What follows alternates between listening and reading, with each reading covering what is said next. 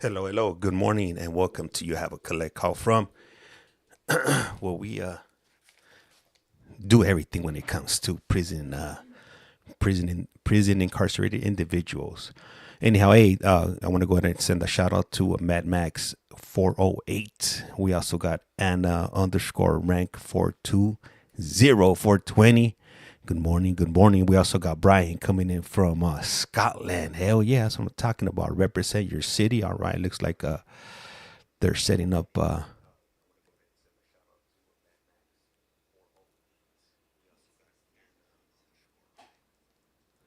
They're getting ready to start up these hearings. Let me see here. We got M Star Media. That's right, my favorite internet couple, or my virtual couple, if you will.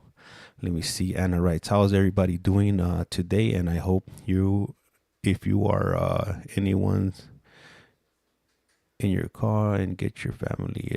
Oh yeah, hell yeah. Hey, highly appreciate that, Anna. The mics are off right now on their end, so once they start, they'll go ahead and mute it, and we'll go ahead and continue. It's probably going to be a long day today when it comes to this hearing. Man, how many names? There's quite a bit of names on this list here. Whoa, let me see. 1, 2, 3, 4, 5, 6, 7, 8, 9, 10, 11, 12, 13, 14. 15, 16, 17, 18, 19, 20, 21, 22, 23, 24, 25, 26, 27, 28, 29, 30. Damn, we got 30 people being heard today, so it's definitely going to be a long day today. I would say at least maybe till maybe like at least 3 o'clock, maybe even 4. We might be pushing 4:30. We might be doing some OT today. They still haven't turned up the mics. If you're familiar with the way I run the streams over here, I have the voice meter. So once they unmute us, you'll see the voice meter moving down at the bottom. And here we go. Let's see. I'll be here all day. I love that. Hey, I appreciate you. If you're in for the long haul, I appreciate you. It's not easy. It is not easy. All right, so we got three individuals. It looks like one individual is in his house. Let me see. He got some brown cabinets, microwave. Kind of looks like our kitchen. Oh no, that's not a kitchen. That's like an office. I would have said it's a kitchen, like in a home, but I just looked up at the top of the ceiling, and you could see those pipes up there. All right, this is the time and place set for a parole violation hearing for Ramon Vargas. Mr. Vargas, your offender number is 207352. Is that correct? Yes, sir. All right, my name is Micah Bruner. I'm a hearing officer with the Board of Pardons and Parole. I'll be conducting your hearing this morning. On the monitor, you'll see your attorney, Mr. Vincent. He's an associate of Kate Conyers, with whom you met on Monday. He'll be your representation today, okay? Is that all right with you, Mr. Vargas? Yeah. Okay. Yes, sir. All Sorry right. about that. That's all right. And then I'll try and be a little bit more clear. Are you not able to hear me okay? It could be turned up a little bit more. All right. Volume. I don't know is there somebody there in the hearing room with you in Gunnison? It's okay. I guess that's as good as it's gonna It's get. up as far as it'll go. You always have to try speaking up real loud. Okay, thank you. So Mr. Vargas, the information you give me today is testimony, so I need to put you under oath. If you could please raise your right hand. Do you swear or affirm the testimony you're about to give will be truthful and accurate? Yes, sir. Great, thank you. Mr. Vargas, did you receive at least 7 days notice of this hearing? Yes, sir. And did you get your disclosure packet? Yes, sir. And then did you have a chance to meet with an attorney in preparation for today's hearing? Yes, sir. All right. And just so you know, I can hear you fine. So I'll speak up, but you don't have to yell at me. And I don't know if Okay. you were, but it sounded like you're trying to project your voice a little. You're okay. You can speak normally and I can hear you okay. I'm just trying to make sure you can hear me, okay? Okay. All right. All right. And Mr. Vargas, you feel ready to move forward with today's hearing? Yes, sir. All right, very good. All right, Mr. Conte, we just have the one allegation against Mr. Vargas. How are we handling that today? So we would move to amend failed to participate to discharge unsuccessfully, and given that amendment would be willing to admit. Okay, so we don't have anybody from AP&P here. So the amendment would be to say by having been here. I don't know why it's not showing me. Oh, there we go. All right. And who do we have? Mike Rinkert, supervisor at Bonneville. Okay. Sorry, Agent Rinkert. How do you spell your last name? RENCKERT. I'm not sure. Okay. Let me see. I'm trying to get the video to work. Is it working now? No, we still have a black screen. But that's fine. We can move forward with just the audio. That's okay. All right. Agent Rinkert, I do need to put you under oath. If you could please raise your right hand. Sure. Do you swear or affirm the testimony you're about to give will be truthful and accurate? Yes. All right, very good. Thank you. All right, Agent Rinkert, any response to the motion to amend allegation 1 to read, instead of by having failed to participate in sex offender therapy, to by having been discharged as unsuccessful from sex offender therapy? Any issues with that? No, not really. I mean, it's pretty much the same. Right. Okay. So let me just change it. Having been discharged.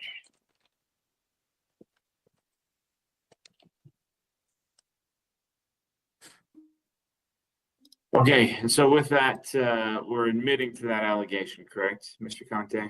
Correct. All right. So, Mr. Vargas, before I accept your admission, I need to make sure you understand that you do have the right to require AP&P to prove this allegation at what's called an evidentiary hearing. That hearing looks like a trial where AP&P would have to put on evidence to show that it's more likely than not that you violated your parole in the way that they've alleged. You would be able to defend yourself through an attorney that would be appointed to you at no cost to you. Through that attorney, you'd be able to cross-examine AP&P's witnesses, as well as to call any of your own witnesses and or produce any exhibits you found necessary for your defense. Mr. Vargas, do you understand these rights? Yes, sir. And you understand that by entering this admission today, you are waiving your right to that evidentiary hearing? Yes. All right, very good. I'll accept the admission as knowingly voluntarily entered. We'll revoke your prior parole date. So, Mr. Vargas, I'm going to have a conversation with your attorney, and then a conversation with Agent Rinkert, and then you and I'll have a conversation to end the hearing. Okay? Yes, sir. All right. All right, Mr. Conte, any recommendation or additional information to provide? So the recommendation would be a 90-day sanction and then another opportunity of parole. He's been making great use of his time in custody. He's been spending a lot of time on his self-evaluation. He journaled over 300 pages in his most recent incarceration. He's really focused on being positive and successful. His goal would be to start at CCC, a halfway house. He'd be interested in redoing the program at Bonneville. Then he would continue treatment. Outside of that, he does receive Medicaid. And he's looking for a psychiatrist for that medication.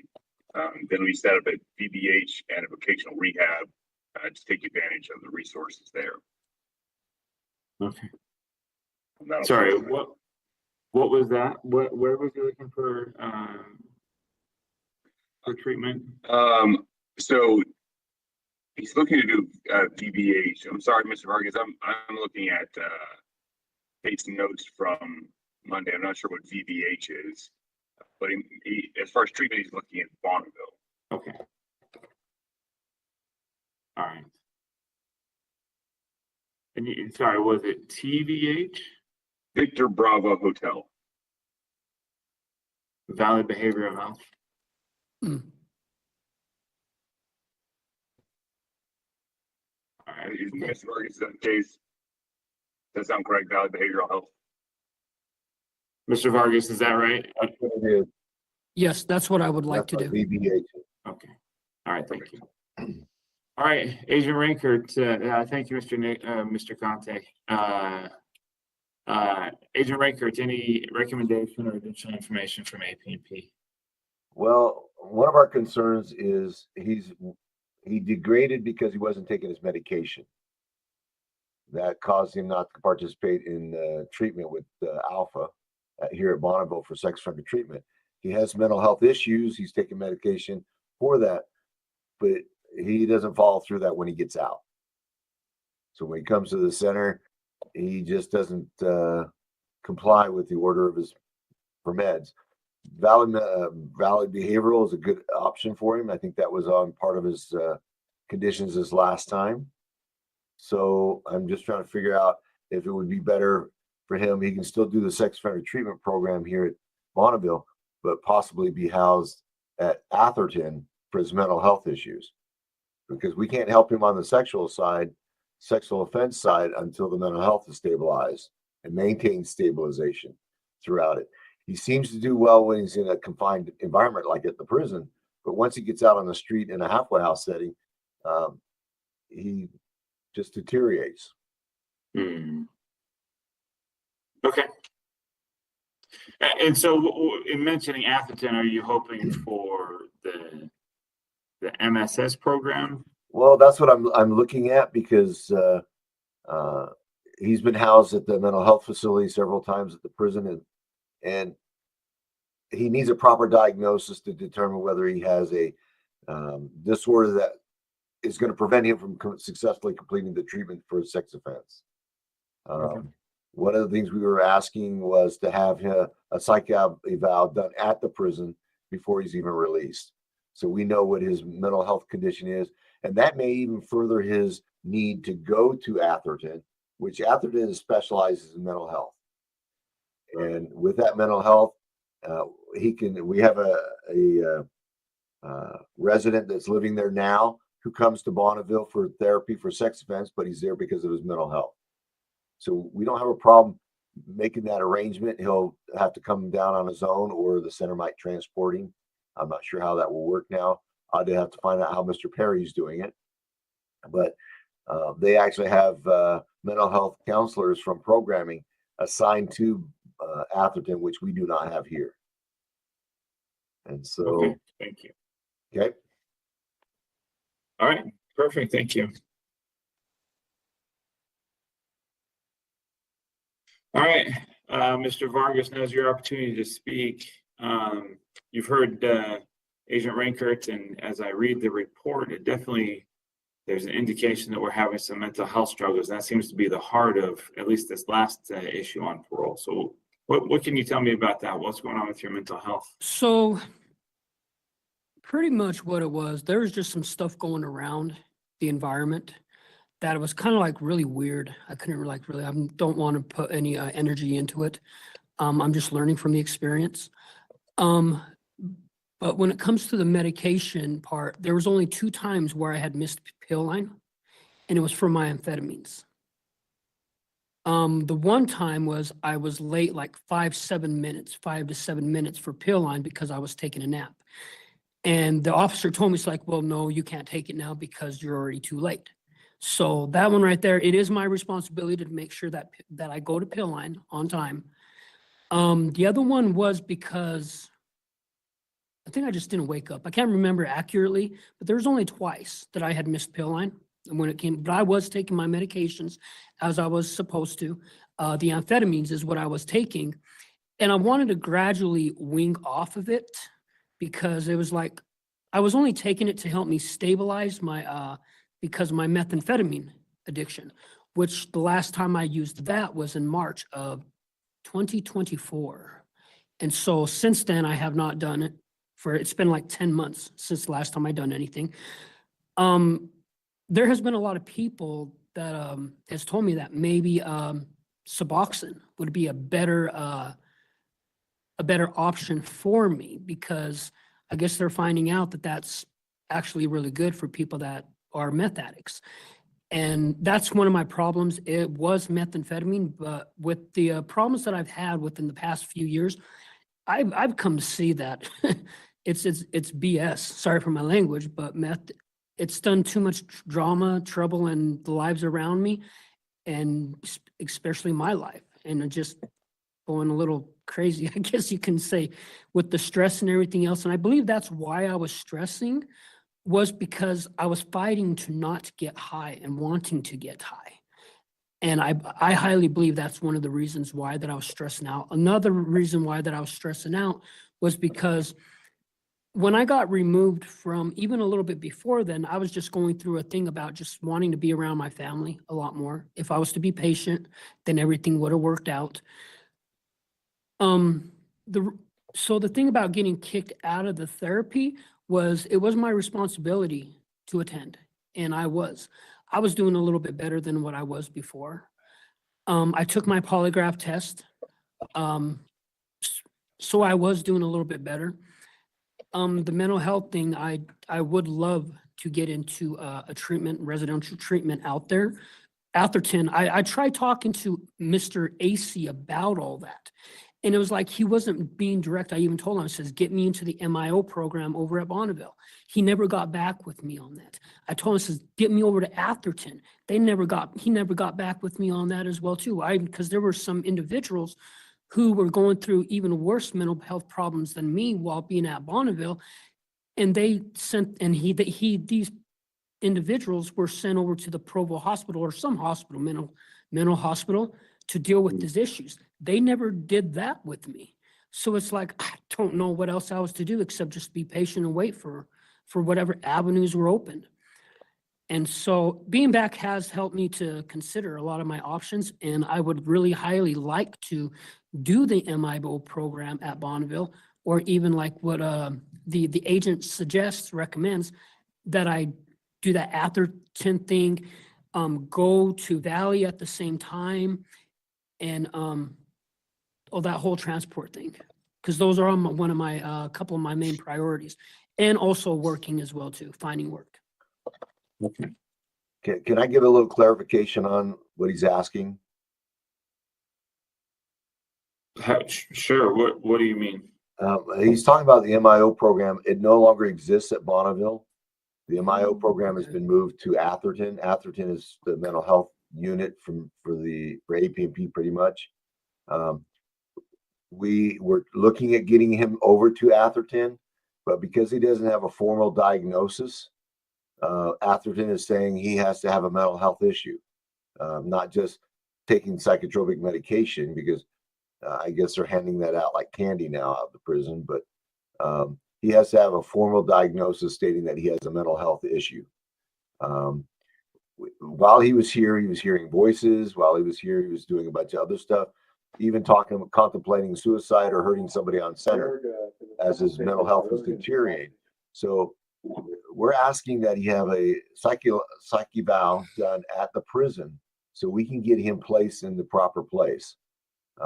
I think Mr. Vargas would benefit from going to Atherton, but Atherton has to have that official diagnosis to say, okay, we can take him.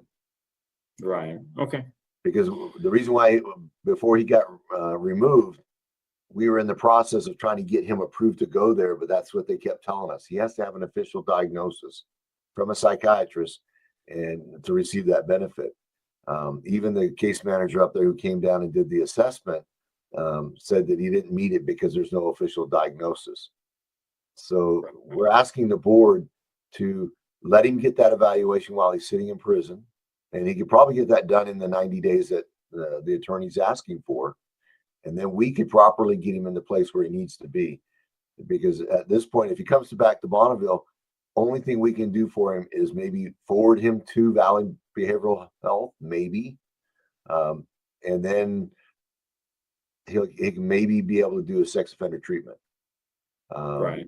But if his mental health continues to deteriorate, right now he's in a controlled environment. We're not that controlled. Pill lines at specific times of the day. If he sleeps through it, there are certain psychotropic medications that he has to take at a certain time frame. If we take it outside of that, it doesn't help him for what he's doing. We have a gentleman that's in a serious situation now that we're trying to get the doctors to readjust his medications for his mental health. And he's supposed to be taking it at 5 o'clock in the morning. He doesn't show up until the 9 o'clock or 12 o'clock pill line to take it. And the doctor says he needs to take it at the time that he's required, or he'll be up all night and his mental health will deteriorate. So Okay. that's what we're trying to help Mr. Vargas with. That's why we're asking for that psych eval while he's in prison, because He will be on his meds. He'll be somewhat clear. He might be able to answer the questions. One of the problems he had when they looked at him is he couldn't answer the questions, not in the manner that would be productive. Hearing voices and contemplating, trying to find a gun. He had some other issues on center, but those are things we could have dealt with the other residents that he thought were after him. We think that was part of his psychosis. So that's what we're asking. Okay, thank you, Agent Ranker.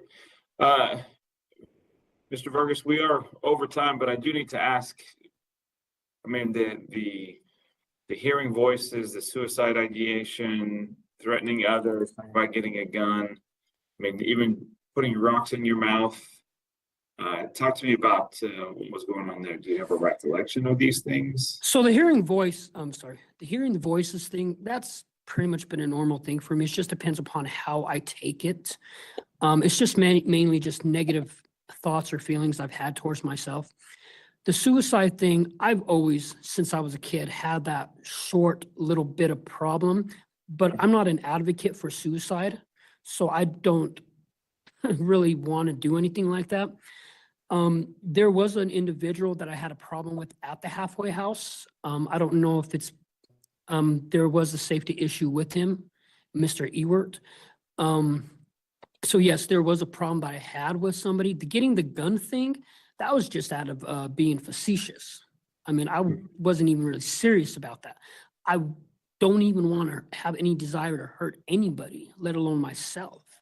So, you know, I mean, it was just normal things with what people were going through over at Bonneville. Okay. The putting the rocks in my mouth was, there were some like really weird rocks over there that I wasn't putting them in my mouth to like eat them or anything. I was just like spitting on them to cleanse them a little bit. So to see what the color was more so. So I was trying to just to build the environment around there. Okay. All right, thank you. So we're out, as I mentioned, we're out of time for our hearing today.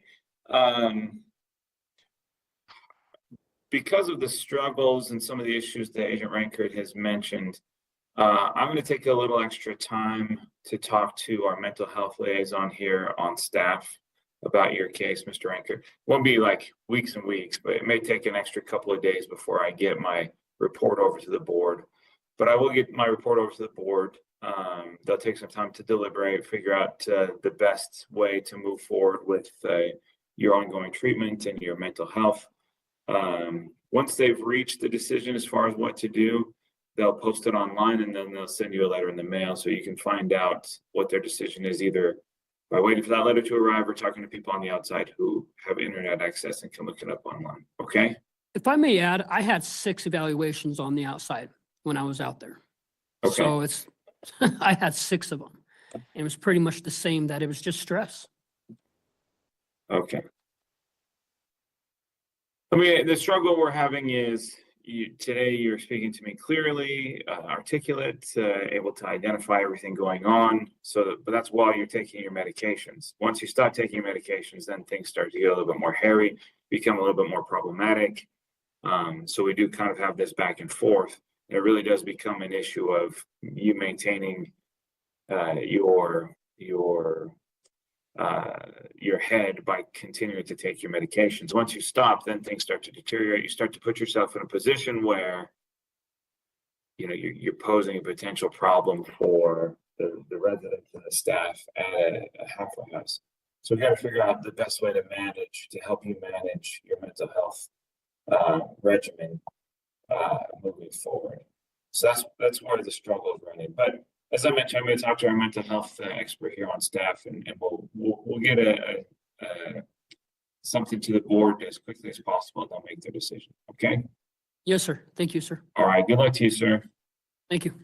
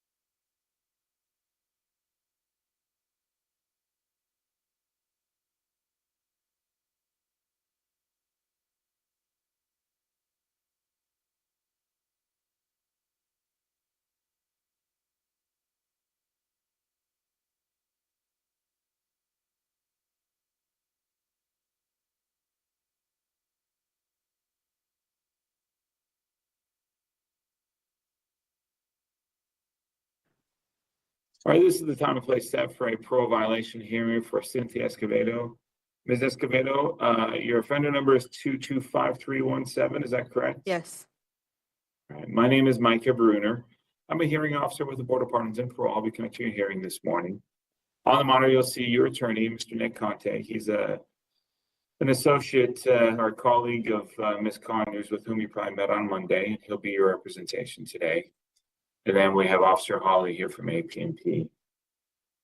Officer Hawley and Ms. Escovedo, I need to put you both under oath. If you could each please raise your right hand.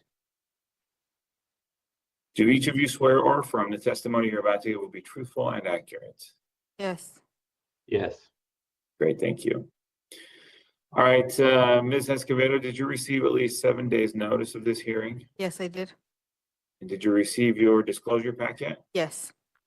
And then did you have a chance to meet with an attorney in preparation for today's hearing? Yes. And then you feel comfortable moving forward with Mr. Conte as your representation today? Yes. Very good. All right, Mr. Conte, we have 3 allegations against Ms. Escovedo. How are we handling those today? Mr. Escovedo is willing to admit all 3. I think you absconded for 13 days is the note I have here. We do have an issue we'd like to get to regarding housing, but I'll leave that for. Sure. Let me get through this legal stuff and then I'll come back to you, Mr. Conte. All right. So Ms. Escovedo, you're admitting to all 3 allegations. Yes. Before I accept your admissions, I need to make sure that you will understand you do have the right to require APNP to prove these allegations at the evidentiary hearing. At hearing, there's like a trial where APNP would have to call witnesses and put on exhibits in order to prove that it's more likely than not that you violated your parole in the ways that they've alleged. You'd be able to defend yourself through your own attorney, and an attorney would be appointed to you if you're at no cost to you. Through that attorney, you'd be able to defend yourself by cross-examining APNP's witnesses, as well as calling your own witnesses and/or producing any exhibits you felt necessary for your defense. Do you understand these rights? Yes. And you understand that by entering these admissions, you are waiving your right to that evidentiary hearing? Yes. All right, very good. I'll accept the admissions as knowingly voluntarily entered. We'll revoke your prior parole date. So Ms. Escovedo, I'm going to have a conversation with you, excuse me, with your attorney, and then Officer Hawley, and then I'll come back to you and we'll talk for a little bit, okay? All right, Mr. Conte, any additional information you wanted to provide? Yes, we're asking for immediate release, given Ms. Escovedo's situation.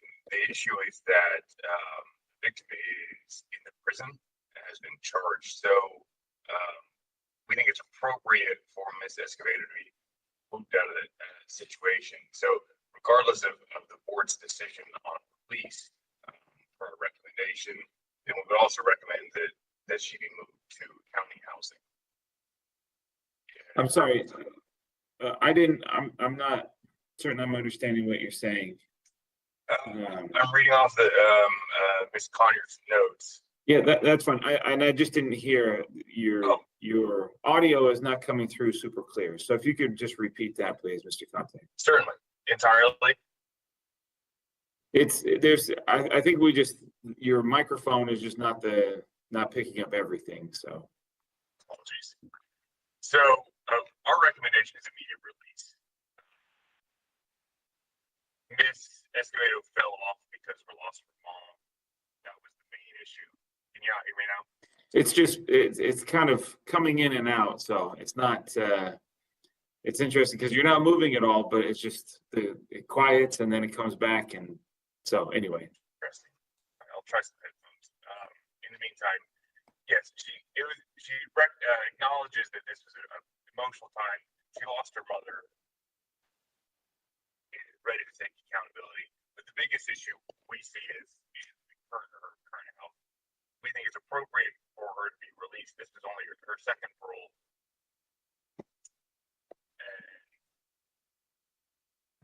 We think it's appropriate to be released because there's a conflict with their housing in the prison.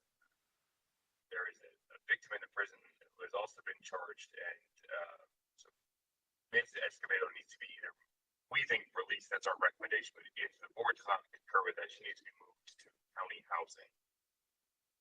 If given an opportunity to parole again, she would like to engage with Orange Street, and she has an address available for her housing.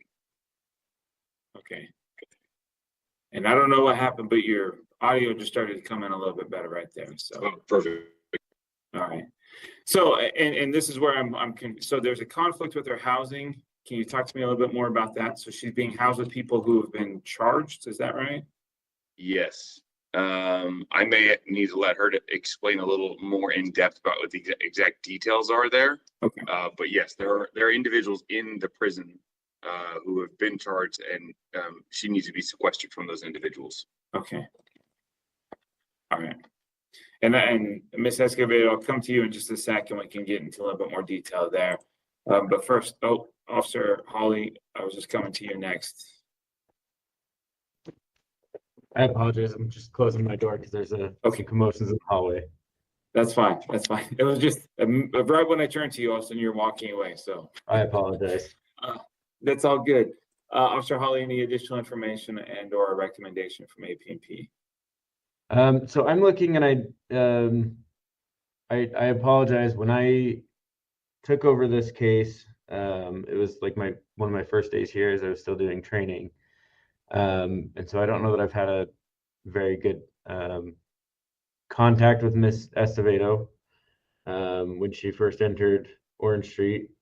And I'm looking over the warrant comments that I wrote, and I do believe that I put this was her third attempt at parole.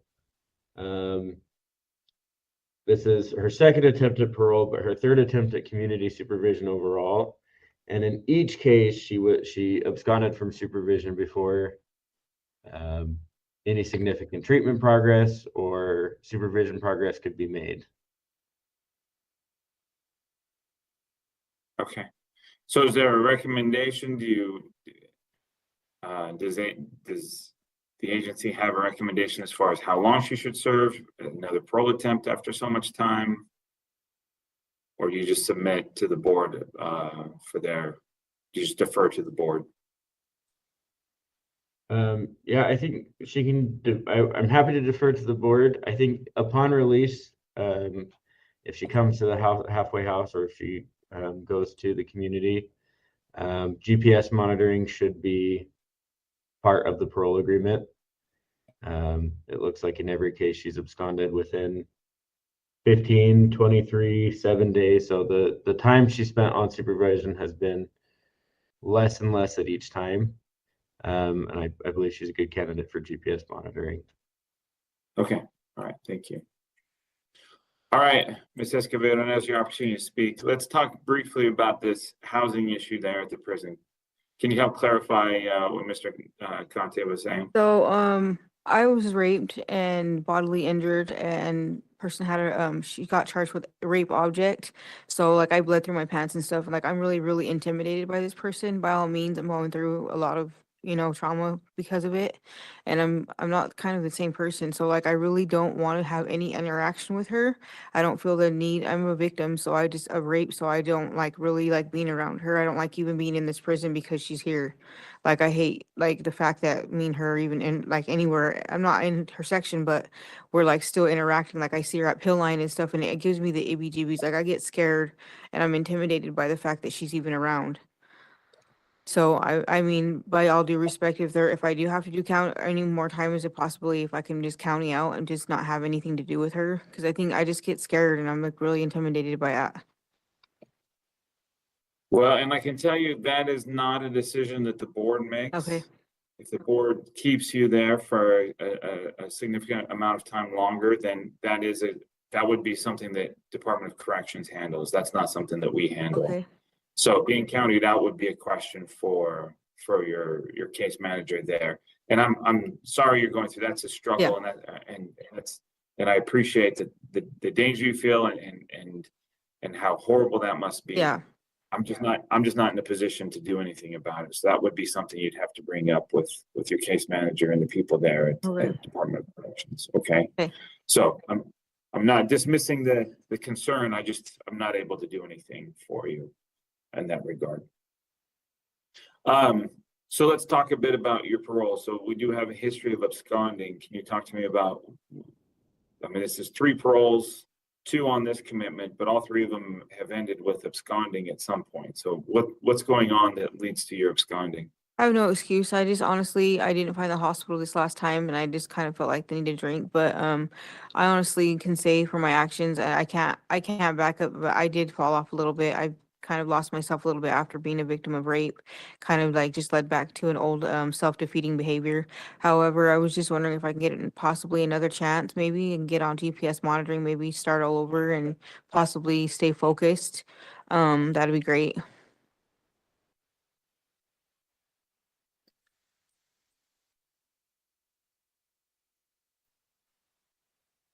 What did you do once you absconded?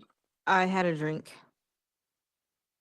I lost the hospital. I didn't know the direction, so I went and got on the bus and got a drink. And it just led from one drink to the next. Okay.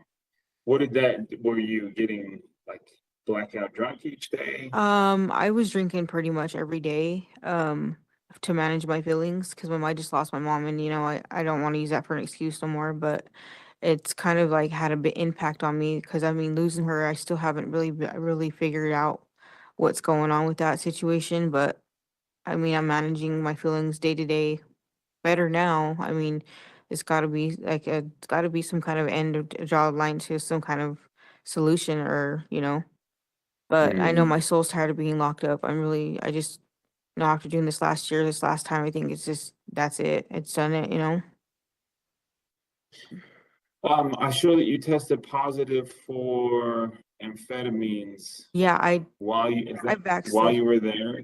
I did a backslide, and I shouldn't have done it, and I really feel bad about my behavior, but I went back to self-defeating behavior, but I'm moving forward from that now. So did you use while you were there at the prison? Yeah.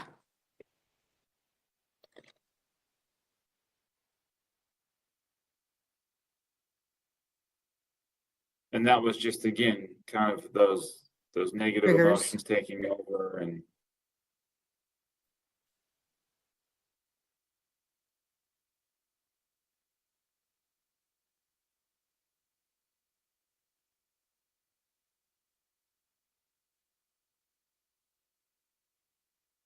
All right, and then we have two write-ups. It looks like they're both still pending. So one was for the UA, but the other is you refuse mental health treatment, is that right? Yeah, I refused to go to my appointment, and I didn't know which appointment, if it was a doctor appointment or if it was the mental health appointment, but I refused on accident. I didn't get up early enough, and I didn't get to go to movement. So I ended up just saying never mind and kind of argue the situation to myself, but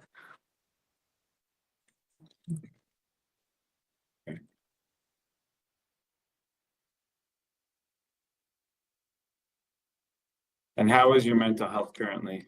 it's better. I'm on better meds. I'm on kind of the best kind of meds you can get in here. They're okay. What are you being treated for? For deep depression and bipolar.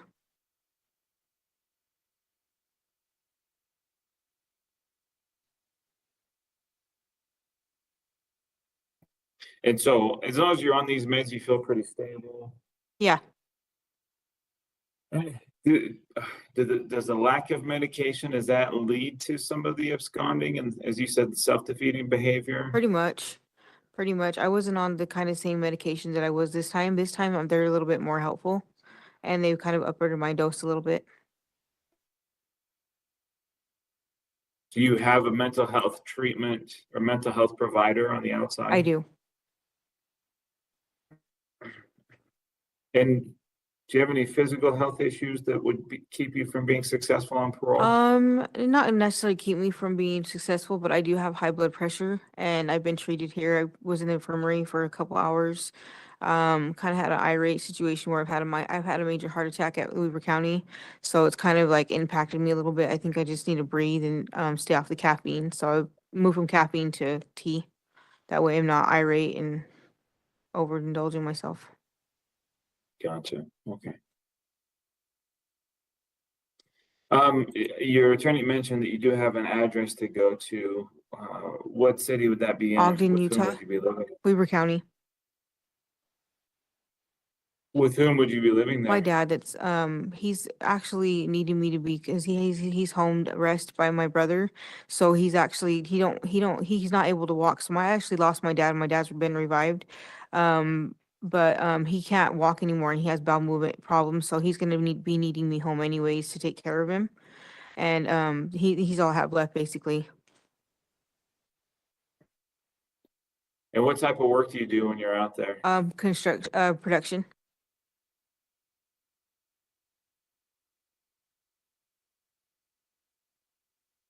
Do you have treatment? You mentioned a treatment, a mental health provider. Do you have a substance use treatment provider that you've used in the past or that you would go back to? I can, yeah.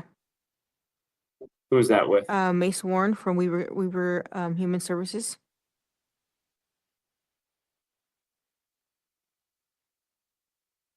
All right, you've answered all of my questions. Is there anything we haven't discussed today that you wanted to bring up? No. Right.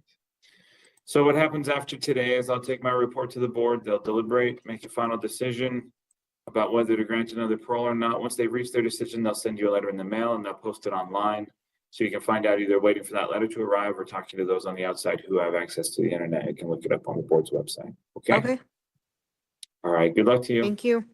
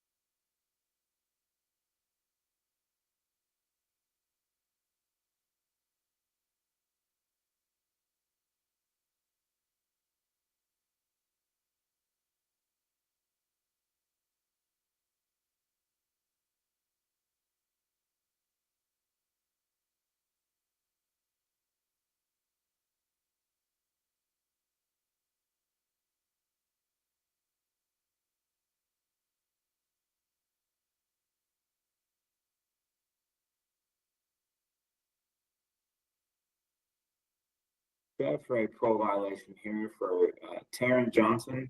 Mr. Johnson, your offender number is 223573. Is that correct? Yes, sir. All right. My name is Micah Bruner. I'm a hearing officer with the Board of Pardons and Parole. I'll be conducting a hearing today. On the monitor, you'll see your attorney, Mr. Nick Conte. He's a colleague of Ms. Kay Condors, with whom we probably met on Monday. Doesn't look like we have a representative from AP&P, but we'll go ahead and get started. If they join us, then we'll take care of that when they come on. But Mr. Johnson, I do need to put you under oath. If I can have you please raise your right hand. Do you swear or affirm the testimony you're about to give will be truthful and accurate?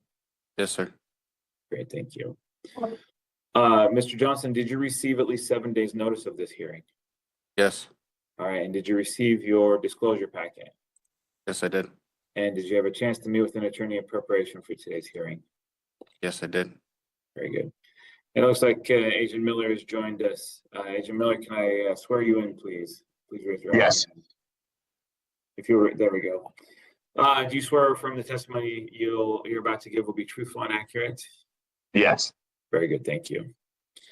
All right, so Mr. Mr. Johnson, you had a chance to meet with an attorney for today. Mr. Conte is your representation today. You feel comfortable moving forward with him as your counsel? Yes, I do. All right, very good. All right, Mr. Conte, well, I'll take judicial notice of the conviction of, looks like a Class B misdemeanor property damage destruction Looks like the other two misdemeanors were dismissed. The domestic violence in the presence of a child and the assault were both dismissed by the court. Looks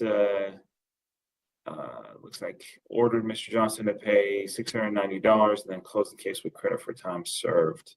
So I'll take judicial notice of that. With that, Mr. Conte, we have the 3 allegations. How are we handling those today? Certainly. So I think we would move to amend 3 to match the charge instead of criminal mischief to property damage, and then we would admit to number 3, then deny and move to strike 1 and 2.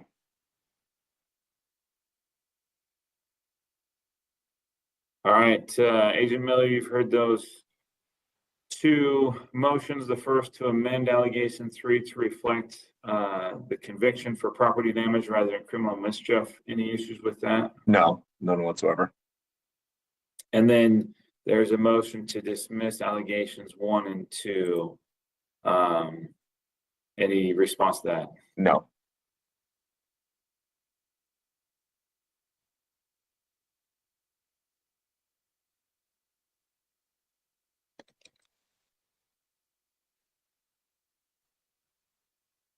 And Mr. Conte, just to be clear for the record, we're entering denials to 1 and 2 and moving to dismiss them, correct? Correct. All right, very good.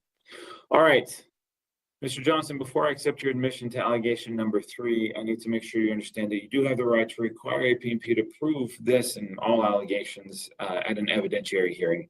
The evidentiary hearing is like a trial where APNP has to put on evidence.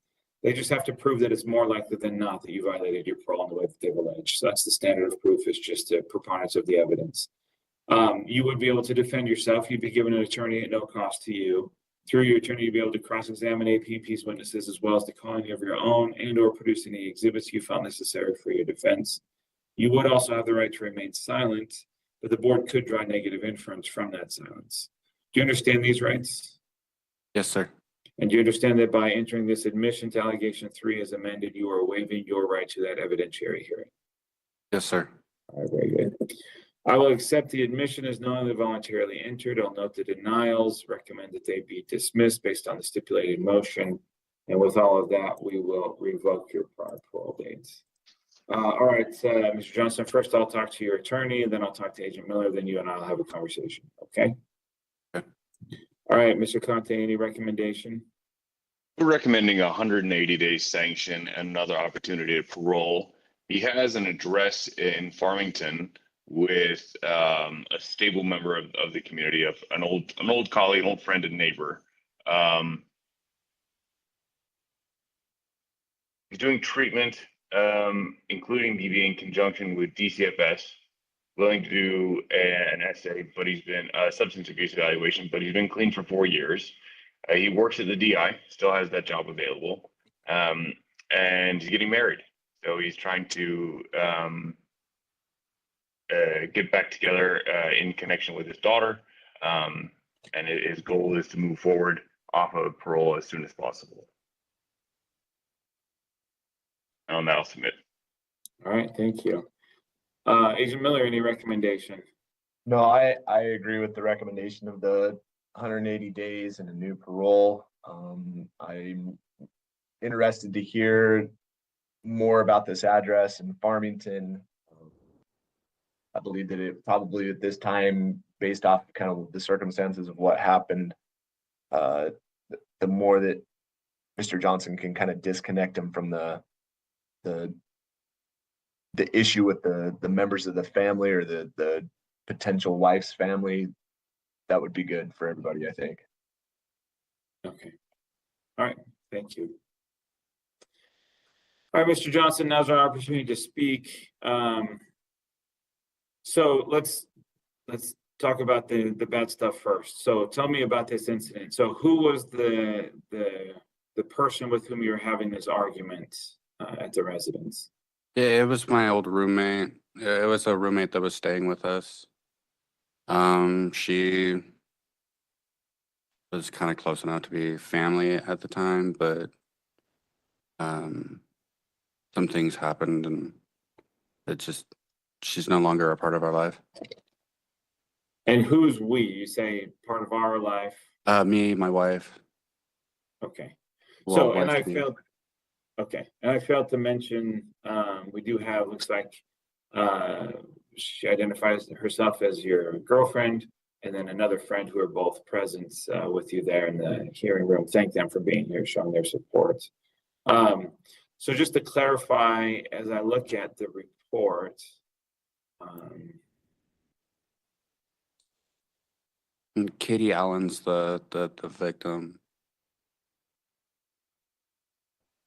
okay, all right, so it does say that there were you and the three people. So there was Katie, there was your wife, which I'm guessing is Heather, Yes. and then there was your child who was there. Yes. And who's the mother of the child? She's not in the picture anymore. She thought that drugs were more important than us. So Okay, but it's neither Katie nor Heather. No. Is, I guess what I'm trying to figure out. Okay, all right. Okay, so you had this argument with Katie. Talk to me about like what, because you had a long time on parole where it seemed like things were going very well, and then we have this incident kind of out of the blue. So talk to me about what was happening. So more or less, it was just like one of those things. Like I was trying to get rent paid, I was trying to get my bills paid and whatnot. And every time I would come to my roommates and try to get my like the bills paid and whatnot, they would always tell me some new excuse for it, and it was getting really, really frustrating. And then that day just happened to be one of those days where, you know, like it was already a bad day to begin with. And then on top of that, Katie decided that she was going to let me know that she had been smoking methamphetamine in my house, knowing that I was trying to stay clean, knowing that my 2-year-old was there, and knowing that my girlfriend, soon to be wife, was trying to stay clean as well. Like I found out all this and I snapped. Like I just lost my stuff. Like so. Okay.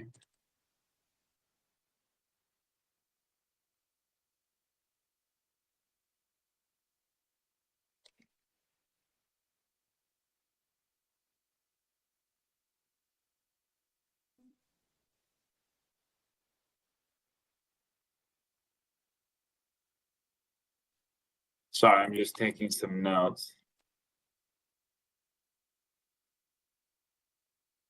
All right, so was there, other than Katie using drugs, was there any drugs, and did you use drugs at all on this parole? No, sir. I do have one dirty for a Loratab that I took at like the very first of my parole. I was working at the Davis Lanes. I was having some back pain, and I asked an old roommate to if I could take one of his Loratabs so that way I could get over it, like deal with the back pain. I let my agent know at the time, and he gave me a verbal, and it stopped from there. Like I have no desire to use. I don't have any reason to use. I don't even want to use. Like drugs are no longer a part of my life. I have more to live for than that. My family means more to me. My daughter means more to me, and quite frankly, myself means more to me than to, you know, subjugate myself to using again and putting myself through that harmful stuff again. So with that, talk to me about this write-up that you have for diverting medication. So the write-up that I just got when I got into Fremont was for a Prozac that I was taking. Like they came around for pill line. I tossed it in my mouth, and it landed underneath my tongue. I took a drink of water, and I opened my mouth to show the cop that, like, you know, like my mouth, like, you know, I wasn't trying to cheek my medication. You can't get high off of Prozac. Like, there's no point in trying to cheek it or anything like that. Like, it got caught up underneath my tongue, and it was a mistake. I went and tried to talk to Gates about it, and he told me he was going to give me a write-up for it anyway.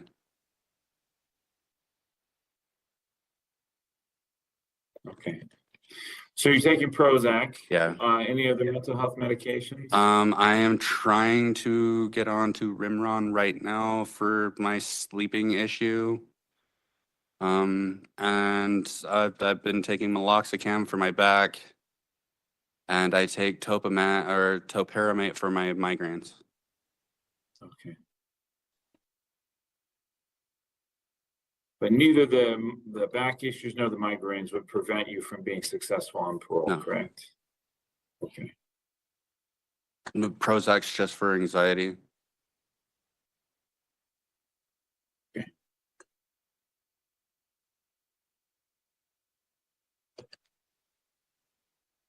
And then, so who lives at this address in Farmington? His name's Tim. He's an old. He used to live across the breezeway from me at my old address. Really good dude. He's a really good influence for me, like kind of like a father figure, I guess. He just he. I don't really know how to really like explain him. Like, I mean, he's just a really good guy. Okay, all right. And then your attorney mentioned going back to work at DI. You're willing to do any treatment that the board orders, correct? Yes, sir.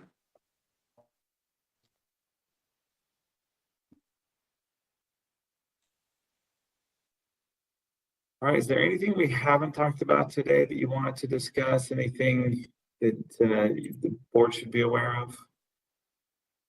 Just trying to get out to get to my kid as quickly as possible. Who has your child right now? My mother. DCFS placed her in custody with my mom. So I'm just trying to get out as quickly as possible so that way I can get to my kid.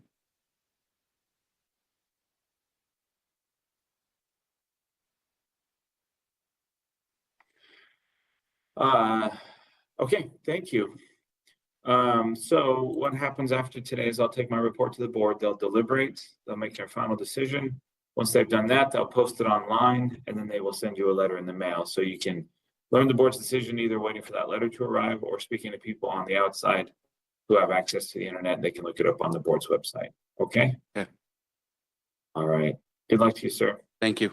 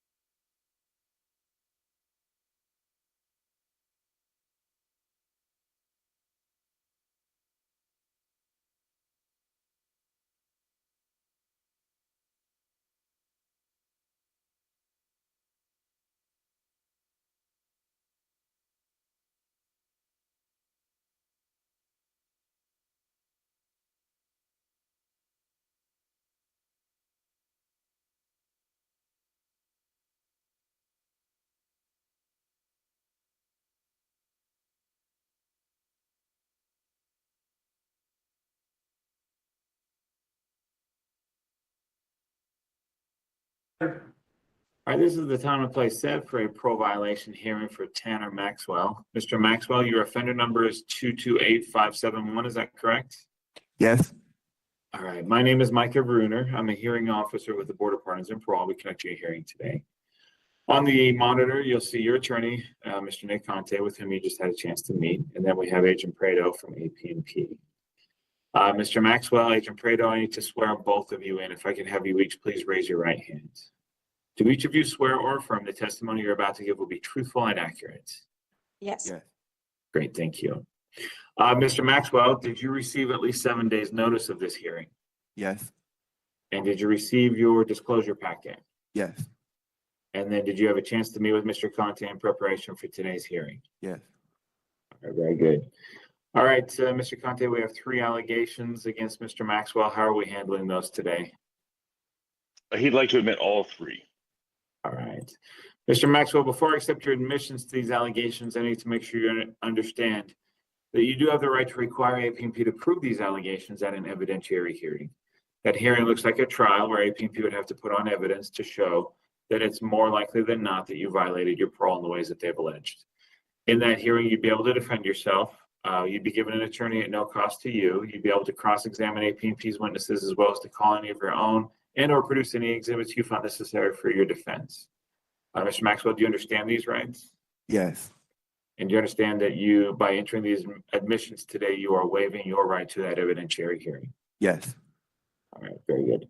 I'll accept the admissions as knowingly voluntarily entered. We'll revoke your prior parole date. So the rest of the hearing is going to look like this. I'll have a little conversation with your attorney, a little conversation with Agent Prado, and then you and I'll have a conversation. Okay, Mr. Maxwell? Okay. All right. So, Mr. Johnson, any additional information and or recommendation? At this point, Mr. Maxwell is simply interested in doing his time. He's not interested in another opportunity to parole. He's willing to take accountability and do his time. So that's his position. Okay. Agent Prado, any recommendation from AP&P? I would say if he would like to stay where he's at, that he would complete mental health in there, possibly some substance abuse, but majority mental health. If he does get granted the opportunity of parole, I would highly recommend Atherton for him. I think he needs to address his mental health issues. I think once that's under control, then the substance abuse will kind of calm down also. Okay.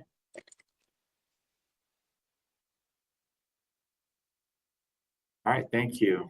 All right, Mr. Maxwell, talk to me about what happened on this parole. I left the halfway house and I kind of just wanted to leave, and then it wasn't really the best idea, but I kind of just I don't know, I kind of did it anyways. Yeah, I do have anxiety, and so I think that sometimes I just get really anxious and want to do something else besides what I'm doing or whatever. But yeah, I kind of just want to do my time now. And then but yeah, this last time it was just kind of even the same thing as before. It was kind of an anxiety thing maybe. And then I think that yeah, I haven't been on my medication. Why haven't you been on your medication? Cause a lot, when I would get prescribed it on the outside, I would take high level medication or whatever, and I don't like getting it when I go to the halfway house. It's too hard to get. And then I don't take anything else for it instead. You know what I mean? And so I don't really have anything to manage it ever, cause my doc. Sorry, I didn't mean to cut you off. Yeah, I don't try to bother getting even in prison, because it's you have to go through doctors and stuff like that or whatever. So it takes it's a little too much. It's too tedious. It's Yeah. too much of you to get to where you can take your medication. Is that? Yeah, and so I just usually just listen to music, and then try to cope with it in other ways, and then like, yeah. So that's even when you're on the outside, you're not taking your medication. No, when I get out, I usually go see my doctor, and then she can prescribe me that medication, but I can't get it from like, I mean, like, I think that you can, but the prisons don't even like to prescribe it. And so I usually don't try to take anything else though for it, which is what I was saying. You know, like I don't have anything else to manage it. Gotcha. Mhm. So when you were on parole this last time, did you use drugs at all? Illegal drugs? No.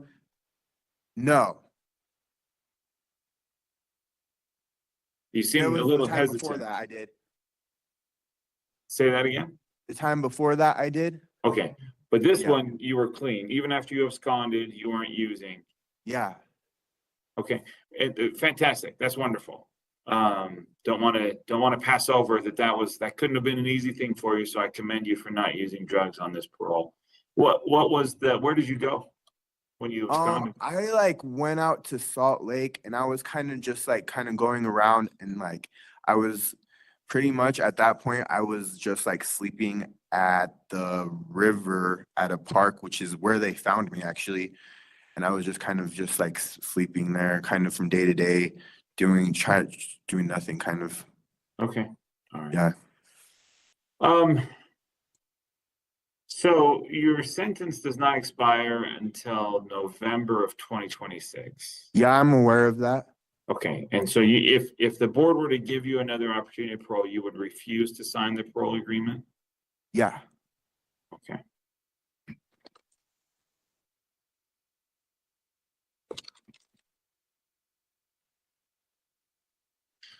What all are you being treated for your mental health? I have a diagnosis of generalized anxiety disorder. And I do get disability money for it for DWS, general assistance.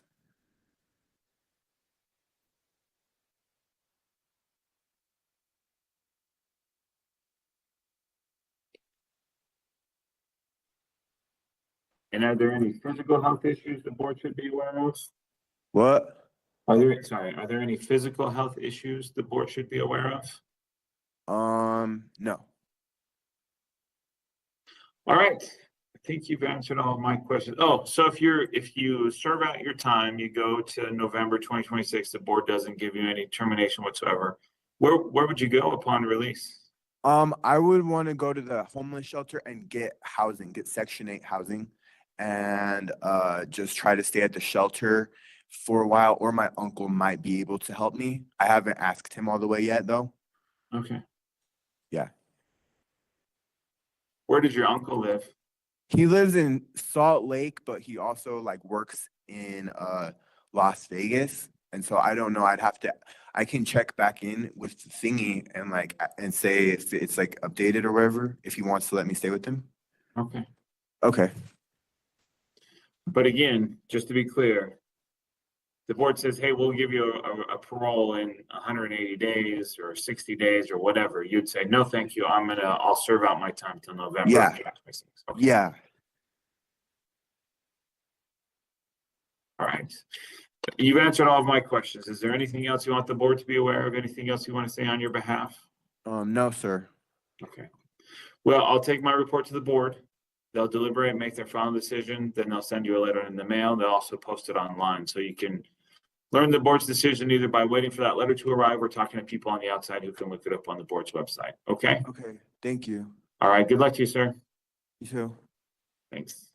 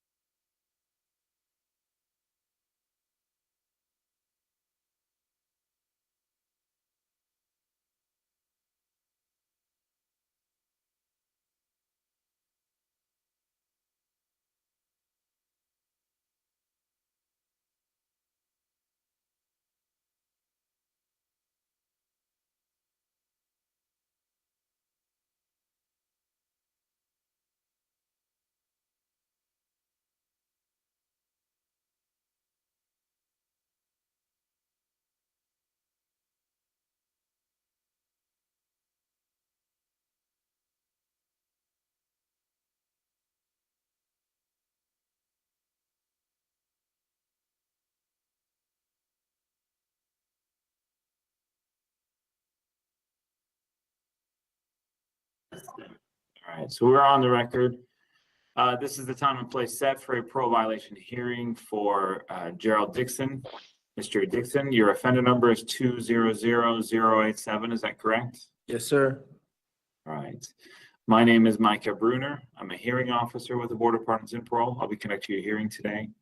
On the monitor, you'll see your attorney, Mr. Nick Conte. He's a colleague of Ms. Kay Conyers, with whom you probably met on Monday. Again, we don't seem to have an agent from APNP. Hopefully one will be joining us soon. When they do, we'll swear them in at that time. But for now, Mr. Dickson, I do need to put you under oath. So if I could have you please raise your right hand. Do you swear or affirm the testimony you're about to give will be truthful and accurate? Yes, sir. Great, thank you. Mr. Dickson, did you receive at least 7 days notice of this hearing? Yes, sir. And did you receive your disclosure packet? Yes, sir. And then did you have a chance to meet with an attorney in preparation for today's hearing? Yes, on Monday I did. All right, and then you feel comfortable with Mr. Conte as your representation today? Yeah, I'm sure she updated him properly. Yeah, he should have all of her notes and everything. So, okay. All right, so we have 3 allegations against Mr. Dickson, 2 of which involve criminal conduct. I didn't see any charges pending in exchange. So with that, and again, we don't have a representative from APNP here to help update us on anything. So with that, Mr. Conte, how are we proceeding with these 3 allegations?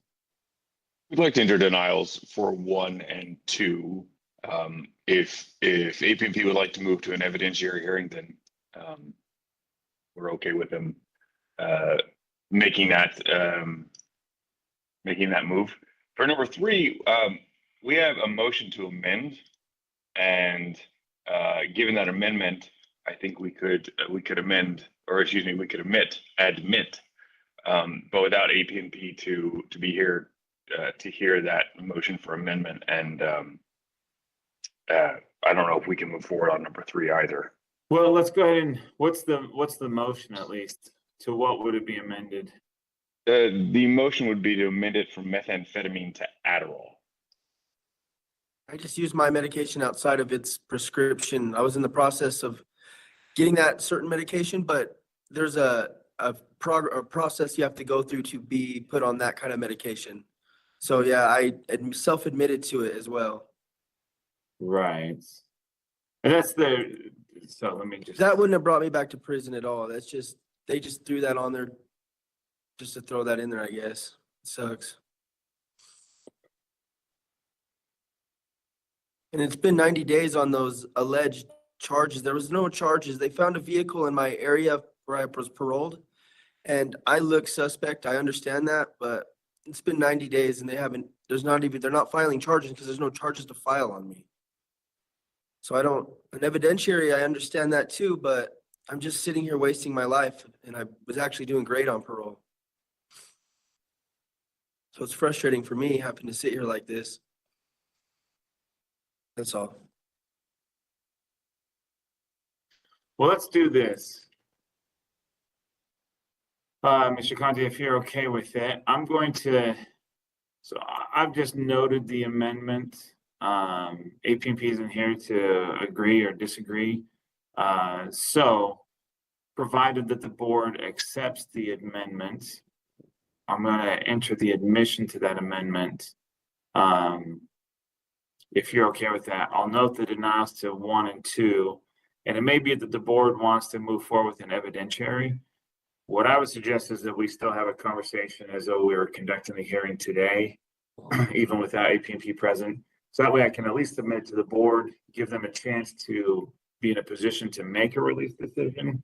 Again, they may decide that they want to do an evidentiary regardless, but at least we're then putting it in a position where the board could make a release decision based off of our information. Do you feel comfortable with that, Mr. Conte? Yes, we're amenable to that. All right. So, Mr. Dickson, I'm going to note the amendment to allegation 3 and the denials to allegation 1 and 2. With the amendment to allegation 3, and you're admitting that, I need to make sure you understand that by admitting that allegation as amended, you're waiving your right to an evidentiary hearing just as to allegation 3. That evidentiary hearing, like I said, may still come with allegations 1 and 2. But as to allegation 3, to make sure you fully understand, you do have the right to require APNP to prove the allegation at the evidentiary hearing. That hearing looks like a trial where APNP will put on evidence and by calling witnesses, producing exhibits, to prove that and the standard of proof is a preponderance of the evidence. So it's just that it's more likely than not that you violated your parole. You'd be able to defend yourself through an attorney that would be appointed to you at no cost to you. You'd be able to call your own, so you'd be able to cross-examine APNP's witnesses as well as to call your own witnesses and or produce any exhibits you found necessary for your defense. And then if there are allegations of criminal conduct, you do have the right to remain silent, but the board can draw negative inference from that silence. Do you understand these rights, Mr. Yeah. So realistically, I'm just gonna do an evidentiary hearing right now. Is that what's going on? It seems more likely than 90 not. days. It's been, I'm sorry, it's been 90 days and now they're gonna do another 2 months. And then we're gonna get to that and they're gonna find out that I didn't do this. It's just so frustrating. And I can appreciate your frustration. My intent today is to still have a conversation with you so that I can put it to the board. And then the board may be in a position to make a release decision. I agree with you that they'll probably ask for an evidentiary. But if we can at least, I'll have a conversation with your attorney and then with you, and then I can at least put up a report in front of the board that gives them the information they need in order to move forward with a release decision. So that if APNP does eventually say, hey, we're not going to pursue these, or these only be technical violations, I don't know how you get to technical violations on these allegations, then the board's in a position to make a release decision. Okay. And why didn't APNP show up today? I don't understand that either. This has been 90 days and they're not gonna even show up? I don't know.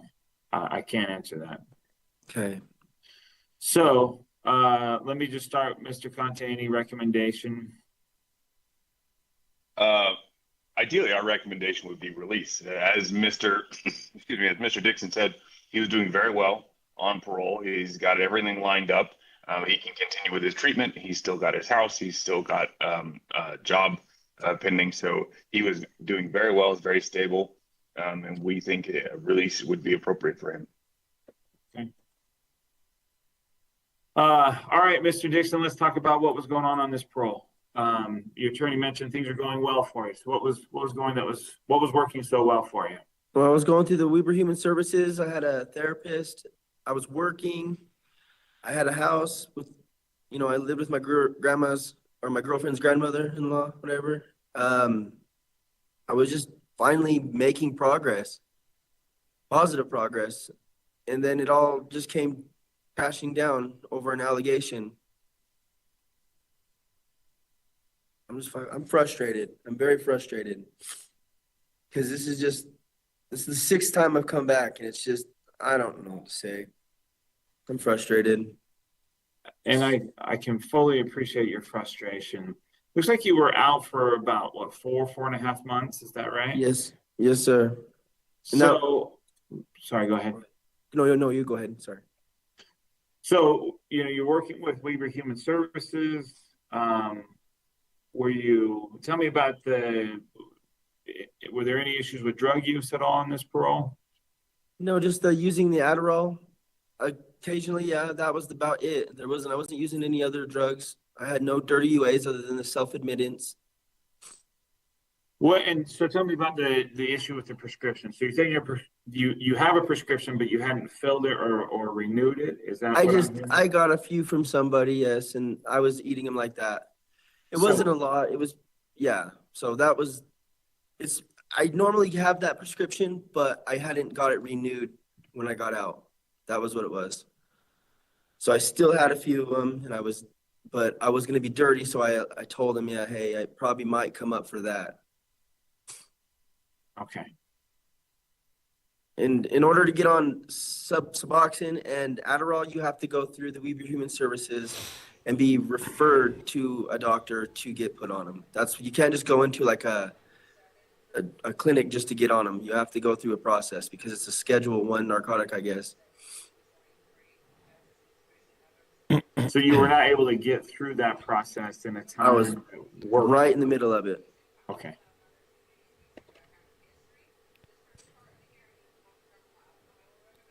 I don't know. I don't know. Hey, saludos, Tita. How's it going? So, and just to be clear, you deny that you were involved in the theft of vehicles whatsoever. Absolutely not. I believe him.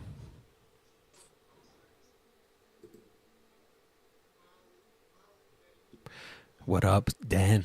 Talk to me about, I have 1, 2, 3, 4, 5 write-ups that have been adjudicated and 2 more that are pending. Tell me about what's going on there at the prison. It's I'm being a dipshit. I had a couple hiccups. I was kind of reactive in a way, and it just seemed to just come. It just the way it just went downhill. But I'm shooting out of it now. I feel positive. I feel good about everything. Feel like my luck's better. It just everything just was back to back to back. When I was in R&O, my mother was in the ICU. She's not doing well. She's dying from COPD. So a few of those write-ups were me freaking out about mental health and trying to use the phone. That's kind of where it all started from. I just got reactive because my mom's dying and I wasn't able to be there for her. She thinks I'm guilty. I'm being punished for something I didn't do. So I was a little reactive, yes. And I'll own that.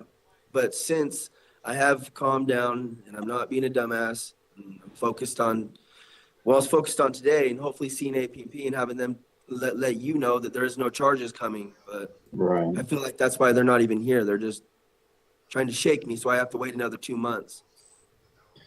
Well, let's not ascribe malice where simple oversight or I know. I'm just Failure. upset. It's not okay. I appreciate it. I do. I really do, Mr. Dixon. This is not this is a terrible situation to be in, and I'm sorry. That's why I'm trying to do my best to get what I can in order to maybe put the board in position to make a release decision if APP alerts us that there are no pending charges.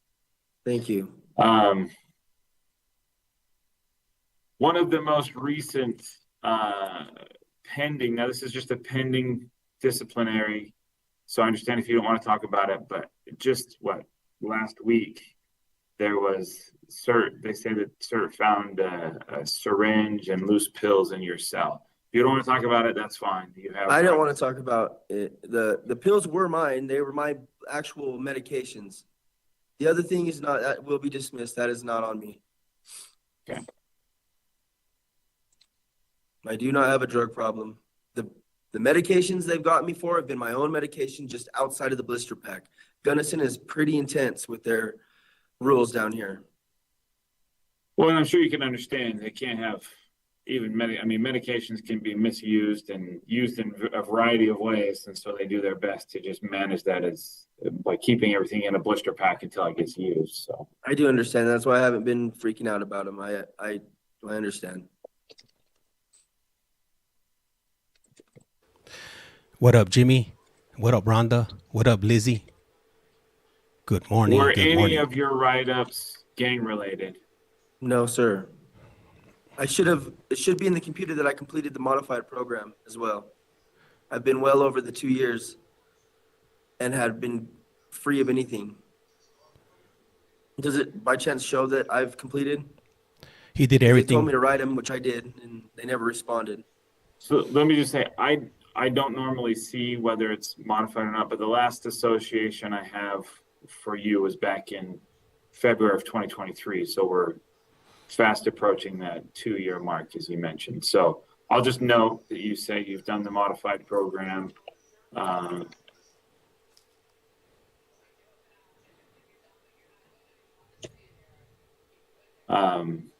Again, just to make sure that the board's aware of that. Oops. All right. How is your mental health? Well, I'm all right. I'm stable.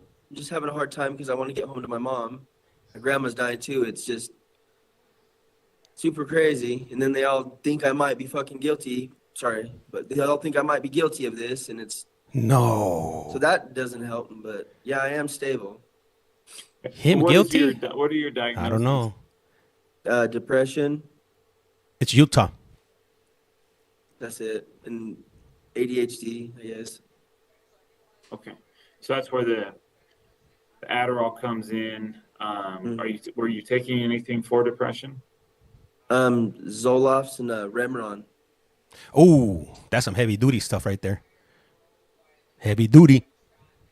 And then how's your physical health? Any issues there? No, sir. Totally fine. Is there anything we have? Oh, so if you're granted a release, where would you go? I'd either go to Roy or I will go to North Ogden.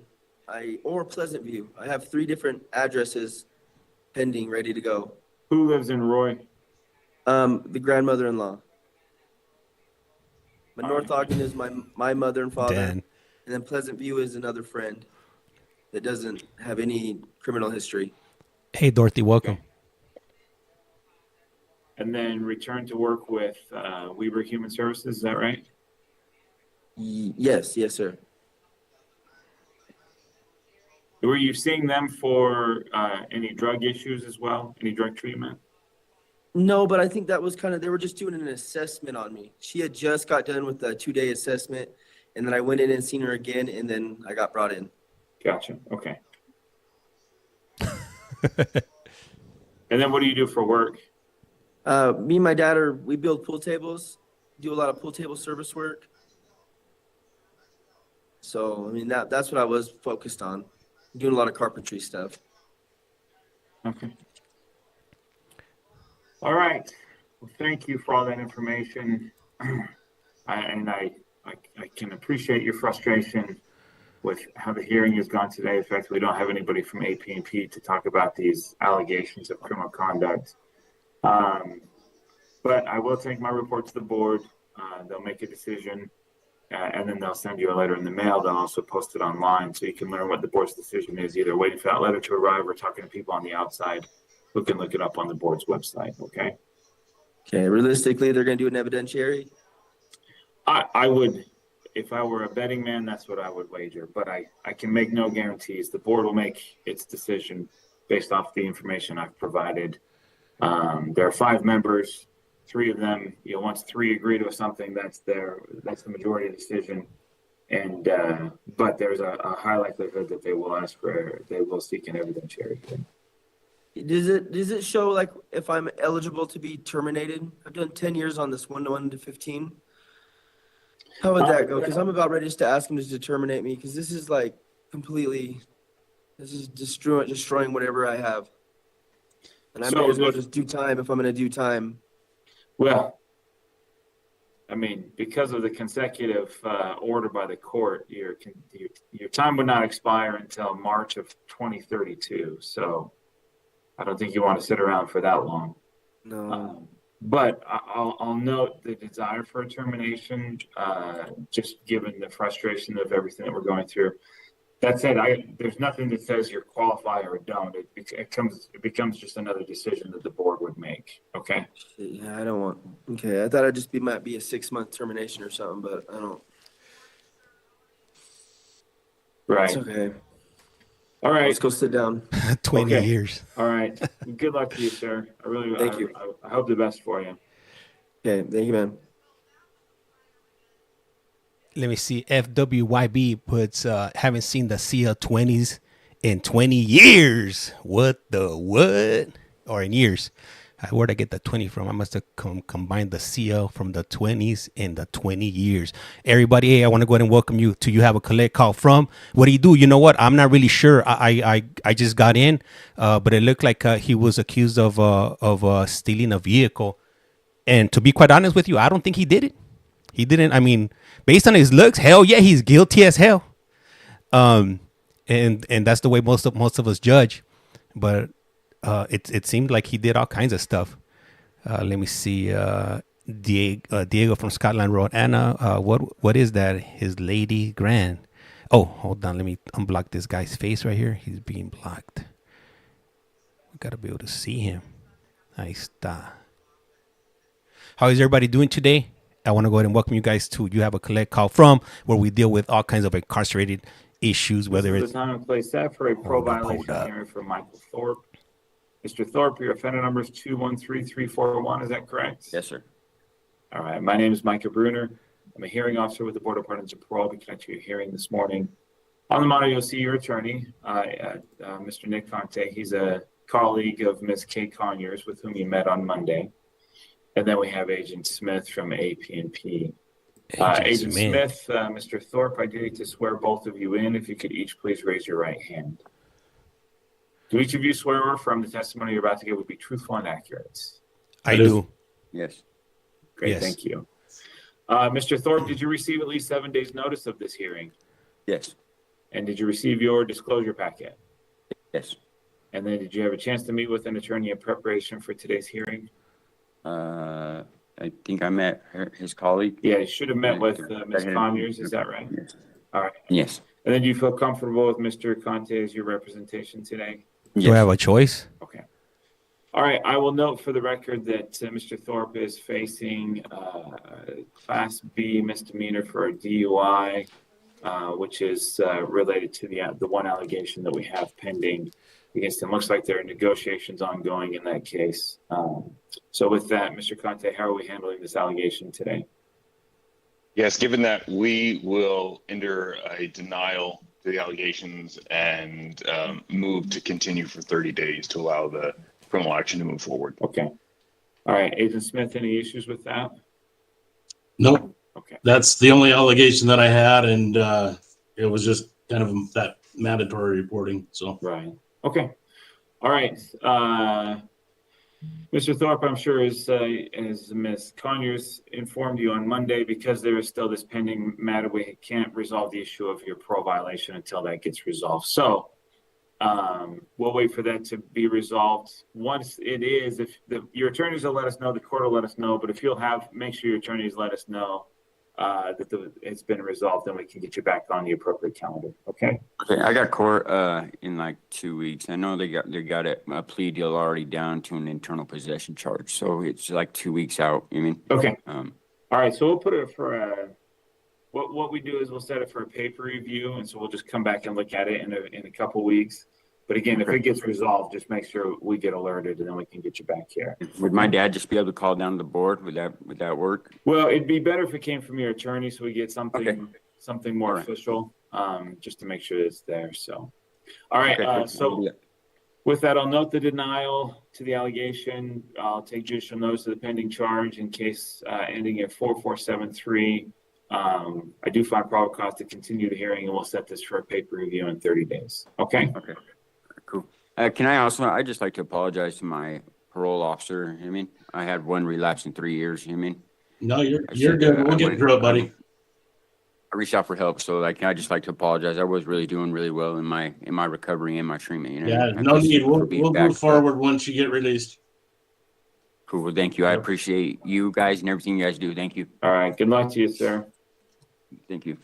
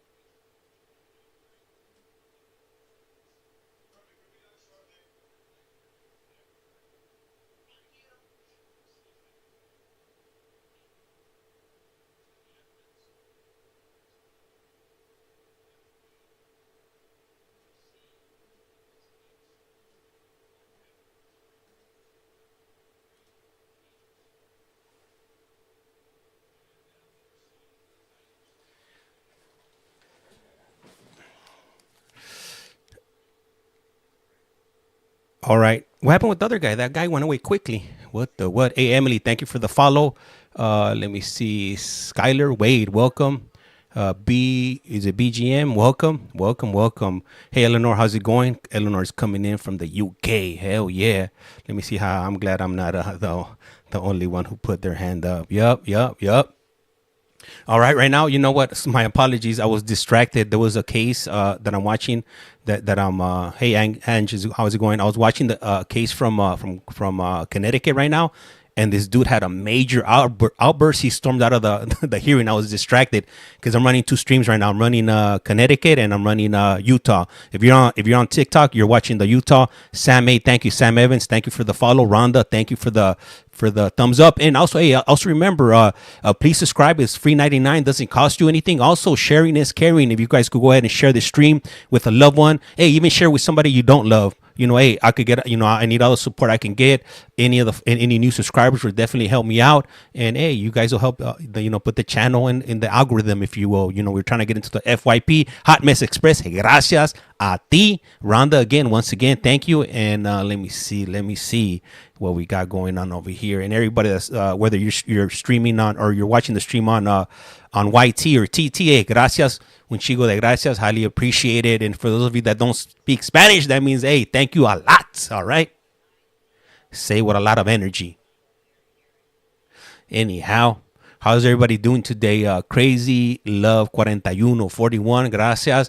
Lizette, thank you for that rose. Highly appreciated. It's not necessary, but yeah, appreciate it. All right. Let me see. I think, is that what the wood? We'll just call them 11. It's cold. Let me see. Is the board on that we watched yesterday? That state was interesting. You know, hey, not today. They were having another hearing today, but unfortunately, I wasn't gonna be able to sit in for that whole hearing today. You know, that one starts at my time locally. It starts at 5:30. So I wasn't gonna be able to sit in today. So today we're in Utah. The state we were in yesterday was Kentucky. But if you want, I think I got about 10 hearings from there yesterday. If you want to check those out over there on at Collect Call From on YouTube. Yesterday, did that dude with all the bad charges get granted? But there was, I think everybody that was heard yesterday in Kentucky, except maybe 2, didn't have any bad charges. Everybody else had bad charges. I would say a majority of the people that came on yesterday, they were paroled, unfortunately.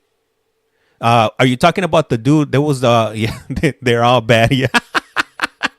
There was the dude with the truck driver with the 10-year-old. Then there was let me see. There was the dude with his nephew and his niece. There was the other dude that had that cold case from 1982 that got busted because of his DNA. So man, it was an endless list of who you're talking about. I wish I could pinpoint it, but like I said, if you want to catch the playback in its whole entirety, go to at Collect Call From on here. Let me go ahead and put this up here, and you could go check out the whole hearing right there. I'm not sure. I know it's kind of dark, but if you know that red logo right there, you know what I'm talking about. All right. Let me see. What is let me see. Eleanor puts thanks, Dan. I didn't have a pretty Irish accent. My grand's family left Ireland for the potato farm. I'm not sure what that word means. It must be a non-American word. Anyhow, and they moved to Scotland. Wood chipper day. Yeah, wood chipper. That was definitely, it was silver bullet or wood chipper day yesterday. Let me see, 38 years on the run. Well, not the whole 30 years, because he was in and out of prison. If you remember, he had a lot of violence. He even caught that one hot one, and man, he didn't do that much time. And in Kentucky, I don't know if it's like that now, but it seems like they don't give out a lot of time for any crimes. You know, it's just slap on the wrist and vámonos. So that's how they were able to catch him, because they got didn't he get paroled? Did that dude get paroled? You know, I don't even remember. Probably. I wouldn't be surprised. I know I was shocked on a lot of people that got paroled yesterday. Definitely left my mouth open, if you will. So with that dude, if I remember correctly, he committed the act like in 81, 82, but then he was in and out of the system. So the only reason that he got caught was because they had the foresight save the DNA. And then like 30 odd years later, they tested the kid. They got a match in CODIS, and they caught it. He got caught up, but he didn't catch that much time. Very disappointing, but I mean, what can you do, right? Let me see. I see there's 52 of you on TT. This is the time and place set for a parole violation hearing for Derek Scott. Mr. Scott, your offender number is 189790. Is that correct? Yes. All right. My name is Micah Bruner. I'm a hearing officer with the Board of Pardons and Parole. I'll be conducting your hearing this morning. On the monitor, you'll see your attorney, Mr. Nick Conte. He's a he's a colleague of Ms. Kay Conyers, with whom you probably met on Monday. Yeah. And then we have Agent Comer from AP&P. Mr. Scott, Agent Comer, I need to swear both of you in. If you could each please raise your right hand. Do each of you swear or affirm the testimony you're about to give will be truthful and accurate? Yes. Yes. Great, thank you. Mr. Scott, did you receive at least 7 days notice of this hearing? Yes. And did you receive your disclosure packet? Yes. And then did you have a chance to meet with an attorney in preparation for today's hearing? Yes. And then do you feel comfortable with Mr. Conte as your representation today? Yes. All right, very good. All right, Mr. Conte, it looks like we have 3 allegations against Mr. Scott today. How are we handling those? Mr. Scott's going to be admitting to all 3 allegations. All right. Mr. Scott, before I accept your admissions, I need to make sure you understand that you do have the right to require AP&P to prove these allegations. That would happen at an evidentiary hearing. That hearing looks like a trial where AP&P would have to put on evidence by calling witnesses and producing exhibits similar, or like I said, like a trial. They have to prove that it's more likely than not that you violated your parole. You would be able to defend yourself at that hearing through an attorney that would be appointed to you at no cost to you. You'd be able to cross-examine AP&P's witnesses as well as to call any of your own and or produce any exhibits you found necessary for your defense. Do you understand these rights, Mr. Scott? Yes. And do you understand that by entering these admissions today, you are waiving your right to that evidentiary hearing? Yes. Okay. I'll accept the admissions as knowingly voluntarily entered. We'll revoke your prior parole date. So, Mr. Scott, first I'm going to have a conversation with your attorney, and then I'll have a conversation with Agent Comer, and then you and I will speak toward the end of the hearing. Okay. All right, Mr. Conte, any recommendation? Our recommendation is 90 days and then release for another opportunity at parole. His plan is to live with his girlfriend in North Ogden. He doesn't have approval yet for that address, but he's working on getting approval. Then the plan would be to go to TRC for a mental health and substance abuse evaluation. He's a welder as his main source of occupation. So he should have more work this month. His goal is to just follow through with his parole, stay positive, spend a lot of time with his kids. I see a note in here about a utility trailer. I'll let him speak to that more. I don't have any more detail about what Ms. Conyers meant by utility trailer, but that speaks to his occupation. Okay. And on that, I'll submit. Very good. Thank you. Agent Comer, any recommendation from AP&P? Yes, AP&P would recommend that he have another chance at parole. That being said, looked like he was out for a short period of time and had several dirty UAs. The agent tried to get him into a residential program and he refused, and eventually absconded. Even before that, he had absconded according to the report, and the agent worked with him to get him into the program, and then he failed to report to the program. So the desire to get into the program might be an issue, so we would probably recommend that he go to a halfway house or a residential treatment straight to it. Okay, thank you. All right, Mr. Scott, now's your opportunity to speak. Talk to me about what was going on. This was not the longest parole. It didn't seem to go extremely well, but what were the good things that were happening on this parole? I was staying out of trouble. Well, I was getting a couple dirty UAs on the getting into the program when I had went in there. So I'd woke up late. I texted my PO, told him I woke up late. I missed an appointment. I'd be on my way. He told me not to come in right there and then. And then I didn't communicate with him after that. So then he called me about a week later told me to go into his office. I went into his office. That's when he gave me the option to do PVP or the Weber recovery. Well, so I chose Weber recovery because he said the PVP was going to be 6 months. Weber recovery was 60 days, but he said Weber recovery was going to be about $100 with Medicaid. Well, when I called Weber recovery, they told me it was going to be $400 with Medicaid. Talked to my PO about it, but I told them they might be able to work with me and drop it down to like $250. And so he's like, all right, well, let me know on Wednesday. I was like, all right, okay. Well, when I got up on Wednesday, I still didn't, they was going to drop it to 250. I didn't have all the money, but still it was on my fault. I didn't contact him and let him know. I was just trying to hustle up try to get the money just to get in before they called and told him I wasn't in there. And it didn't work out as planned, but like I said, that's my fault. I should have contacted him, and that's what he told me. I should have just got a hold of him, and we would have figured another route out, because he thought it was $100, but it was actually, they were charging a little bit more. But yeah, other than that, I mean, I was trying to stay out of trouble. I wasn't running the streets like that. I was just staying at home.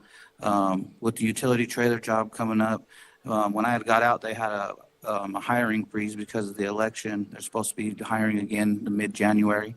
And my name's already on a list so I can go take the weld test and all that.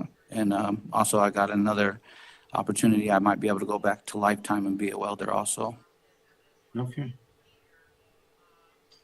Talk to me about your drug use on this parole. What was going on? I was just relapsing on it. I relapsed at least 2 to 3 times on it. I think it was more because I didn't have a job. You know what I mean? It was more out of boredom.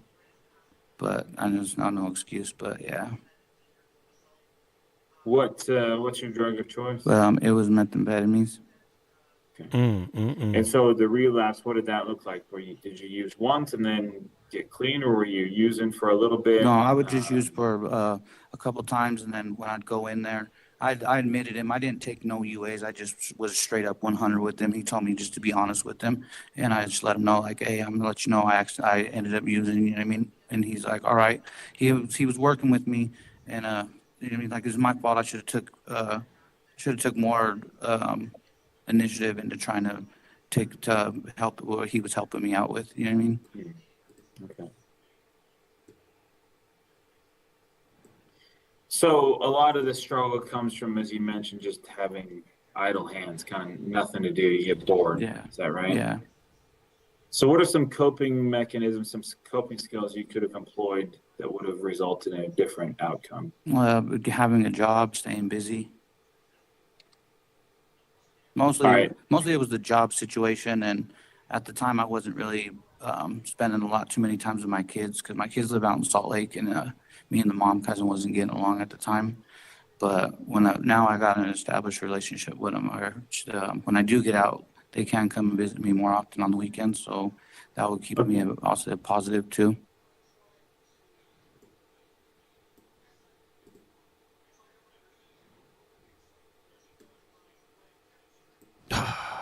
Any mental health struggles? No. I gotta start the live up on TikTok. Ever been diagnosed with anything? Well, PTSD, ADHD, stuff like that. I'll be You're right not back. currently taking any meds? No, so last time I was on parole, I was in Fortitude.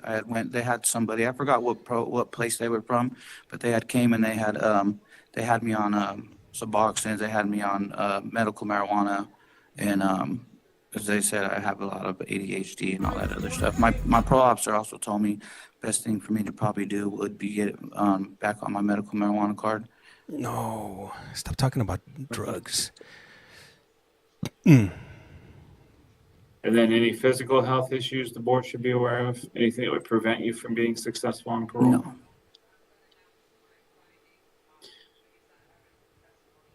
Looks like there are 2 pending disciplinaries. Anything do you want to talk about those? Or are you waiting until those get adjudicated? Yeah, I'm just waiting to be seen by him. The one in the first one, I think it's a failure command or it's like a B something. I was at the new prison. Well, we was in Arno. They flashed the lights. I was waiting to go see him because the sergeant lady I was talking to, I had let her know, hey, normally when you guys flash lights 3 times. It said 2 on there. I was going to have them review the cameras, but they were kind of upset about a tray coming up missing. Somebody took an extra tray, so they were trying to resolve that issue. And they told everybody to rack in. I had forgot something downstairs by the shower. I ran down there to grab it. And by the time I ran up, anybody that wasn't in their room when the door shut, they had given them a write-up. I think there was like 2 of us. And I just kind of was letting I was going to let the hearing officer know that's a normal thing when we're there. You know what I mean? Like, if we usually can run down, grab whatever we need to grab out of the shower, if we leave something in there, come back. They really don't trip on it.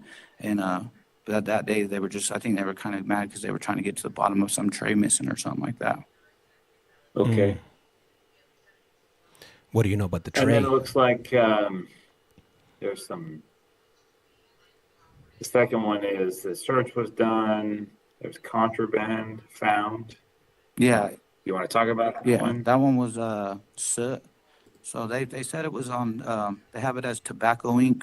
And actually it was just, I was making ink to dry, like when you get real old, either sweats or shirts, you can dye them and turn them gray. But they just seen it, because it wasn't clayed up like tattoo ink. It was just regular soot. So but they still took it as a tattoo paraphernalia. Yeah. He's tie-dyeing shirts in prison. All right. I could see that happening. So if not ordered into a halfway house, which is possible the board orders you into a halfway house, I don't know what's going to happen, but so you do have that address in, well, not the address, but you plan to live with your girlfriend in North Ogden. Looks like you've kind of got everything lined up for release. Good morning, lovely. Anything else that I should know about Good morning, your Vicky. release plans? No, Amber, that's gracias. everything. All right. Anything else you want to say on your behalf? Nope, that's it. Okay. All right. I will. So after today, I'll take my report to the board. Okay. They'll deliberate. They'll make their final decision as to whether to grant a parole or not. Once they reach that decision, they'll send you a letter in the mail, but they also post it online. Okay. So your family and friends will be able to learn before you, but they can tell you what the decision is over the phone. Okay, I got one more quick question. So like, Sure. as A&P was recommending me to do the residential's treatments over at the halfway house, I'd be willing to do that also if that's what needs to be done. Also, I know that the program that I was supposed to go to, they had just released somebody in the next section that we were recovery to there. He paroled straight to there. I'd also be willing to do that too, because it's also as a residential substance abuse treatment. Either one of those two, if need be. Okay. And what if the board, again, I don't know what the board will order, but if they do order a halfway house, it's usually a halfway house or an approved residential program. Okay. So if you don't have a residential program lined up, then you'd go to a halfway house. But if you do have one lined up, then that's where you would be able to go. Okay.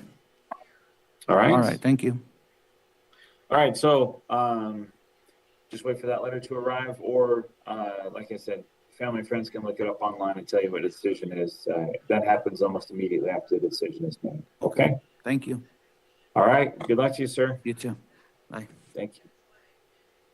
What do you guys think? Do you guys think that he was really tie-dyeing shirts in prison? All right, so it looks like they're gonna be there should be somebody coming up shortly, and till then, you guys got me.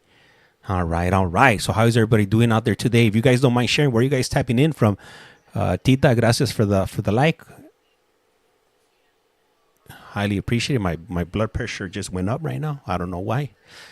Let me see here. Lovely, gracias for the like. Misty, Ohio. She's coming in from Ohio. We got Hot Mess Express coming in from Dallas, Texas. And then we got our Scotland crew over here on YouTube. Oh, we got Jess coming in from the UK. We got Crazy Love coming in from Philadelphia. We got Vicky and Marie coming from Pomona. That's right.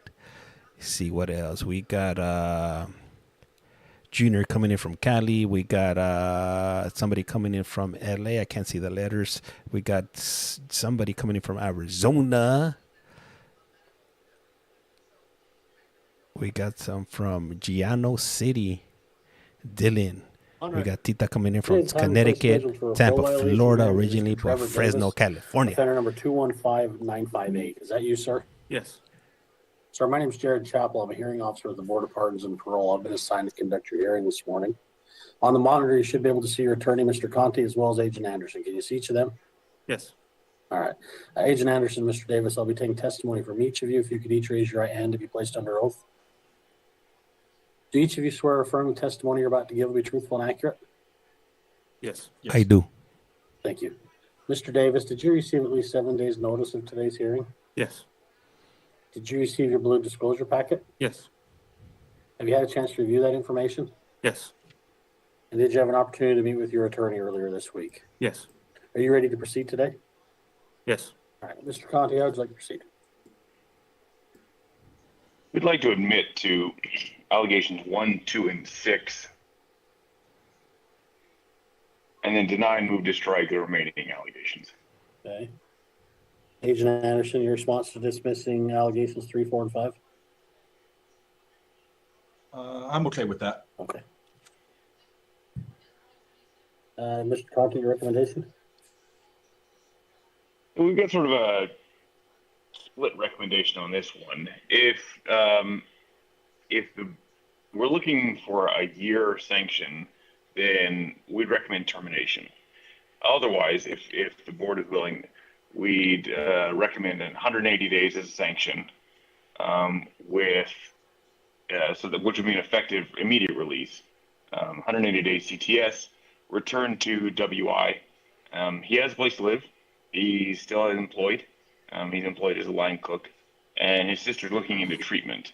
He knows that the most appropriate thing for him is an IOP. Does anybody know what Anything else IOP like is? that? No, I'll submit. Okay, thank you. Agent Anderson, your response to recommendation? I normally start at 6 a.m. Pacific time, I'm okay with that recommendation. I support that but on recommendation. YouTube. Thank you, Jess. Either recommendation or preference? Thank you, King. Either one. Okay. I think either one of those fit what would be most beneficial to Mr. Davis if he's willing to accept either one of those. Okay. Anything you'd like to add? No. All right, Mr. Davis, what would you like me to know? Let's just start with the first violation of absconding. Tell me what happened there, how you ended up in Wisconsin, what went on there, and how you ended up back here. Okay. So I absconded, I think it was around June, beginning of June. I got a bus ticket to go to Wisconsin, and then, well, technically the bus ticket was to Chicago, and my sister is at, so Lake Geneva, Wisconsin, where my family lives, is an hour away from Chicago, an hour away from Milwaukee. Okay. So got to Chicago. My sister picked me up, got there. I got a job 3 days. Right after I got there, 3 days after I got there, I got a job, and I held it till the day I got arrested at a Popeyes, but not the chicken place. It's like just regular restaurant called Popeyes. Okay. Served like burgers and steaks and whatnot. I love burgers. And all I did was work and go home and hang out with my niece and nephew. Took them, on play dates with my. I got a girlfriend up there, so I went there. Took them with their kids to the park and movies, and did normal stuff. I got pro-social friends from work. I got, instead of all these criminals that I know here in Utah, I know positive people in Wisconsin. And we just go like fishing, catfishing, and all I did really was work up there. And then I had my my baby mama bring my son up so I could see him, and then she called the cops on me. So we got in a little argument. I hate when She that was happens. upset that I was, moving on and had a girl up there and whatever. She knew I was on the run, so she ended up calling the cops. She was being a player hater. How dare she? So tell me about your decision to abscond. What happened there? And if you wanted to go back east, why don't you just work through the interstate compact process? So I absconded so I was in the halfway house like 3 months. I had a job at a tape agency, but I was putting in applications everywhere. I couldn't get a job nowhere, like a permanent one. I already had the three violations, the 3-level violations, and it was just, it's not the right thinking, but it was just, I couldn't get nowhere. It felt like I was just spinning my wheels. So I was like, you know what, I'm just going to run. And I ran, and I didn't really plan on going out to Wisconsin, but then I ended up going up there and yeah, it was It wasn't a good a decision. lot better up there. And for the interstate compact is I didn't plan on going up there to begin with, so I didn't really think to put it in. And this time I'm gonna put it in. If I get paroled, I'll put it in the interstate compact, but I don't know if they'll approve it just because my sister, she had a felony a long time ago. She's supposed to get a 402 reduction. It's supposed to be a misdemeanor now. She's already done with paper. She's been done for years, but I don't know if they'll deny it because of that. But I will try. If I get paroled, I'll go through the proper channels of trying to interstate compact because I got my grandma down here in Utah, and that's it. All my other family moved out of state. So. This is Utah, yes. Okay. And then consequences on the new conviction. It looks like credit for time served and case closed. Is that right? Yes. Yeah, it was a Class B misdemeanor, so. This question may be more for Agent Anderson. I assume there's extradition costs, but I didn't see him. Are you aware of any? I am not aware. They're gonna make him pay the fees. Yeah, I'm not. I don't have that information. That's gacho. So, Mr. Davis, there's likely going to be a special attention submitted at some point for you to pay the cost of extradition. Are you willing to pay those when that comes in? Oh, yeah. Hell no. I have to. Yeah, I'll. Absolutely not. And I do have a couple treatment programs in the area, in Lake Geneva area, around Lake Geneva, where I plan on going to Wisconsin. So I got those now too, some names for some places. So tell me about those. So Mount Zion House, and then these are all just substance abuse, IOP. Usually, I think most of them are IOP. Mount Zion around Lake Geneva, Wish Hope, Wellbrook, and New Spirit. And I was gonna look further into those, but I got some names for some places. I got, like I said, I have my job. I'm pretty sure I'll be able to get my old job back. And then I could get a job working with my sister too up there. She said they're gonna be hiring in the next couple months, do a big hiring thing. So I don't know if I'll get out in time to catch that big hiring thing, but they got a lot of jobs up there, and they got stuff to do, programming, treatment, and so I got a stable address up there. My mom and all them live up there. So any drug or alcohol use while you were on parole? While I was in Utah, yes, I had two dirties, one for weed and one for meth. But when I went to Wisconsin, nothing, not even alcohol. I just worked. Damn, in Worked Wisconsin. and hung out at the house with my family. I don't think they might have that stuff out there. If you're looking to get away, that might be a good place. And Out in then the middle what's your of status nowhere. with Lalo Crips? I'm non-active. That's one thing I wanted to bring up because I haven't been an active gang member since the beginning of 2017. This is the first time they've ever even put anything in there that I ever remember seeing, and I haven't been active for over 8 years, or about 8 years now. Did you go through like the modified process and do all that? I'm on modified monitor right now, so I think the thing's like 2 years, but for some reason when you get out and then you come back, they restart it. So I dropped out before they even had the modified monitor program, and then once they started it, I signed it and went out.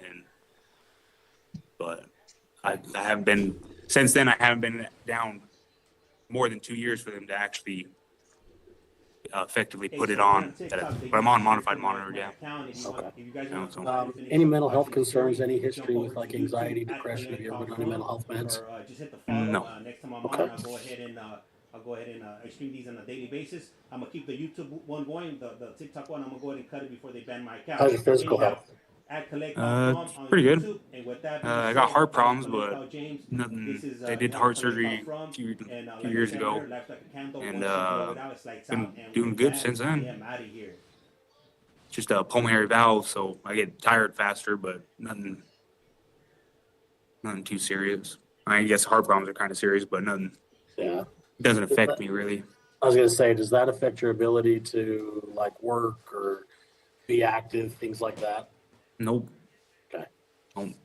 Yeah, not this last time, but the time before that when I was out, I had a job. We were 15 hours digging trenches, and I mean, I had to take more breaks sometimes because the sun was pretty hot out there. But other than that, it don't really affect my ability to work or do anything like that. All right, well, I think those are all the questions that I have for you. Is there anything you want to discuss that I haven't brought up? Just with the probable cause statement, just because, so in Wisconsin, they don't read factual basis when you plead guilty to a certain charge. They just ask you, does anywhere in the probable cause statement support these charges? So, like, because they charged me with a bunch of other stuff that I didn't do. And so I just wanted to point out, just to have you guys look into it, that the only thing on the probable cause statement that I agreed to, that I did, was arguing. It says the witness heard me and my baby mama arguing. So I was pleading guilty to the disorderly conduct for being unreasonably loud in a public place.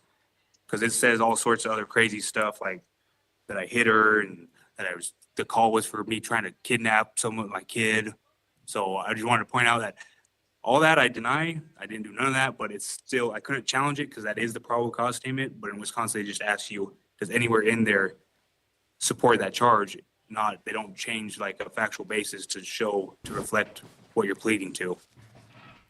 So that's really the only thing I was kind of worried about, because Do you have it looks bad. Do you have any contact with her now, or is there like No, I don't know. or anything like that? I don't call her at all. I don't call her. I don't talk to her. I'm gonna file for divorce and get my visitation rights, and I have nothing to do with her, because I didn't do. She was trying to say I hit her and did all. I didn't do none of that. I didn't. It was an argument, and she was upset and called the cops on me. I didn't So I don't talk to her at all. I have no. Thanks. Anything else you want to discuss? That's just about it. Just I'd like to be able to go to Wisconsin, hopefully for a termination. So, because I don't know if Wisconsin will deny it or if Utah will deny my interstate compact, because my sister was a felon. She got the 402 reduction. She's supposed to get that going through. I don't know if I went through with her yet, but she's not on paper. But I don't know if they'll deny it for that reason.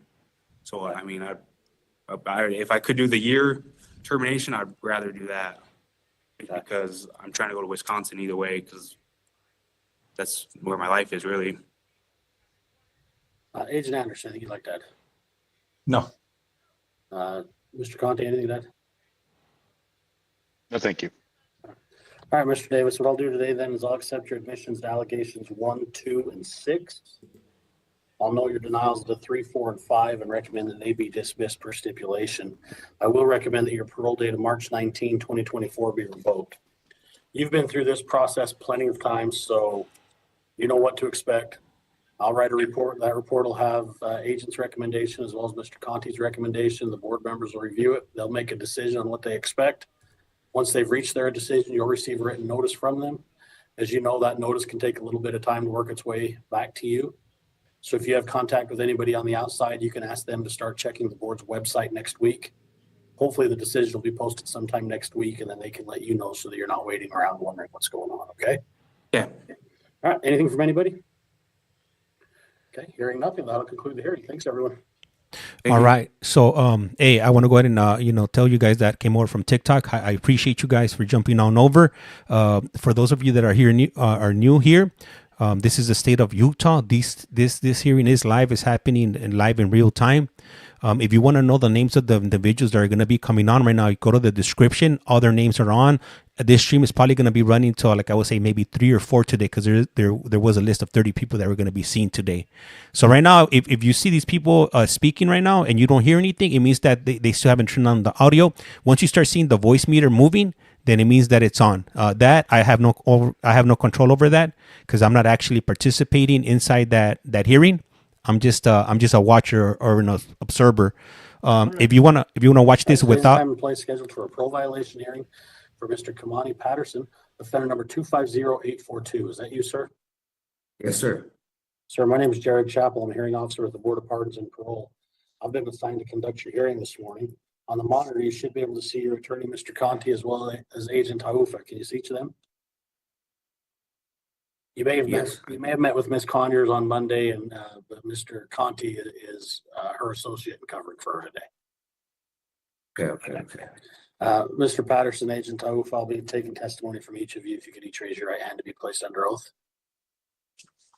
Do each of you swear or affirm testimony you're about to give will be truthful and accurate? Yes. All right, thank you. Mr. Patterson, did you receive at least 7 days notice of today's hearing? Sorry, didn't hear you. I don't know. Yes, sir, I did. Okay, thank you. Did you receive your blue disclosure packet? Yes, sir, I did. Have you had a chance to review that information? Yes, sir. And did you have an opportunity to meet with your attorney earlier this week? Yes, sir, I did. Are you ready to proceed today?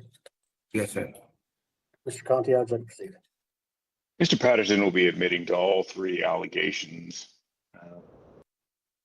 Sorry, Jared, I don't remember if you want a recommendation now or if you want to move through it. Yep. Okay. Recommendation is immediate release. He intends to live with his girlfriend in Utah County. He has a letter from a program in Salt Lake City or Salt Lake County. He's intending to return to school. He needs to transfer his barber's license from Colorado to Utah. And he does need some additional hours, but his goal is to get out and be productive. And on that, I'll submit. All right, thank you. Agent Tyler, for your response recommendation. Yeah, our recommendation, he just serves his 60 days and he should be able to parole again. Sorry, how many days I missed? 60 days. 60 days? Yeah. Credit for time served, I assume? Credit for time served, yeah. And then parole? Yeah.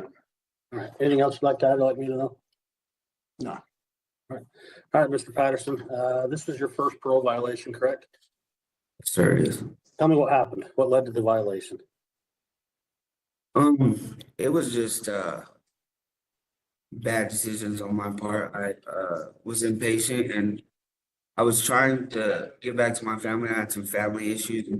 Grandmother had cancer and my daughter actually tried to commit suicide. So it kind of just spiked my anxiety and made me make bad decisions. And I had time to sit and learn that things don't work that way out here in Utah, and I have to follow all the rules, even if it doesn't seem right at the time. It ends up hurting me in the long run.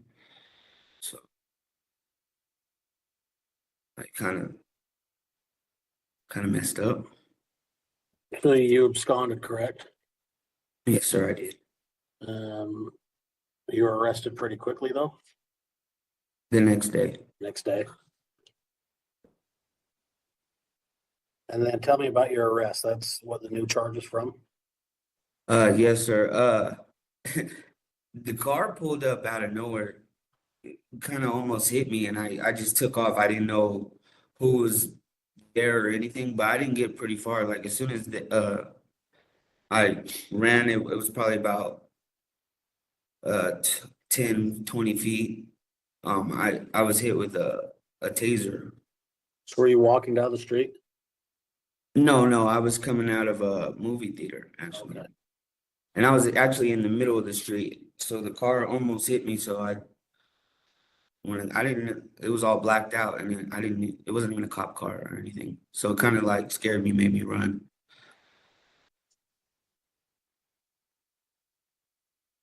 But I didn't get far.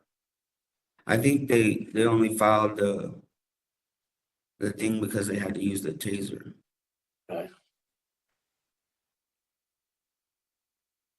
In that case, I think you were given, let me just double check, credit for time served when the case was closed? Yes, sir. They gave me 7 days time served. Okay. Any drug or alcohol use while you're on parole? Yes, sir. I slipped up one time. Tell me about that. With drug. I was in the car with the wrong person that day and ended up using. What did you use? I didn't know what it was. I thought it was meth, but I guess it had opiates in it. I'm not sure. Probably meth cut with something else on. But I thought it was meth. How frequently did you use? Just twice. Twice? Both that same time? No, one time probably a month later.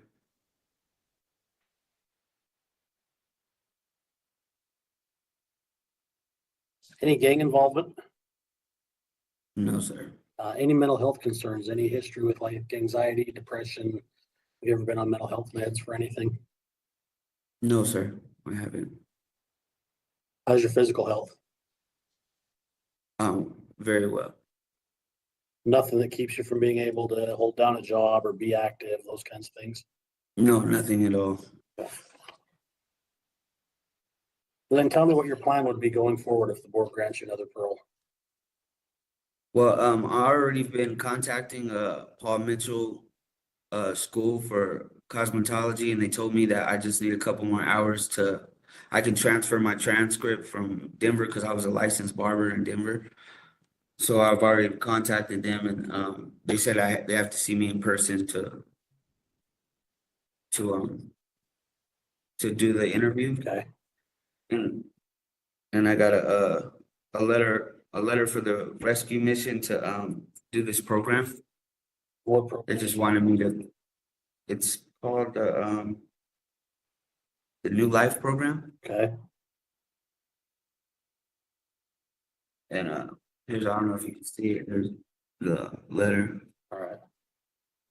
But after that, I have a place to go, an address to my girlfriend's, and I just wanted to kind of just get off parole, do what I have to do to get off parole and just work. I have an interview at another barbershop in Salt Lake City, West Valley. They're gonna hire me while I'm in school. He said I can work under him. Okay. Because he has a teacher license. So that's really all I needed when I was out before. I thought I was gonna go back to Colorado, so I never really had a plan, and I never really executed one. But now, since I had this time to sit down, I've been doing nothing but making plans and focusing on my future. The New Life program, is that residential or is that outpatient? I think it might be residential. So you would do that for a while and then transition from there to your girlfriend's home? That's just what I wanted to clarify. Oh yeah, that's absolutely right. Okay. Yeah. And what city is your girlfriend in? He's in Salt Lake County. She's in Salt Lake County? Oh no, Utah County, I'm sorry. Okay. Do you know what city? Sure, I can ask her. She put in the address. Okay. I just want to make sure she's not like Southern Utah County and you're doing treatment in downtown Salt Lake and you end up being an hour away from treatment or something. Oh no, I think she's actually moving to West Jordan. So. Okay. So while she does all that, I just want to get the treatment done and just focus on the program and just staying compliant and doing everything I need to do. So she's kind of just like a backup plan. Okay. All right. Well, I think those are all the questions that I have for you. Do you have any questions you'd like to ask? No, sir. We covered everything you wanted to discuss. Yes, sir. Agent Taufe, anything you'd like to add? That's it for me. Mr. Conti, anything to add? No, thank you. All right, Mr. Patterson, what I'll do today then is I'll accept your admissions to each of the allegations. I'll take judicial notice of your new conviction in case number 241913501 and attach that to allegation 3. I will recommend that your parole date of August 13, 2024 be revoked. What will happen from here is I will write a report. That report will include Mr. Conti's recommendations as well as APMP's recommendations.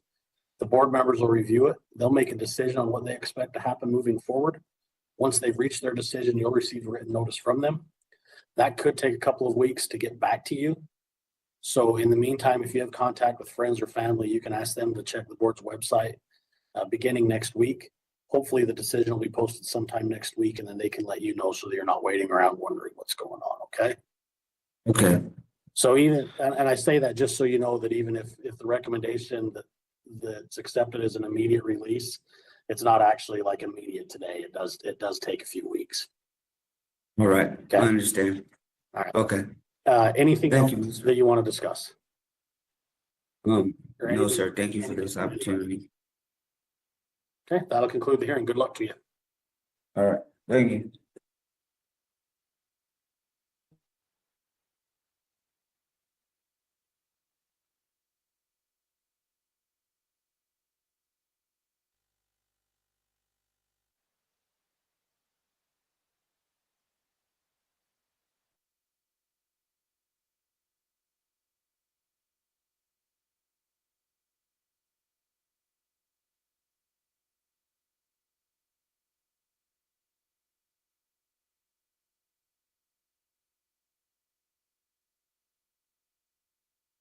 On record.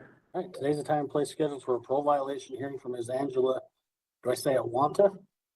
Yes, sir. Ms. Angela Wanta, offender number 254665. Is that you? Yes. Ms. Wanta, my name is Jared Chappell. I'm a hearing officer with the Board of Pardons and Parole. I've been assigned to conduct your hearing today. On the monitor, you should be able to see your attorney, Mr. Conti. You may have met with Ms. Conyers on Monday. He's her associate and is covering for her today, as well as Agent Ward. Can you see each of them? Yes. Okay. Ms. Wanta, Agent Ward, I'll be taking testimony from each of you. If you could each raise your right hand to be placed under oath. Do each of you swear or affirm the testimony you're about to give will be truthful and accurate? Yes. Yes. All right, thank you. Ms. Wanta, did you receive at least 7 days notice of today's hearing? Yes. Did you receive your blue disclosure packet? Yes. Did you have an opportunity to review that information? I did. And did you have an opportunity to meet with your attorney earlier this week? Yeah, on Monday. Are you ready to proceed today? Yes. All right, Mr. Conti? Ms. Wanta will be admitting to both allegations. Okay. We recognize that this is potentially public safety matter with the absconding. So our recommendation is 180 days and release. She's trying to do IC. Her mom has paid for that. Her dad's in the hospital down in Nevada. So until that time, she'd like to return to Orange Street, and she's willing to do an ankle monitor as a condition of her second opportunity of parole. And on that, I'll submit.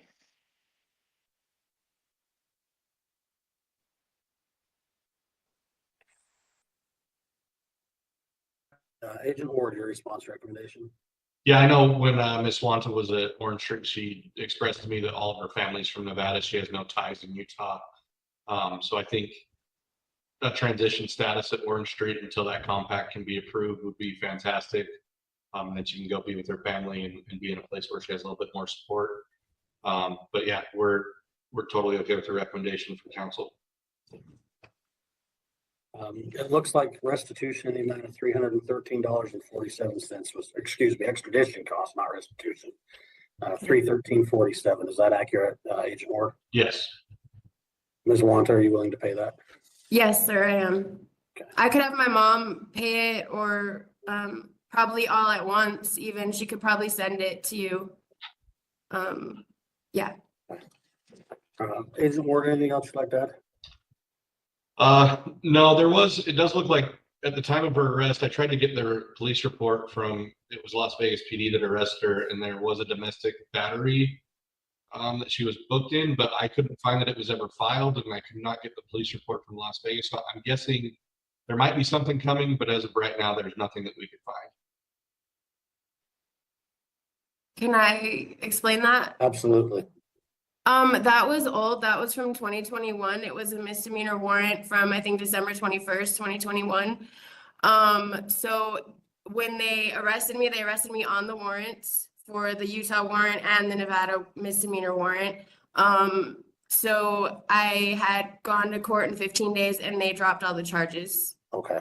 So there's nothing out there percolating No. that's gonna pop up and surprise anybody. No, definitely not. I don't have any warrants, or I didn't get in any more trouble while I was gone. It was an old warrant. Okay, perfect. That could be why we couldn't find anything as well. Yeah, they dismissed the case. Perfect. Yeah. So. Agent Ward, anything else? No. Okay. All right, Ms. Wanta, tell me about your violations. I know this is your first time through the PV process, so let's start there. Let's just start with absconding and then we can kind of work our way forward.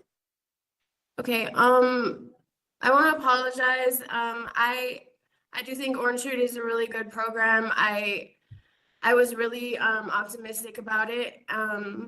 It's just my dad being he's not in the hospital, he's on hospice at home. He has multiple sclerosis, and he's doing really bad. I just kind of got discouraged without being able to find a job. I'm going blind, and I know that's not an excuse, but it was kind of hard for me to find a job, and I guess I didn't give it long enough. I kind of got discouraged my first two failures in looking for a job. And then, you know, with everyone being in Las Vegas, I should have talked to somebody. Like, my case, Ward. I should have talked to him or just anyone. I kind of just got the idea in my head, and I kind of regretted it right when I did it. And I hope I get another chance to be on parole. So I went back to Vegas, and I just was at home the whole time, and I was kind of relieved when I got arrested because it's really hard living like that. I did do a month in Las Vegas jail, in Clark County Detention Center. I got arrested September 24th, I believe. And then Utah came and picked me up October 24th, I think. So I've been incarcerated since September 24th. Okay. Oh, and while I've been here, I have one more week and all of the RISE program completed. It's a new treatment program here. So I think he sent a letter to you guys stating that I've almost completed that, and I'll be getting a certificate on the 23rd. And I am also working with Cheyenne of Exit Strategy, and she's been helping me like get a parole plan together and everything, and decided that it's best to do everything right and get the interstate compact paperwork done so I can go home. My mom sent the $50 for the paperwork on December 22nd. So I haven't done the paperwork yet, but I'm pretty sure that it's at the prison already or wherever it goes. So I just need to see my caseworker. How did you get to Vegas?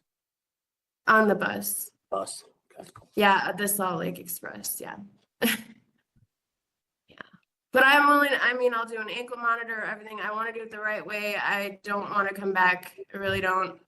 I should have thought of that sooner, but I was compulsive, and I just didn't think, I didn't think it through.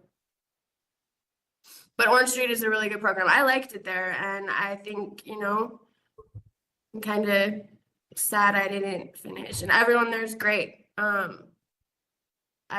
feel bad that I let them down actually too. So Any drug or alcohol use while you were out? no, Any gang involvement? no, definitely not. Any mental health concerns? Any history of like anxiety, depression? Have you ever been on meds for anything? When I was really young, I was on like anxiety medication, like Zoloft, I think, but not as an adult.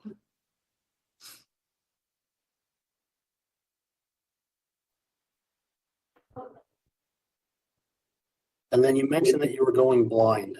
Would you mind talking to me about that?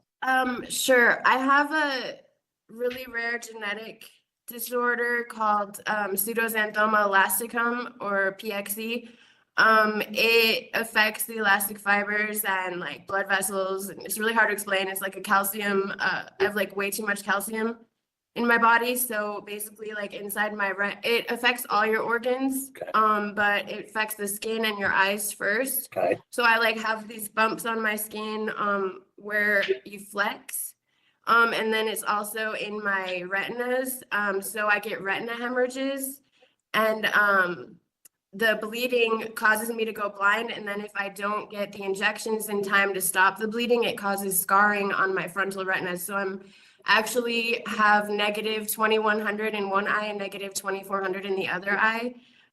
Glasses only help a little tiny bit because like I actually have blind spots in my eyes. So it's really difficult. Like I can get on disability, but at Orange Street, you have to work there. So that was also a thing, but I can do things like I worked in the kitchen when I was at the prison, as long as I just adapt to it. It's just really hard for me to do any kind of computer work or like things that I have to read a lot or something like that. And it's hard for me to like recognize people, but if I know them really well, I can, I'll know how they walk or stuff like that. But by the time I'm older, I will probably lose my whole vision. That's unfortunate. Yeah, it's hard. I found out I had it when I was 17, and it's so rare that like nobody, like doctors, I don't even usually tell doctors about it because they don't know what it is, and then I have to explain it to them, and only like the eye doctors and things like that. Like as it affects certain organs, that's the kind of doctor you go to. Okay. All right. So what do you know about the interstate compact process? I don't know much. I don't see my caseworker here that often. But he did tell me that, well, Cheyenne from Exit Strategy is actually the one who gave me the information. So I called my mom in Vegas and she sent the money order to the financial department. She did what the paper said. I sent her the paper that Exit Strategy gave me. And so she sent the money order, and then my caseworker said as soon as the financial department sends him the email or whatever they send him, he'll give me the paperwork to fill out, and then I guess they send it to Nevada, and Nevada has to approve it. But I've lived there 25 years. Like we moved there from Wisconsin when I was 14, so I don't see I don't think they will deny it. Okay. It's just a matter of you guys allowing it, I guess. Okay. Well, I just wanted to make sure you know that you can start that process now. You don't have to wait till you go to Orange Street. So I mean, it is potentially possible that you could parole to Las Vegas without having to go somewhere in between. Yeah. Okay. Okay. I think it, like, everyone's been saying that it takes a while for that. And like I said, I didn't even start the paperwork yet. And I saw my caseworker briefly, and I told him that my mom sent the money on the 22nd of December, but he said there was nothing in his emails yet, that he was going to send an email to the financial department to, you know, have them watch for it, you know, so I could start that. It does take a little bit of time, so that's why I say get started on it now rather than waiting. Yeah. So. And it does show there is an alert in your web track that they have received the compact fee, so he can get the ball rolling on that paperwork as soon as possible. So try to put in a kite and try to get a meeting with him and get the ball rolling, because the sooner the better. Nevada's usually really good at responding once they get the application. So once we get our side in, they're usually pretty quick. Okay. Well, yeah, because I'm not at the prison. I'm at Tooele, and we have, I guess there's just the one caseworker, Mike Lawrence, for all the state inmates here. So it's kind of hard to get him to talk to us. So we like press the button and bug him every day and ask if he's here. And sometimes he is here, but he's like just seeing the guys or something like that. So I'll write him a note. Yeah, write him a kite, and then he knows that you've got something. It's not, you know, something specific to talk about. Okay. Yeah. Okay. All right. Anything else you want to discuss that we haven't covered? I'll probably think of it after I leave, but no, not right now. I think that's everything. I just hope I get another opportunity, and I've been trying. Like I really do want this, and my dad's sick, and I do want to be home with him, you know. That's about it. Agent Ward, anything you'd like to add? No, good luck to you, Angela. I hope you get home and Thank you. put this behind you. Thank you, and I apologize to you. You know, I'm sorry. Well, do good this time. I'm gonna try my best.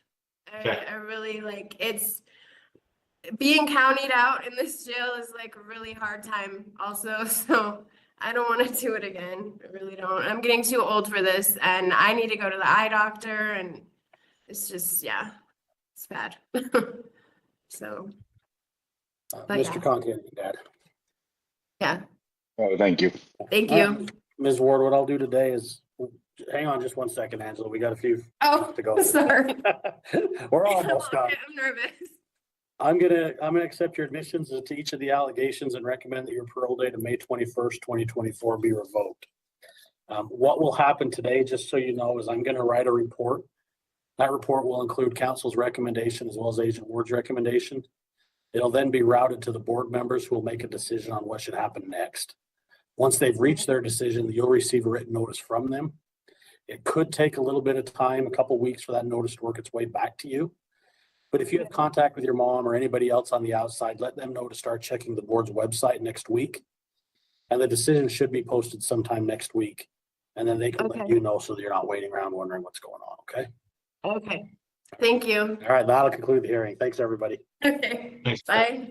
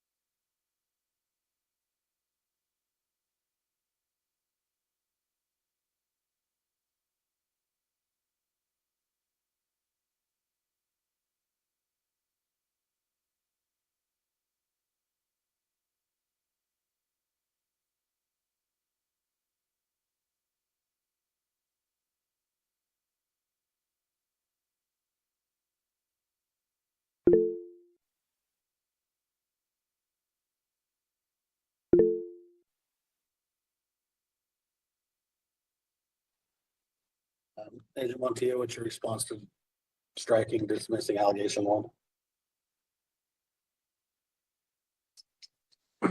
I understand that they were dismissed. I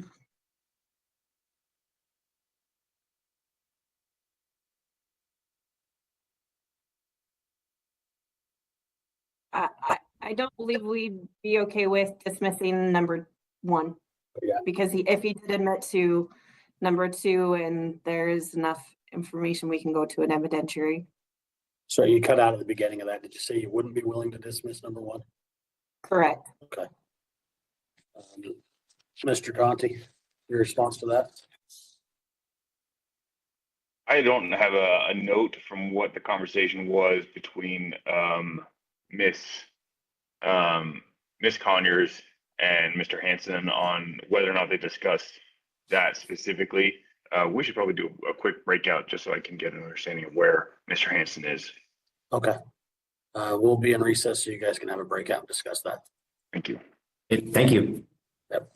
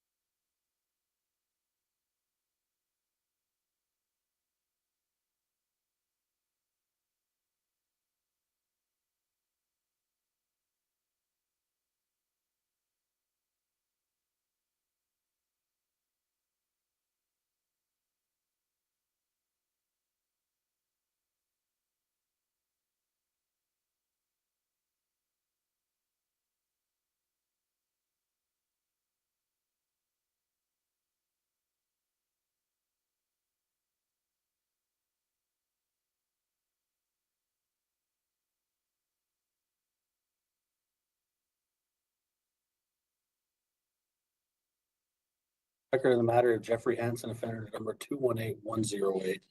Mr. Conti and your client had an opportunity to have a breakout session. How would you like to proceed? I'd like to just make a representation about what occurred at the from the criminal matter. I do have notes from a discussion that Ms. Conyers had with Mr. Burton. They did have a cooperative victim in this matter. The reason the state dismissed was lack of elemental evidence, right? They did not feel like they were going to be able to meet the elements of the offense. And so for that reason, there was the dismissal. Now, if APNP be willing to strike given that representation, I'd entertain a response to that.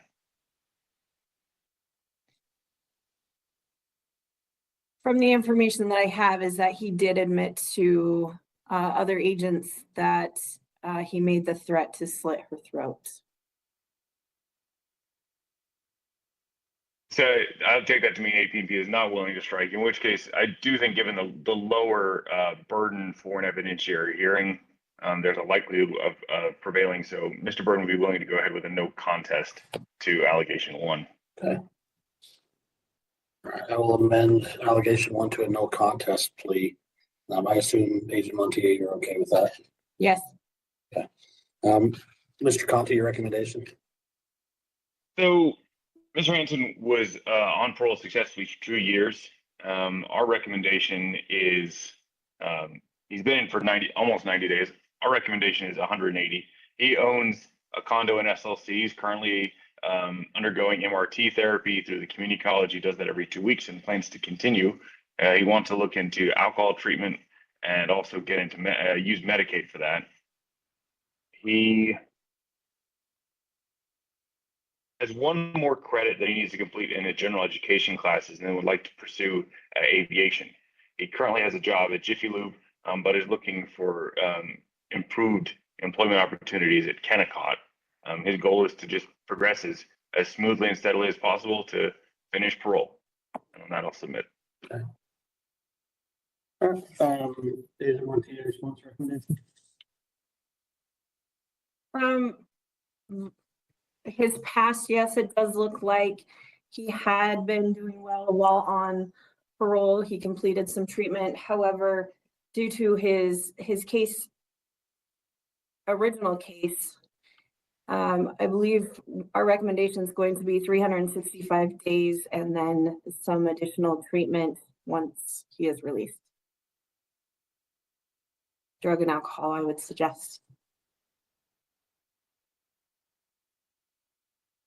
You're asking for a public safety exception, correct? Yes. Okay. And can you just expand on that a little bit, just for the record? He's currently you kind of already did, but just compare it together. He's currently on parole for kidnapping as well as aggravated assault. In that incident, there was, mind you, he wasn't the holder of the knife, but another victim was stabbed in the abdomen. And then for Mr. Hanson to also make a threat of slitting someone's throat, I think that is a public safety risk as well as a clear violation of his parole. Even though he did well, he clearly has some underlying issues he still needs to work through. Thank you. Anything else you'd like to add? No. All right, Mr. Hanson, I've heard from everybody but you. Obviously, this is a hearing about you today. So tell me, how things were going prior to the parole. I mean, you'd been out a couple of years, and then what led up to this violation ultimately? Yeah, so I feel like I was doing well on parole. I was attending school at the community college. The incident we're speaking of, I had relapsed on alcohol.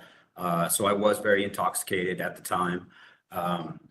Me and my girlfriend were going through a breakup. I was making erroneous threats, obviously blowing smoke. It's obvious in the video. The threats aren't serious. They're just word vomit, which is why it didn't rise to the level of threats of violence. They felt that I was so intoxicated that these weren't serious or seriouser or meant to be taken seriously, allegations. And so for them to be considered threats of violence, the threat has to be serious and imminent. And in the recording, my girlfriend says, look, you're drinking, I'll talk to you in the morning. So she obviously wasn't in threat of her life. She said she would speak to me the next morning and continue to talk with me then. So that's why the charges were dismissed. And the resolution that we came to was that, look, everybody just go their separate ways. You're having a breakup. You and your girlfriend just don't have contact with each other, and we'll dismiss these charges because it was already a weak case because of my state of mind. And the things I was saying were disjointed, didn't really make much sense. Obviously, I was intoxicated, and I admit to that. But no, my threats weren't serious. I was venting, said some things I shouldn't have said, of course, in the heat of the moment, but they obviously weren't taken seriously. And my girlfriend had called the police and recorded it because she knew I was on parole, and she knew that this would be a great way to inflict some damage in my life. So was a protective order issued or anything like that? no, there wasn't. So they just wanted us to not have contact. That's why it was left open for the 2 years without prejudice. They said, look, everybody go their separate ways, but if you contact her, she contacts you, we are going to refile the charges. So I wasn't arrested at the time. I was only issued a citation. And we worked this matter out with my attorney and the prosecuting attorney and the victim and myself. So that's the incident that took place. Of course, I shouldn't have been drinking. I know that, and it should be more careful with my words. Apparently, especially with my history. But yeah, parole was it was difficult, but I was managing. I bought a condominium. I paid cash for it, so I don't have any rental payments. I'm stable in my housing, and just trying to move on. I think my original case happened 9 years ago now. And this is my first incident since then. I had an exemplary record during incarceration. I never received a write-up. I didn't receive any sanctions while on parole. So I believe this is the first incident that's happened in nearly a decade.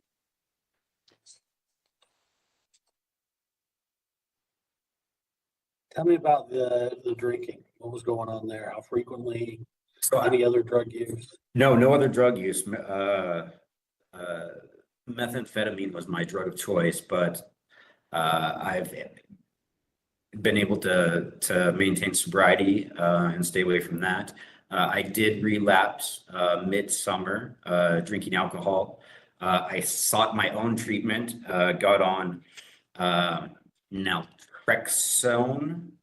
through the community college, which is where I see my mental health therapist, Marnie, and then also my medical doctor through the community college, because that's all I could afford. So I was going to therapy every 2 weeks, trying to deal with my depression and alcoholism. I would relapse sporadically, mostly on the weekends because I had school during the week and work, of course. So weekends I was most vulnerable, and I was seeking therapy as well as medication for those. So I was on a antidepressant, a mood stabilizer, as well as this naltrexone, which helps with alcohol cravings. So I knew I was having difficulty. I was seeking my own help for that, and that all can be verified through the medical records, through the community college, and through the therapist. Sorry, will you say the name of the prescription they gave you for the alcohol? I believe it was naltrexone. So it's made for opiate use disorder, but I guess it helps with cravings for alcohol. Works on the similar receptors. So I wasn't familiar with it, but it was what my prescriber felt was apt, and so we went ahead with that, and it seemed to help. I seemed to be stabilizing, and doing much better. So I had failed one class during the summer semester because I go year round, and that had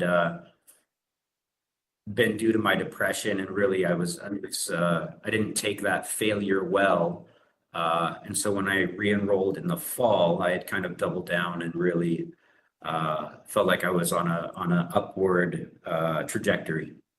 So the event that happened with your girlfriend, were you on these medications when that happened, or? Yes, I was. Yeah, this happened October 1st. The incident happened October 1st. They came and wrote me the ticket on October 19th. I was cited on my first parole meeting on October 22nd. I immediately let my parole officer know that there had been an incident, and told him what happened. And I said, yeah, I didn't deny saying these things, right? But the circumstances were what they were, and he took me into custody at that time.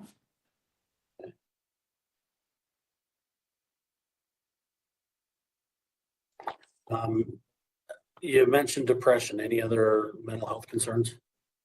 So I did get a PTSD diagnosis when I had my mental health evaluation. But that's the only clinical diagnosis that I've had. Okay. And are you still on meds? I am on meds here. They won't give me my mood stabilizer here. Right. Something that I guess they don't incarcerate. They don't prescribe, right? So I'm on the Lexapro for the depression. Okay. But none of the other meds. How's your physical health? Physical health is good. And then any gang involvement? No. So what's your plan then if the board grants you another parole? Sounds like you've got a place to go to. You've got your own condo. I've got my own condo. Yep. I would like to continue my education for aviation maintenance technician at Salt Lake Community College. It's Associates of Applied Sciences.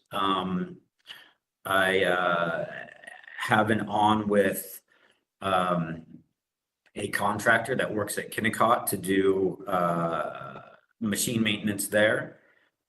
So I think that would be a better fit than the Jiffy Lube, and would like to move in that direction. Was there anything else you want to discuss that we haven't covered? No, I don't think so. I think we've went through it. Okay. Agent Monty, anything like that? I think the one additional thing we would ask is no contact with the victim. Okay. What is her name? And maybe Mr. Hanson, you can answer that better. Remy Busby.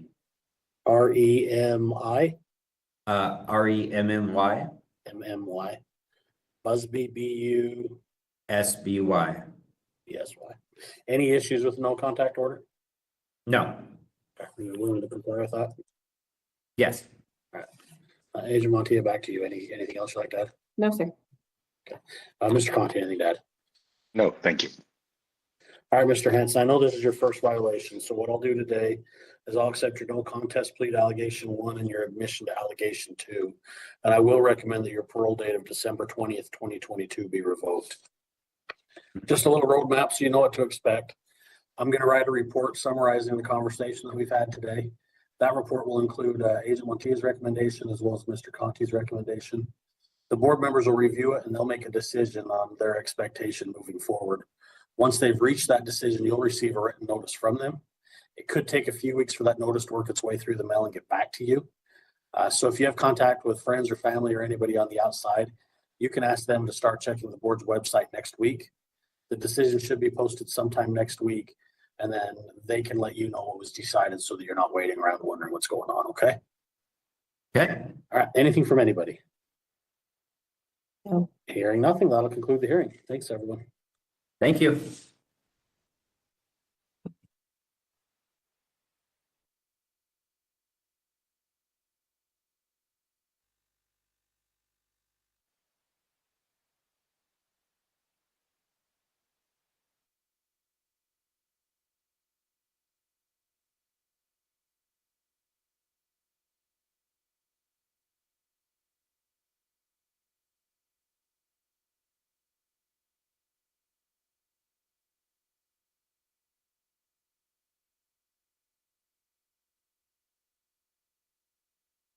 On record. All right, today's time and place scheduled for a parole violation hearing for Mr. George Angilau, offender number 229862. Is that you, sir? Yes, sir. Sir, my name is Jared Chappell. I'm a hearing officer with the Board of Pardons and Parole. I've been assigned to conduct your hearing today. On the monitor, you should be able to see your attorney, Mr. Conti. You may have met with his associate, Ms. Conyers, on Monday, and he's covering for her today. And then you should be able to see your agent, Agent Montilla. Can you see each of them? Yeah. Yes, I can. Mr. Angilau, and am I saying your last name correctly? Yes, sir. Mr. Angilau, I'll be taking some testimony from you if you could raise your right hand to be placed under oath. Do you swear or affirm the testimony you're about to give will be truthful and accurate? Yes, sir. Thank you. I'll note for the record that Agent Montilla has previously been placed under oath and remains under the same obligation. Mr. Angilau, did you receive 7 days notice of today's hearing? Yes, I did. Sorry, I'm just having a hard time hearing. All right. Yeah, if you might sit closer, you might be able to hear better because we're having a hard time hearing you as well. So did you receive your blue disclosure packet? Yes, I did. Did you have an opportunity to meet with your attorney earlier this week? Yes, I did. Are you ready to proceed today? Yes, sir. All right. Mr. Conti, how would you like to proceed? We move to amend the sole allegation to reckless driving, and then make an admission on that. Okay. Any recommendations? Recommendation would be for immediate release and parole. He's had no dirties, no absconding. He's always reported. He returned to the same. He would like to return to the same address in West Valley City with his parents, his wife, his kids. He did do an eval. There's no treatment that's been ordered, but APP recommended marriage counseling. So he's looking into insurance options to cover that counseling. He still has his job lined up. He believes that they're attending in the hearing. I actually don't have the rest of my screen on, so I'm not entirely sure. But that job is as a mechanic at Kennecott. And so given that release, he would be expected, if he was released immediately, be able to begin work again at the beginning of February. And on that, I would submit. And just, Mr. Aguilar, just so you know, your family may be attending the hearing and viewing it. They view through a different link, so I'm not able to see that either. So they could be there, but I don't know. Understood. Agent Montilla, your response recommendation. As far as the amending, I do understand that the DUI was dismissed and that the new charge of reckless driving was amended to that charge. I don't feel, I think we need to stick with the DUI as to he was under the influence as well as under the control. He had the control of the vehicle. So I can amend the report to add that. Let me look and see. I didn't think. Okay. Yeah, so there was a DUI as well as a reckless driving. Okay. Excuse me, Your Honor. Hang on just one second. I don't want you to say anything yet, Mr. Angilau. All right. Mr. Conti, what's your response to that? I mean, I think that sounds like two different allegations there. And there are two separate charges, and the DUI was dismissed, and then the reckless driving was never filed as an allegation. Certainly. So if the allegation is having a measurable amount of alcohol and being actual physical control. I mean, those are two separate allegations unless there can be a showing that the alcohol was above a certain amount. And so absent a showing here, you know, if APP wants to move forward with a separate charge of being in possession of alcohol or having consumed alcohol and then being in actual physical control, I think that's different than a DUI.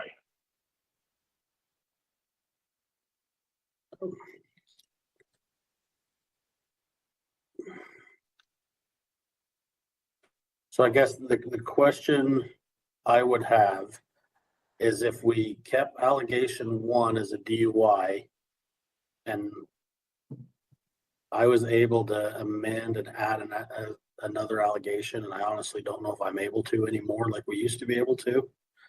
That would be a number 2, reckless driving.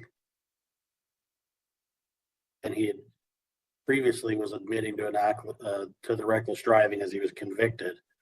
What would his plea to a DUI allegation 1 be? I assume you'd be denying that, Mr. Conti. Correct. In which case, I assume APP would be wanting an evidentiary hearing. Correct. Okay, so how do you want to proceed, Mr. Conti? You give me just a couple minutes to speak with Mr. Angilau in a breakout. Yep, that's fine. We'll be in recess. Thank you.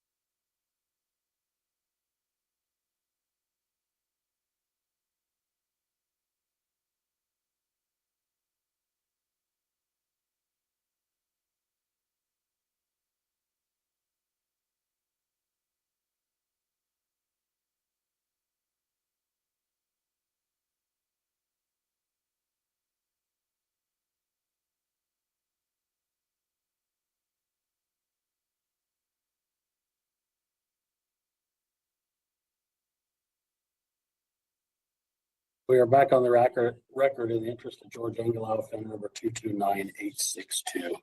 I know parties have had an opportunity to have a breakout session. While we were in breakout, I did clarify I am not able to add allegations, so that could throw another wrench in the ointment. So, Mr. Conti, how do you want to proceed? Thank you for that clarification. Mr. Angelau denies the allegation. Okay. And then Agent Montilla, how would you like to respond, or how would you like to proceed? I think an evidentiary hearing would be the best. Okay. All right. So it looks like we'll be headed to evidentiary hearing. Will the state be adding allegation to in the meantime? Yes. Okay. Mr. Angelau, any questions about where we're headed? Just really unfamiliar with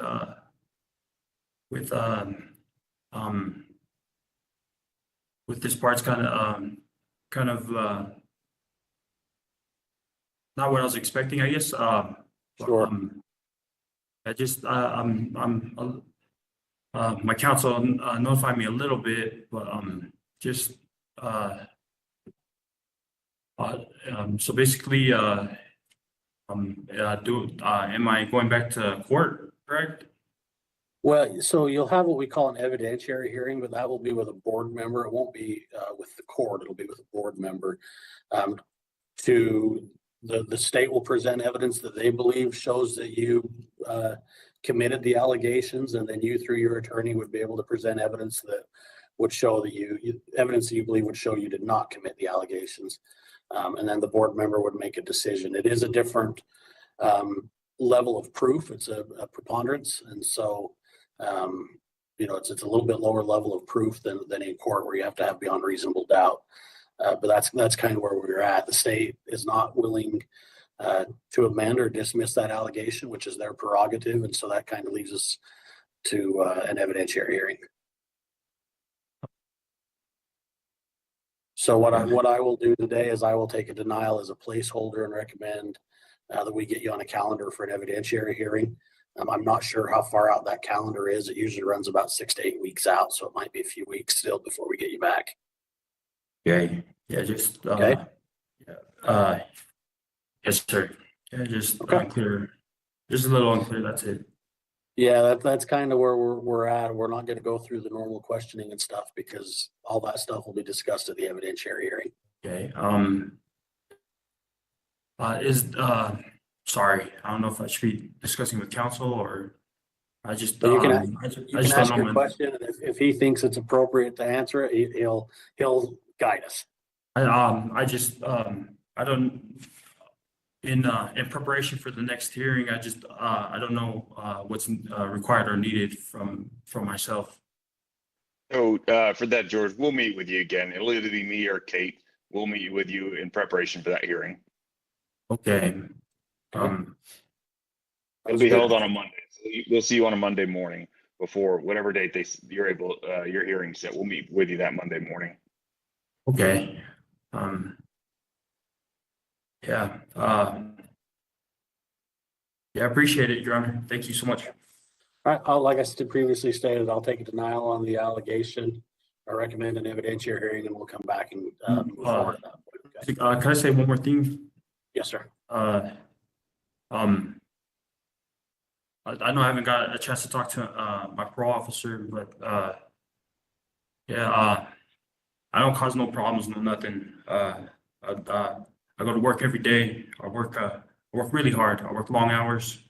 I show up a half hour early. I'm always the last one to leave. The conditions of the job I do is horrendous. Hey, George. Yeah. I really keep up that attitude. You'll get to express all of that after the evidentiary hearing. So keep that strong attitude, and keep that in mind while you're in there. And we'll see you at that evidentiary hearing. A lot of guys are fine with doing time and stuff because they're not critical or essential to their families. But my family heavily relies on that paycheck I provided, that I provide every week, without fail. I don't do drugs. I don't hang George, out with, I don't mean to interrupt you, but I don't want you to say too much just because of where we're headed. So I understand you're frustrated by what's happened today, and your family probably will be too. But I just don't want you to say something that Sorry. just getting too far into the weeds. No, nothing to be sorry about. Okay, that will conclude the hearing then. Thanks, everybody. Thank you so much.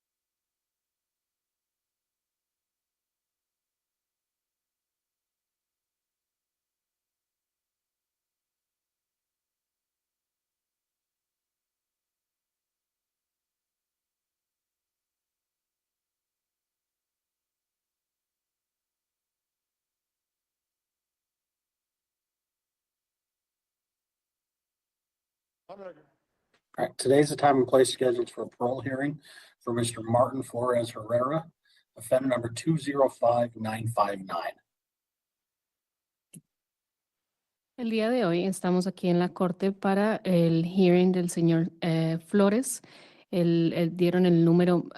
Will you repeat the number, please? 205959.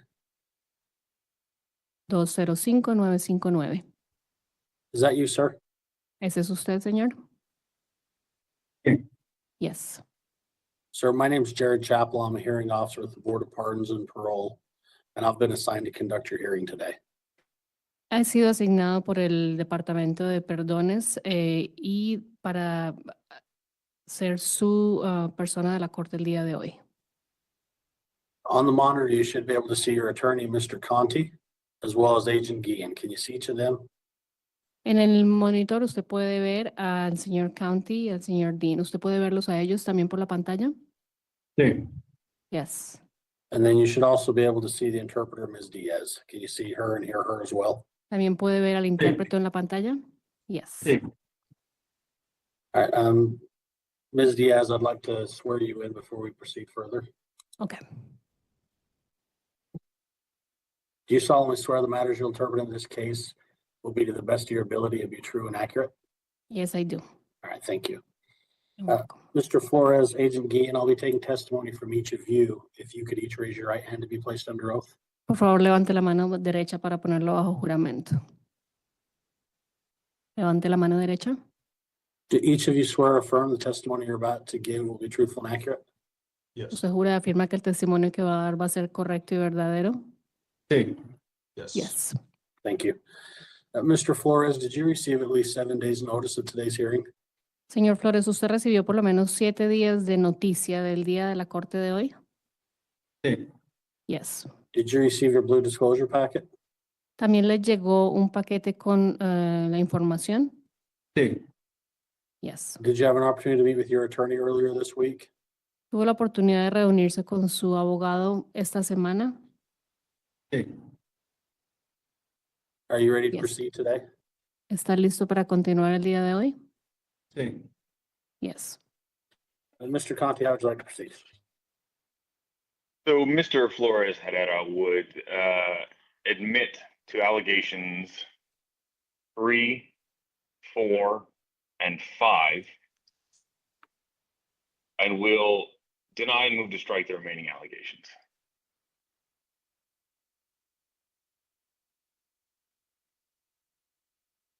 Should I interpret this? Yes, ma'am, sorry. Okay, that's fine. Ok, entonces él lo que está diciendo es que las acusaciones 3, 4 y 5, él va a hacer una negación y va a continuar con la corte. Agent Guillen, what's your response to dismissing allegations 1, 2, 6, and 7? I'm okay with them. Él también está de acuerdo con las acusaciones 1, 2, 6, 7 que faltan. Mr. Conti, your recommendation? So if the board determines that his termination is within 1 year, then our recommendation is to terminate. Otherwise, we'd recommend parole at the board's calculation. He plans to live with his dad in Salt Lake City. He does framing for work in construction, so he will continue with that role. I'll pause for interpretation. Ok, la recomendación de él es, si están recomendando que sea por todo un año, él también recomienda que se termine, o si no, ponerlo como en un permiso provisional, por lo que usted planea vivir con su papá en Salt Lake y trabajar en construcción. De esa manera podría continuar haciendo eso. And he intends to continue alcohol treatment. And upon that, I'll submit. What treatment? Alcohol treatment. Okay. Is that a question for him? No, that's a statement as to what he what he wants to do. Okay. Y porque usted ha dicho de que quiere continuar con el tratamiento de alcohol. Thank you, Mr. Conti. Agent Guillen, your response and recommendation? I don't see where is he terminating on a year or less. I think he still has 3 years on his cases. So I don't know if he wants to terminate for 3 years, but I'd be okay with them to parole again. Before this, he was doing very well. Always in communication. Never found violations at his home. He had set up his treatment too, but then he got arrested, and so he wasn't able to attend. So he was on track other than this little hiccup he got. But I think he still has 3 years left on his cases, so I don't know if he wants to terminate for 3 years. Él todavía tiene 3 años en su caso, pero yo estaría de acuerdo con darle un permiso provisional, porque antes de este inconveniente que hubo, él no había tenido ninguna violación, no había tenido ningún problema en su casa. Yo le estaba haciendo seguimiento y aparte de esto que pasó, todo estaba bien. Entonces mi recomendación sería un permiso provisional. Agent Guillen, anything else you'd like to add?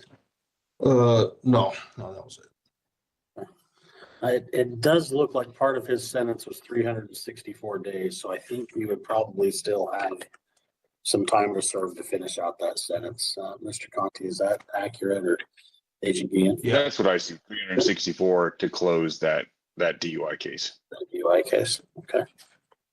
Parece que él tiene todavía, son 364 días, lo que era la sentencia de él, y para poder cerrar ese caso del DUI, esos son los días 364. All right, Mr. Flores, I've heard from everybody but you. This hearing's ultimately about you. What would you like me to know? Let's start with the violations, and then we can just kind of work our way from there. Ok, ya he escuchado de todos, ahora quiero escuchar del señor Flores, porque esta corte es para usted. Que aparte de las violaciones, ¿qué quisiera usted que yo sepa? Bueno, en este momento quiero seguir el alcohol para mejorar mi estándar y pues mejorar como persona, ¿no? Entonces, pues si no se puede hacer una terminación, entonces pues me gustaría salir otra vez en provecho y pues tratar de terminar la aprobación. Okay, so at this moment, I'd like to continue the alcohol treatment to improve my standards and to improve as a person. If termination is not an option, I'd like to be considered for a parole. What happened with the violation? What led up to the violation? ¿Qué fue lo que lo llevó a esa violación? Bueno,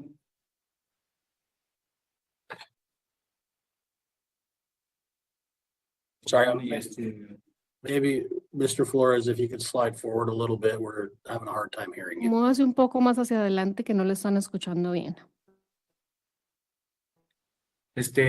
fue una mala decisión, y pues ahora lo estoy pagando, ¿me entiende? Entonces, pues, pues tener paciencia y tratar de ser mejor persona. Entonces, pues es todo lo que tengo, ¿me entiende? Fue un error y lo admito, entonces ahora estoy pagando las consecuencias. It was a bad decision, and now I'm paying for the consequences.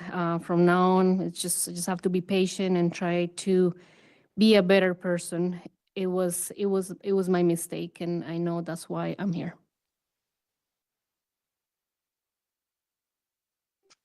What was the event? Were you drinking at home? Were you at a party? Like, what was going on as far as what led up to the drinking and driving?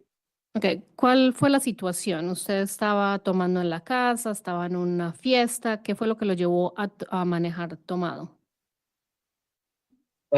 Fui al cumpleaños de un amigo y ellos estaban tomando. Entonces,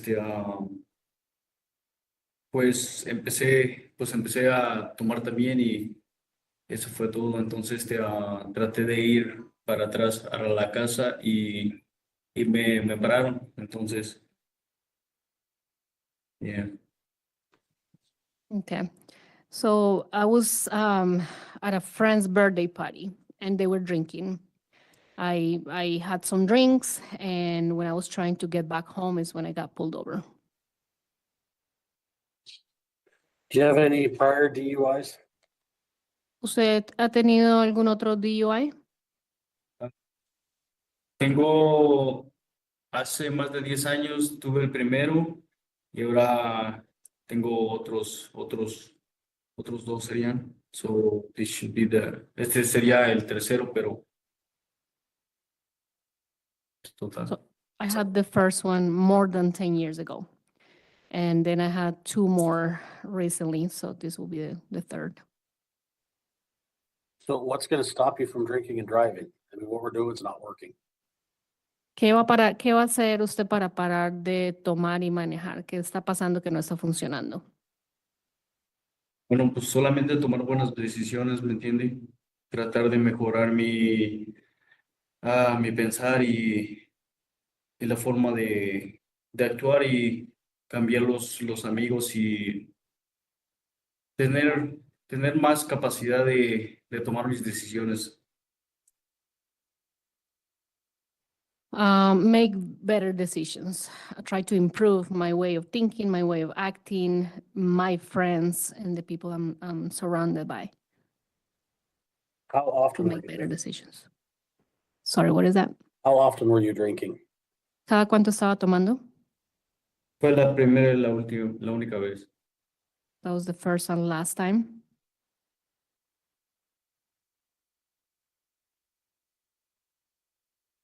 Any drug use? ¿Ha usado drogas? No.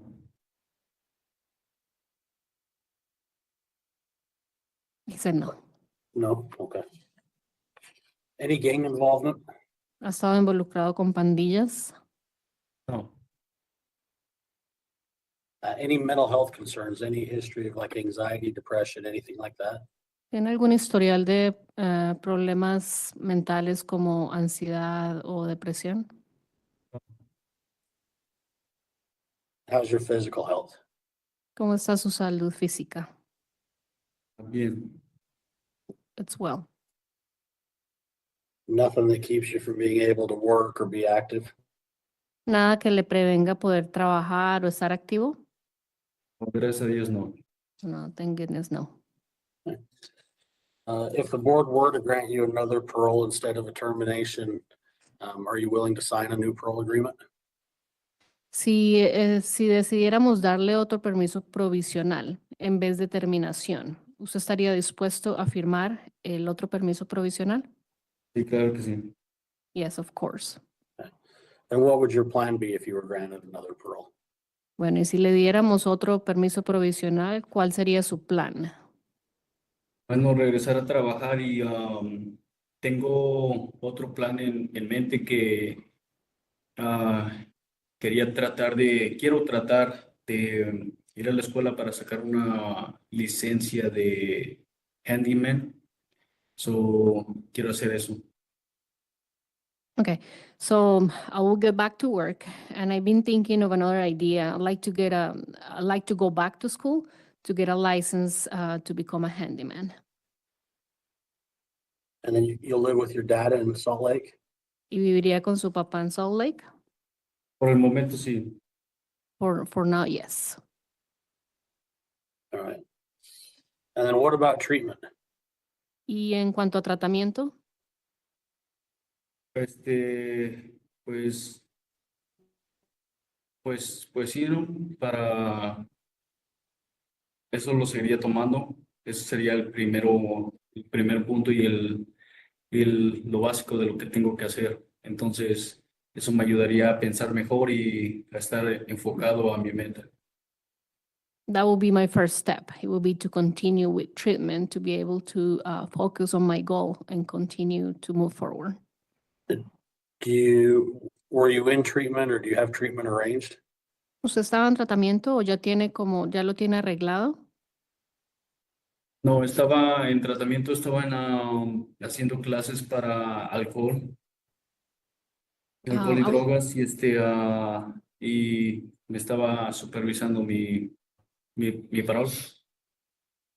Okay, so I was taking classes for alcohol and drugs, and I was being supervised by the parole person, officer. Where were those classes at? Were they through APNP or through somebody else? ¿Por medio de quién eran esas clases? ¿Eran por medio de APP o quién más? Sí. Yes. Okay. All right, well, do you have any questions or is there anything you want to discuss that we haven't talked about? ¿Tiene alguna pregunta o algo de lo que quiera hablar que no hemos hablado todavía? Pues,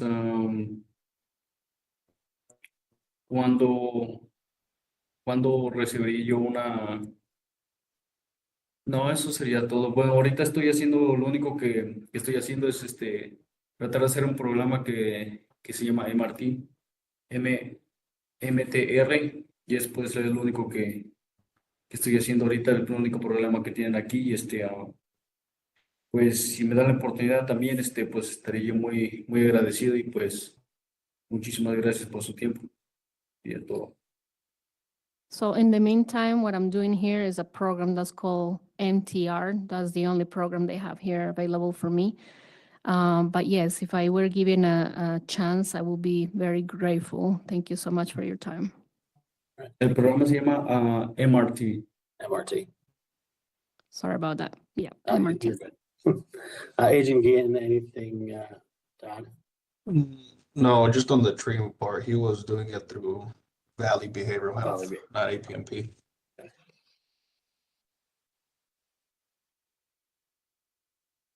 Mr. Conte, any done? No, thank you very much. Ms. Diaz, you can interpret those things. Okay, ambos dijeron que no tenían nada más que añadir. Mr. Flores, what I'll do today is I will accept your admissions to allegations 3, 4, and 5. Lo que voy a hacer el día de hoy es que voy a aceptar sus acusaciones 3, 4 y 5. And I'll take judicial notice of your new conviction in case number 245-00973. Y voy a tomar anotaciones de su caso judicial del caso 245000973. And that will attach to allegation 3. Y eso se va a adjuntar a la acusación número 3. I'll note your denials to allegations 1, 2, 6, and 7 and recommend that they be dismissed per stipulation. Voy a tomar anotación de que usted está negando las acusaciones 1, 2, 6 y 7 y voy a tomar notas de las acusaciones para que sean quitadas. And then I'll recommend that your parole date of July 2nd, 2024 be revoked. 2024. Yes, ma'am. Okay. Yo voy a recomendar de que la acusación de julio 2 del 2024 sea cerrada. What I'm going to do today is prepare a report that will include your attorney's recommendation as well as APP's recommendation. Lo que voy a hacer hoy es voy a tomar una anotación para que su abogado sepa las recomendaciones que se están haciendo. The board members will review that report and make a decision on what they expect to happen moving forward. Los miembros de la Junta van a revisar las sugerencias que se están dando el día de hoy para poder tomar una decisión. Once they've reached their decision, you'll receive a copy of their written order. Cuando ellos tomen ya una decisión, usted va a recibir una copia de la orden escrita. It could take a few weeks for that order to work its way back to you through the mail. Puede tomar un par de semanas para que esa orden le llegue a usted de regreso por el correo. If you have contact with friends or family on the outside, you can ask them to start checking the board's website next week. Si usted tiene contacto con familiares o amigos que están afuera, usted puede decirles que empiecen a revisar la página de internet de ellos desde la semana que viene. The order will be uploaded to the internet before you see it, so your family can let you know what was decided and then you're not waiting around. Porque la decisión que tome la Junta va a ser puesta en la página de internet antes de que le llegue a usted la notificación por correo para que sus familiares o amigos sepan la decisión que se tomó. Any questions? ¿Tiene alguna pregunta?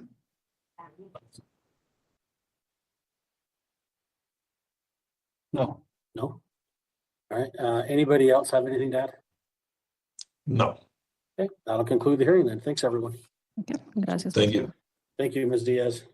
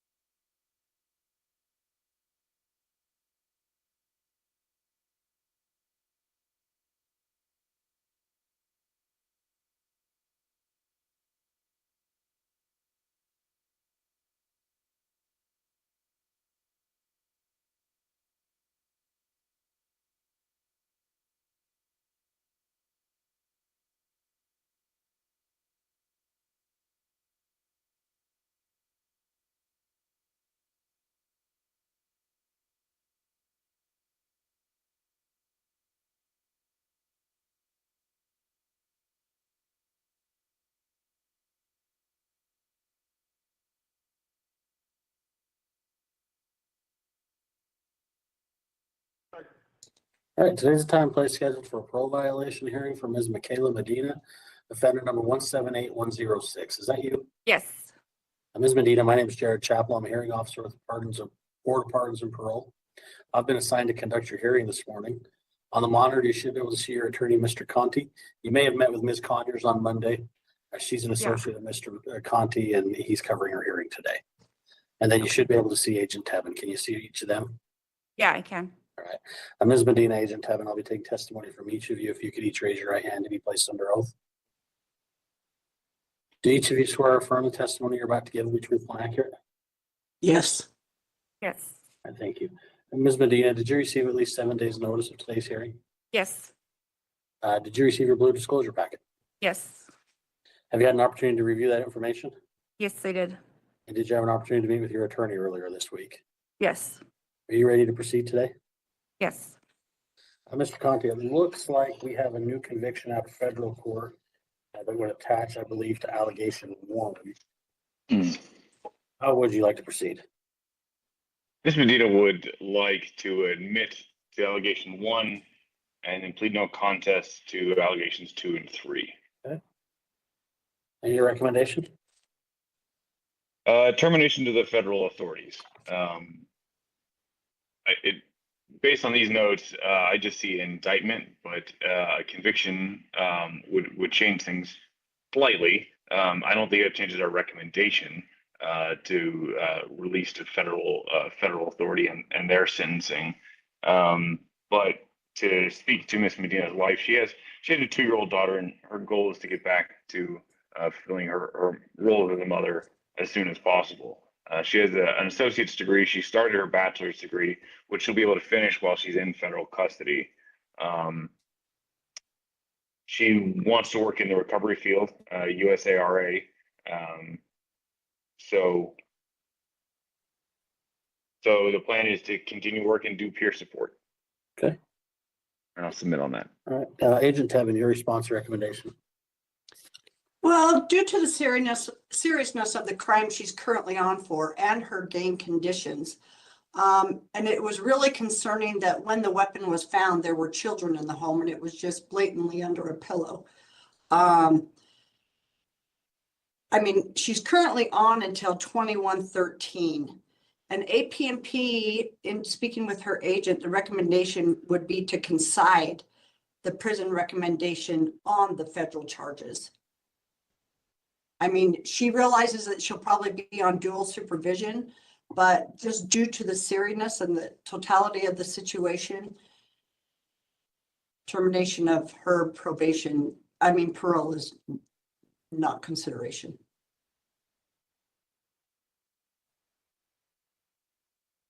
So would you recommend them parole to federal custody and then return back under dual supervision? Yep. Okay.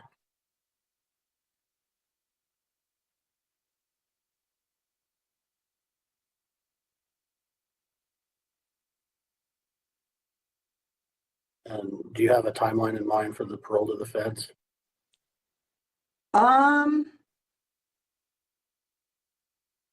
That I don't know how, I mean, I know she does have a detainer. I don't know how long they would be keeping her. But like I say, her expiration date with us isn't until 2113. Yeah, I don't think any of us will be here then. No, I hope not. So I believe 27 months followed by 36 months supervision. So, anything else you'd like to add, Agent Devin? No. Ms. Medina, I've heard from everybody but you. Obviously, this is your hearing. What would you like me to know? Let's start with the violation, what happened there, and then we can kind of work our way forward. APMP came to my house and they found a gun under the pillow in my bedroom. And well, I've been here so far for over a year, so I'm just, and none of this time is counting towards my federal time. So I just want to go do my federal time, just get out and go do my federal time. And whether I'm on dual supervision or not, like I'd rather not be, but if I am, like, okay, because if I'm doing what I'm supposed to be doing, then it shouldn't be a problem. So. Okay. Tell me about the gun. Why? With the conditions you have and your prior charges, why? Honestly, I did not know it was there. I had other people that were staying in my house and I wasn't aware that it was there. I know that I'm on your parole. bedroom or a guest room? It was my bedroom.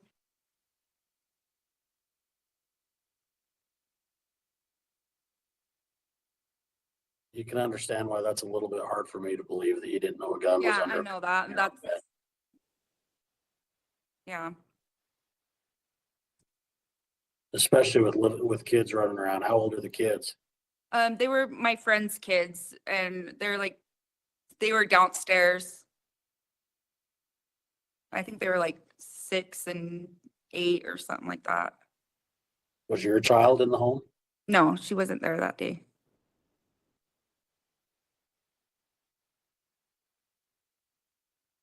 Okay. Any drug or alcohol use while you were on parole? I've had a couple dirties Or for alcohol and meth. how frequently were you drinking? Probably a couple times. Couple times a day, couple times a No, week? a I year. only drank Within a few years. Okay. I don't really drink. I'm not. And then what about meth? How frequently? Towards the end, I was starting to use a little more, but it was like sometimes on the weekends.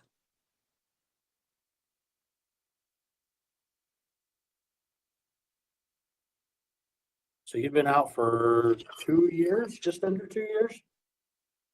Yeah. So I mean, some things must have been going well, right? Well, yeah, I was actually doing really well. I think what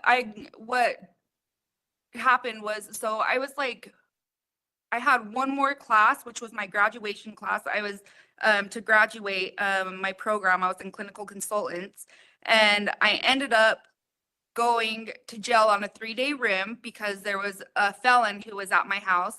And while I was in jail, my parole officer, Samaniego, at the time, she called my treatment and had me discharged. So when I got out, I didn't have treatment. I was really upset because I had one class left and I was done. I was about to graduate and I had been doing really, really well. And she wanted me to go start a program all over and go to a residential, but I had a baby at the time, so I had to get on a waiting list for somewhere that would take me and my daughter, and it was like a 6-month waiting list or something like that. So I was really discouraged because I was, had been doing really well, had never failed a UA, nothing like that, and about to graduate. All of a sudden, I don't get to graduate. I have to start treatment all over again, go to a residential one, and be on a waiting list for 6 months. And I lost my therapy, I lost my groups, I lost everything to sit on a waiting list. So I was pretty discouraged at that time, and I kind of just gave up. Okay.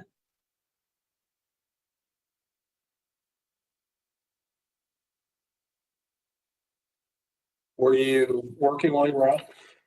No, I was I had a disability case Okay. going. All right. Any gang involvement? I have prior gang involvement. Are you still active, or you been through modified, or what's going on there? No, I haven't modified. Modified, okay. No, I haven't been modified. Okay.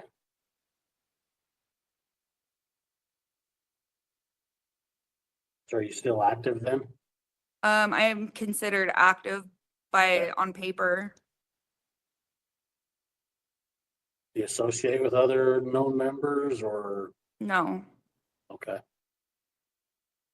Any mental health concerns, any history of like anxiety, depression, suicide attempts, anything like that? Yes. Would you mind telling me? I've been diagnosed with depression and anxiety. Okay. Are you on medications? Yes. Do you feel like they're working? I guess. Okay. Yeah.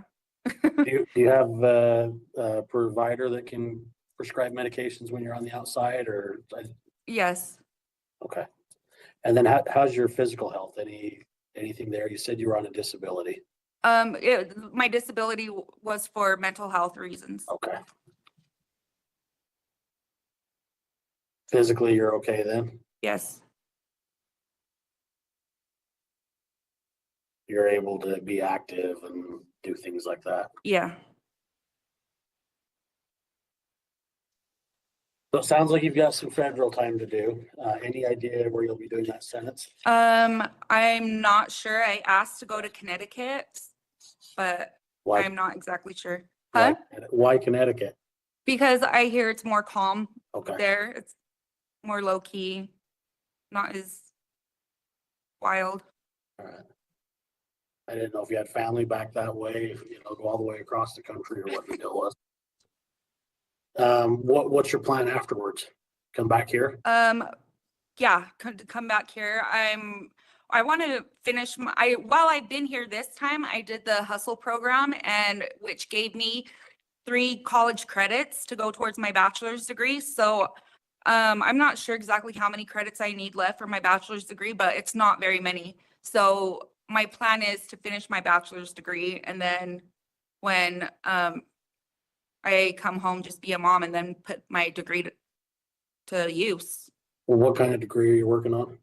I was getting it, at first it was, so I got my associates in psychology and then I was getting my bachelor's in criminal justice with a concentration in human services. But I don't know, I might change that if I can't find the program, if I can't get into the same program.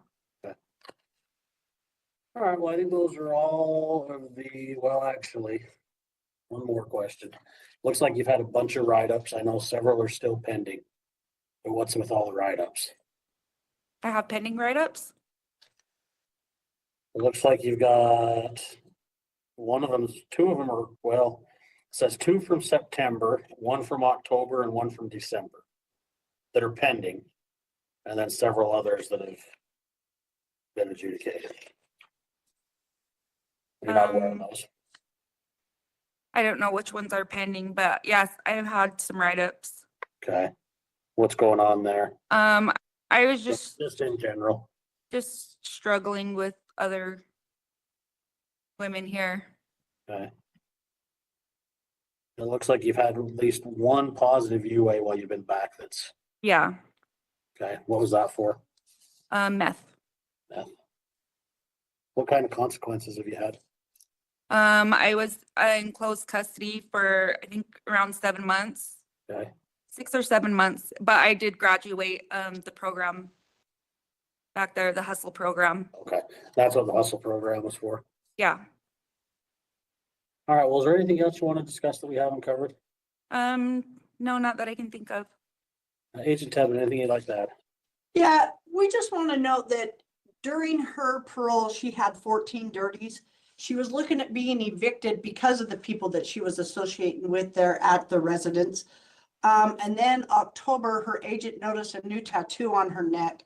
And upon further investigation, it is a Sereno tattoo called a can pull. So she is still actively with the gang.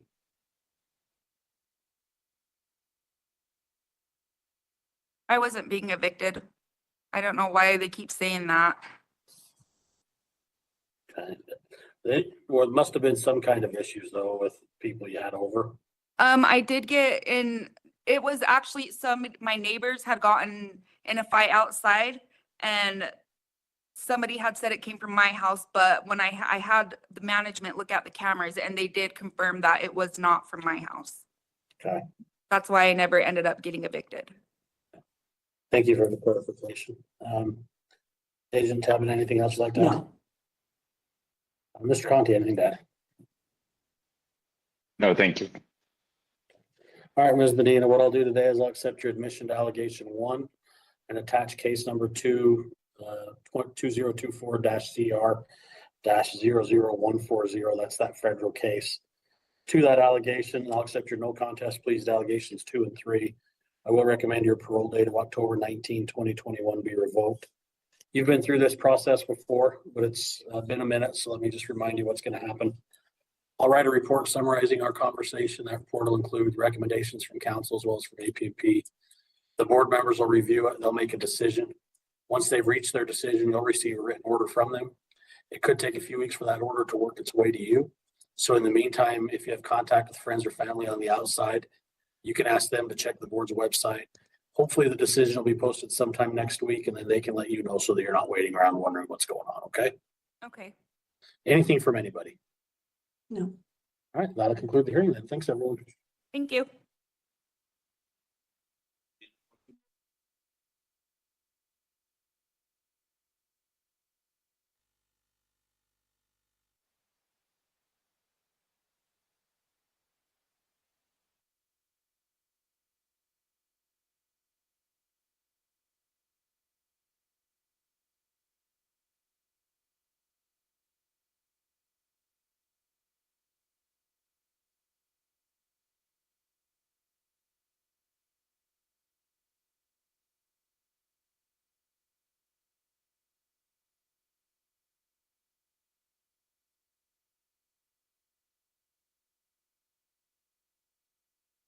Record. All right, today's the time and place scheduled for a parole violation hearing for Mrs. Is it Shutney KYZER? Is that how I say it?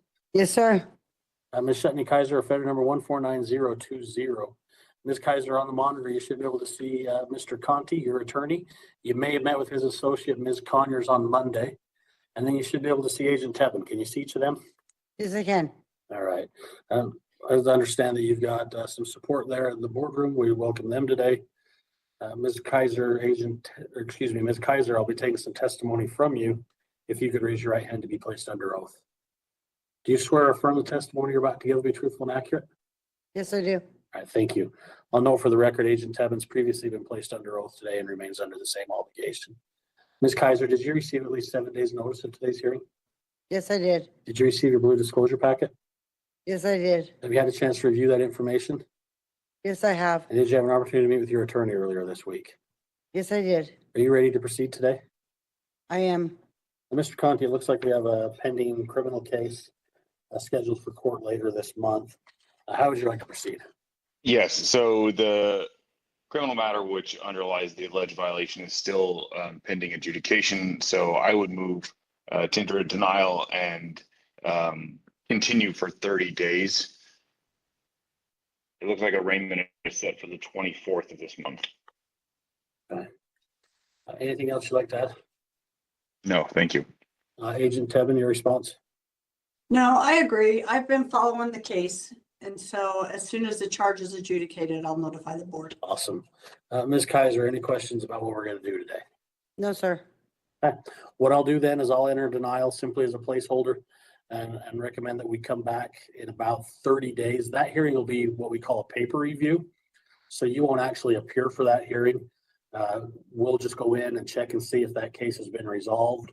If it has, then we'll get you back on the calendar. If it hasn't, then they'll kick it out again for a period of time to see if that case is resolved. If it does get resolved, in the meantime, write us a letter saying this case is done, and then we can get you back on the calendar quicker. Okay. And then it sounds like Agent Tebben's is monitoring that as well, and she'll provide us those updates as well. Okay. Anything from anybody? Okay, that'll conclude the hearing then. Thanks, everyone. Thank you. Thank you.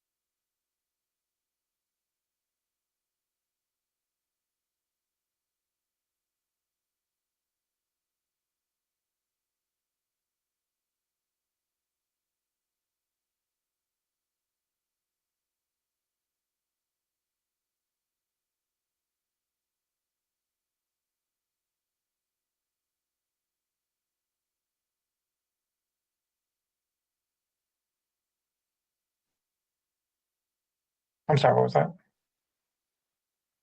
Good afternoon. This is a time and place set for a parole violation hearing for Elizabeth DE-LACRUZ, offender number 232909. Is that you, ma'am? Yeah. Okay, thank you. My name's Melissa Stapley. I'm a hearing officer with the Board of Pardons and Parole, and I'll be conducting your hearing today. I'm going to be taking testimony from you and Agent Echel. Echel? Is that how you say it? Echel. But before we start, I need to swear you both in. Can you raise your right hand, please? Yeah. You too, APMP. Do you swear or affirm that the testimony you're about to give today is the truth, the whole truth, and nothing but the truth? Yeah. Yes. Ma'am. Okay, thank you. Now, did you meet with Ms. Conyers on Monday, the board attorney? I did. Okay, just so you know, Mr. Conti's here today. He's filling in for Ms. Conyers, but he was told everything that you guys discussed, okay? Okay. All right. Did you receive at least 7 days written notice of this hearing and a copy of your blue packet? I did. Okay, just so you know, everything in that blue packet is a copy of what the board may use when they make their decisions. So currently you have one allegation. Mr. Conti, are there any motions, and does she waive formal reading of the allegation? No motions, and yes, we waive. Okay, and what's the plea? We expect Ms. DE-LACRUZ to admit to the single count, the single allegation today. Okay, thank you. Ma'am, based off of your admission to the allegation, I am going to recommend the board revoke your December 27th, 2024 parole date. Mr. Conti, I'll turn it over to you. We recommend that Ms. DE-LACRUZ serve 90 days as a sanction and look at another parole. She wants to do an inpatient program. She's interested in one in Florida. But if she stays in Utah, she'd like to go to Orange Street. She does know that she has support through the Catholic Church here in Utah. Okay. I'll submit on that. Thank you. APMP, I'll turn it over to you. Our recommendation is just to have Ms. DE-LACRUZ stabilize in prison. We just recommend that for her mental health. We also recommend that she be seen by the mental health support services program to be screened for that, and if eligible, to enter the program at the halfway house.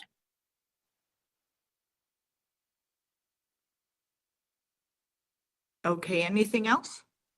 Not that should be it. Okay, thank you. Okay, Ms. DE-LACRUZ, now it's your turn. It shows from APMP you absconded on September 22nd for 29 days. Now, those days that you were absconded, the board has told, which means that they've added it to the end of your sentence, making your expiration date January 30th, 2038. What do you want to tell me about the absconsion? Why'd you leave? I just wasn't comfortable with program just because the girls were fighting, and I had asked my counselor for 2 new programs, and she kept misunderstanding me, so I just finally left on my own. And I forgot to call my parole officer to let him know that I was going to leave to go find a different program. And I was just sitting out there at the Ogden Mission because I was going to do a program out there and wait to see if I can go to Weber Recovery. But they didn't have any openings.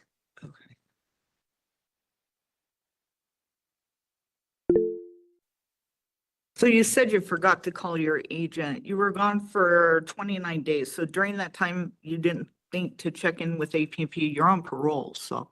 I did, but I think that I called and I just couldn't get a hold of him, and I didn't leave a message because I was still just frustrated from all the arguing that the girls were doing over there at program. Okay. Where were you at? I was focused on just trying not to go out there and catching any charges or to stay sober, that I was in there for so long, clean. Okay. So during this time that you were out, did you use it all? I didn't.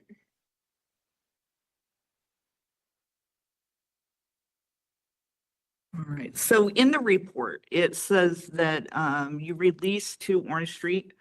At some point you used methamphetamine and alcohol, walked away. You were gone just 1 day, and then you entered the Core 2 women's program. And then the absconsion happens. So if the board decides to release you to Orange Street, is that something you'd want to do?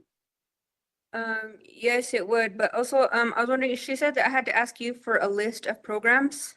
No, we don't provide that. That's through adult probation and parole. We Oh, don't really? get involved, yeah. Okay, so that I'm with you this morning, Edgel. Can I have a list of those brought over by you? I wouldn't be bringing them over. You just have to talk to your case manager inside the prison. They can provide you that information. Okay. And then your attorney mentioned that you're interested in doing treatment in Florida. What program is that?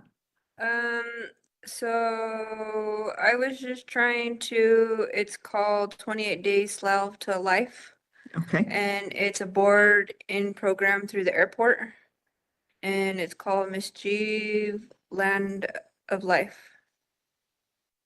Okay, is it a drug program, mental health program? It focuses more on your mental health and just like abuse about being out in the street and like the economy, emotional, social environment. Okay.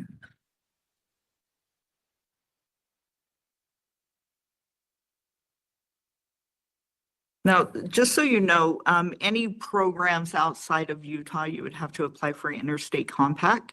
Okay. To do that, I think the fee, we're not involved with it. I think it's a $50 fee to apply.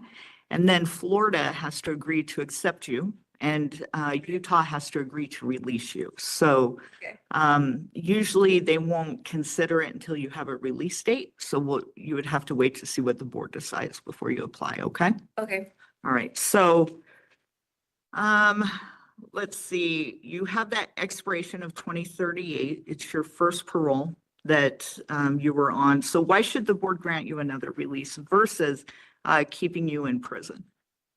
I feel that just due to maybe the aggression of the other women that how I did keep clean and I didn't come on any new charges, if I could feel, you know, just the attitude of life and the change in the environment that I gave myself in time.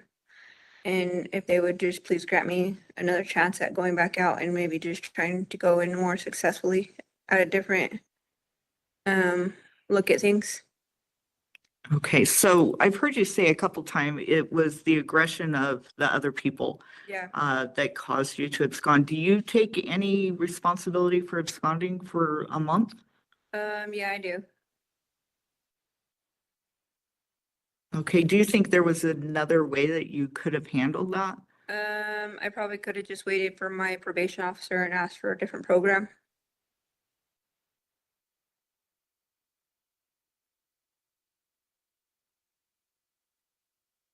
Okay, so if the board decides to release you and you go into either the program in Florida and if you do go to Florida, you would be supervised by parole there in Florida. So you would have a different agent. But if you were released here and you're in Orange Street and start to have issues with others, or you don't like the environment, what do you think you could do to avoid coming back here a second time? Well, I think that right now I have to kind of focus on that I haven't gotten a hold of Florida and that we have to keep track of that I would just be needing to go to Orange Street. Okay. And if I could please just have that second chance and that with it going out past winter time that I would need to just go do my job and everything else. And that I'd be more successful or whatever else with the recommendations that would be. Okay, so if there was an issue there, what would you do to avoid absconding? So what I learned from over there, just a lot of stress techniques. Okay. And energy and paid and better time.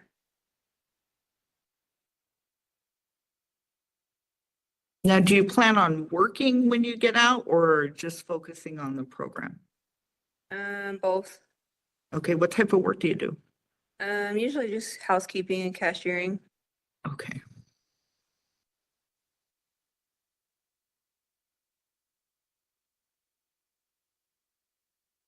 And then since you've been back in custody, have you worked with mental health at all?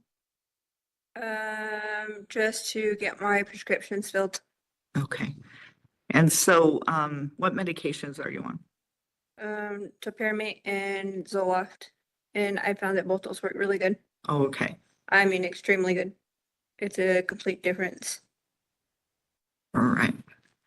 And then, once you do complete Orange Street, since we're going to focus on that one, where do you think you would live? Do you have support in the community besides the Catholic Church?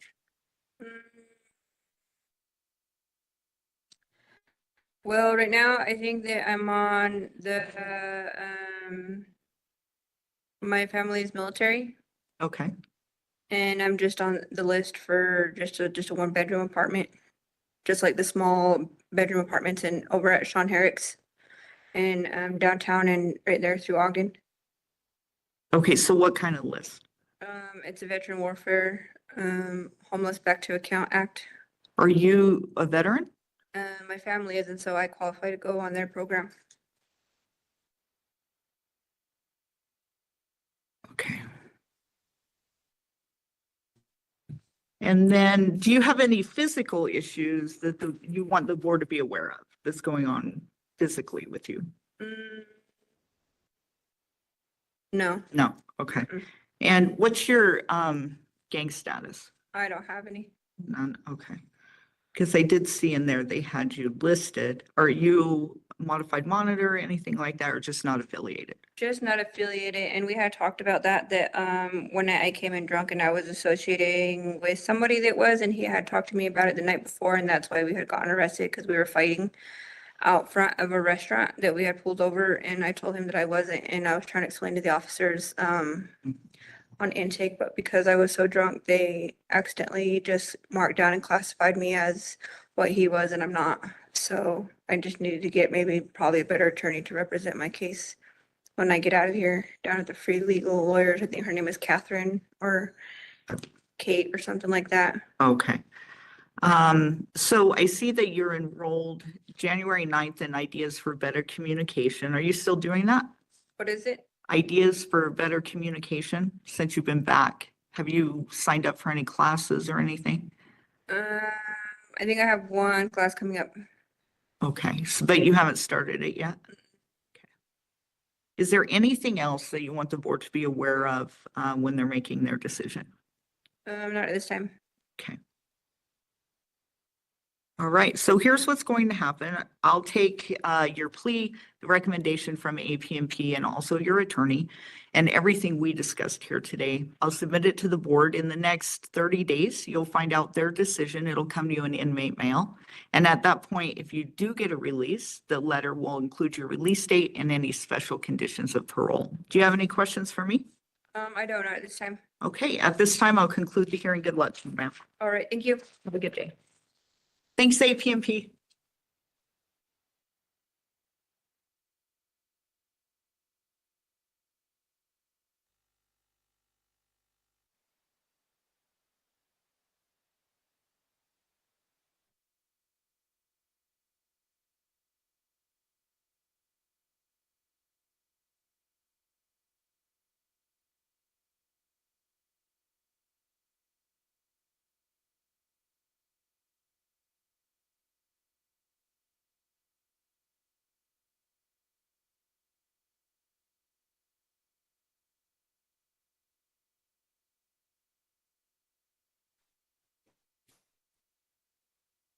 Good afternoon. This is a time and place set for a parole violation hearing for Shane Ney, offender number 127821. Is that you, sir?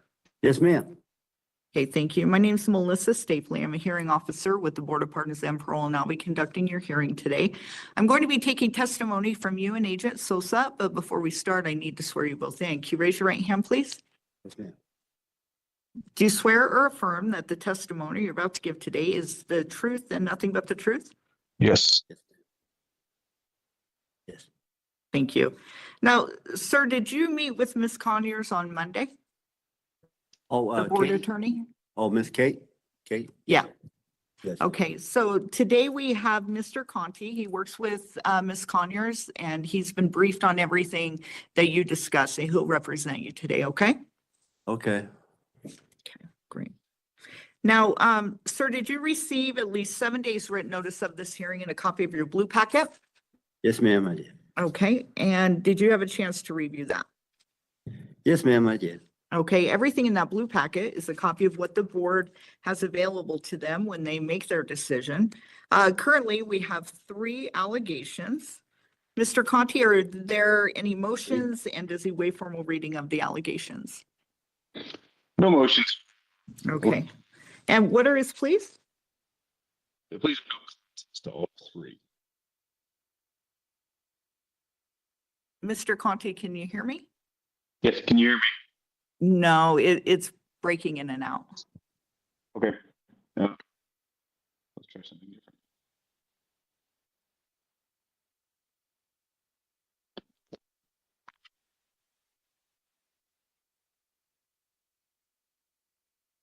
All right, how about now? Yes, thank you.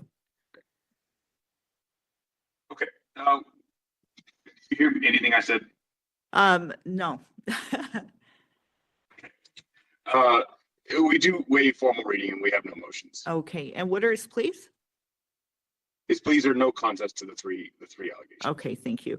Sir, based off of your no contest pleas, allegations 1 through 3, I am going to recommend the board revoke your January 16th, 2024 parole date. Mr. Conti, I'll turn it over to you. Thank you.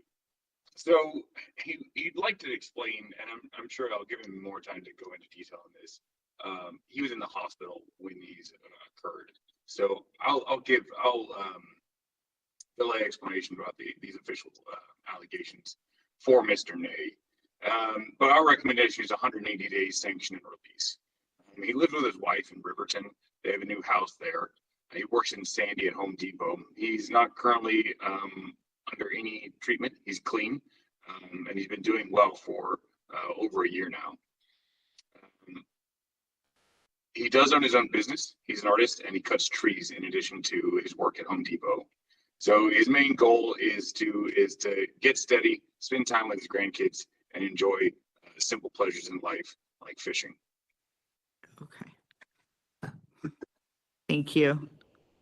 Thank you. Thank you. Agent Sosa, I'll turn it over to you. That's our recommendation, 180 days and release from parole. He does well, but he knows he needs to report, and if he's at the hospital, he knows he needs to text me, let me know, hey, I can't make it because of X, Y, and Z. But our recommendation is 180 and release. Okay, thank you. Okay, sir, so this is your 7th parole, this commitment, so we both know that you have the parole conditions pretty down, or at least you should. Yes, ma'am. So why didn't you reach out to APMP? Well, I'm sorry. Go ahead. I had Go my ahead. wife call when I was in the hospital because I have bad kidneys, and they went out. I'm actually doing really good with my kidneys now. I've been working out as much as I can, but when I was at the emergency, they went out. My kidneys kind of went out on me a little bit because I suffer from kidney disease, and it was a cancer form. And one day it just disappeared. We all prayed and it went away. I couldn't believe it was like about a year ago, and I do believe in prayer. But I did have my wife try to contact him at that time. Was she successful? Yeah, I think she was, but I deeply apologize if we didn't get a hold of him right away. Maybe it was just some kind of misunderstanding, but I just want to let Mr. Miguel Sosa know that he's a great parole officer. He's been very straight up with me and helped me out and very understanding, so. Okay, so number 2 is failure to report on the other 2 days. So how long were you hospitalized for? It was just, it was probably just mostly from the morning all day till the afternoon, about 5.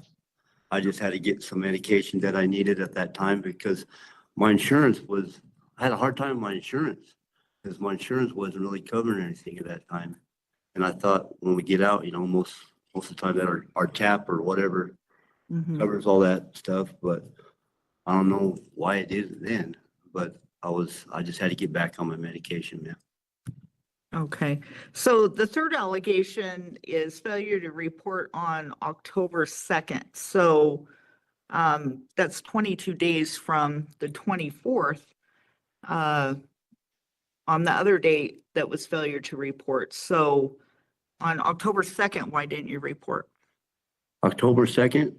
It's October 2nd, October 24th, and absconding. I thought I on the called him. 24th. I thought I called him. I'm pretty sure I did. I just don't remember. I'm just kind of old, but not that old. No, I- not that old. But I think I did contact him. I'm pretty sure. But did you report? No, ma'am, I didn't go in. Okay, so in the future, if the board decides to give you an 8th parole, how are you going to make sure you show up? Well, the only thing was that transportation wise, me and my wife, we only have one vehicle at that time. So I think I did try to contact him, even though I was trying to make it there. But I just need to, I'm not really familiar with Riverton because I'm from down south. So I need to figure out the bus fare. I need to get that more figured out. And once I start my new job at Home Depot and stuff like that, and I have some Social Security and liability coming here pretty soon and some back pay on that. So I'll be able to afford to get my truck back and get all my business from I had up in Richfield from Arbris, all my boom truck and all my saws, and I'm bringing that up here, start my business. But I do make really good money once I do get going with this project. And so what I'm going to be doing, I'll be working part-time at Home Depot and try and do some work on the side and try not to make so much money during the year so I can collect my liability, Social Security too. Is that disability? Well, it's liability, Social Security. I think that's what they call it, something like that.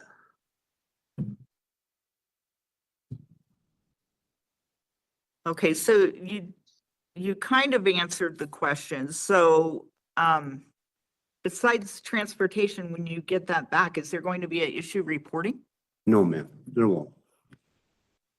No. Okay, because I see that you have a business, you have all this stuff going on, and now you're in this timeout here where you can't do anything. Yeah. So I would think that reporting, if it means that you're going to come back to prison, you've been around Yes, here long enough, yes. that Yes, maybe I'm that gonna- should be a priority. Yes, ma'am, I'll report every chance, every month, whenever they want me to. I want to be more understanding, so we're not, this communication is not going somewhere else or whatever. I just want to make sure we see eye to eye on this. Okay. Because it is concerning. I was going to point out to the board, the time that you are on parole is very short. Like your third parole was 15 days. Then there was one that was 3 months. This parole lasted 9 months. And so obviously there's the issue with either reporting or absconding. And so I really wanted to make sure that you understood if you get released again and you don't, I wouldn't think that you like prison enough to want to come back 8 times. Well, no, I'm getting too over this. I can't do this no more. I just want to spend time with my family, and I'm gonna report. You have my word. I'm gonna report every chance I get, and I just want to do what's right and just be with my grandkids and just live life. Just live life the way I've always wanted to live it, and just love my family and take care of my family and do what's right out there in society. And I want to take them fishing. Okay. Now, because of that absconding, the board did add 7 days of total time to your sentence. So your new expiration date is October 17th, 2034. Like we discussed, there's been 7 paroles this commitment, 8 overall. So in looking at all of that, why should the board give you another chance at release? Why should they? Yeah. Because there's just a lot of stuff I didn't understand discommunication wise. Throughout a lot of things I didn't understand from then until now. But I know I'm ready. I've been clean for a very long time, and I hate this place, and I know what's right and I know what's wrong, and I was raised by a good family and a good father, and I know I deserve this chance again, and I'm never coming back here again. I'm so tired of this. I just want to retire and just let this be gone in the past and never look back and just carry on with my life. Be that grandpa to my grandkids and be that father to my kids and be that man to my wife. Make that step and be that man. So how long have you been sober? I've been sober now. See, for about almost 2 years. Okay. How many grandkids do you have? I see I go, Peyton, 1, 2, 3, 4, 8. Wow. Yeah, I haven't seen the other 2 yet, but I can't wait to see them. I got newborns, but yeah. Okay, so they should keep you busy Oh, yes, they if you do. check in, right? Yes, So, ma'am. I did get information about your job and your business. Yeah, I'll be starting a Sandy job with the Home Depot over in Sandy at the 4099. I'll be starting that job. I got a friend that's going to get me on. That's been there for a while, and then I'll be starting my own business once I get all the money going and stuff like that. And I just want to terminate out there. I don't want to terminate here. Right. I just want to be that man, do what's right. Okay, I'm tired and of it. do you still plan on living in Riverton? Yes, ma'am. For right now. Okay, Until. and go ahead. Yeah, it's a great home. We have a great landlord. She's a very understanding lady. And I got to know her very well, and she's a wonderful lady. And the wife I have now, she's my best friend. I don't know what to do Okay. without her. That was my next question, because in some of the report, it says your girlfriend, and then other ones it's your wife. So are you guys married? Well, we've been together for so long, so I don't know if Utah common law exists anymore. Okay. But she is my wife, and we are going to get married here pretty soon, probably as soon as I get out. Hopefully. All right. But Go ahead. but I love her unconditionally, and she's always been there for me, and she's going to be my wife until now and my soulmate until then. Okay. So, it looks like you did have a mental health, Yeah. since you've been back. Have you worked with mental health at all? Yes, ma'am, I have in the past. I need to understand a little bit more about the city, figure out how to get around, because I'm from the country. I don't know that much about the city, but I need to figure out more on the bus fare and stuff like that. And I just need to get that all together, and stay focused on that, stay targeted on that, so I can get out and, if I have to complete these objectives again that you want me to do. But it's just, yeah, I'll do everything possible that I can to do it. So you had the evaluation, right? The On this evaluation, parole? I'm pretty sure, yeah, I did have the evaluation.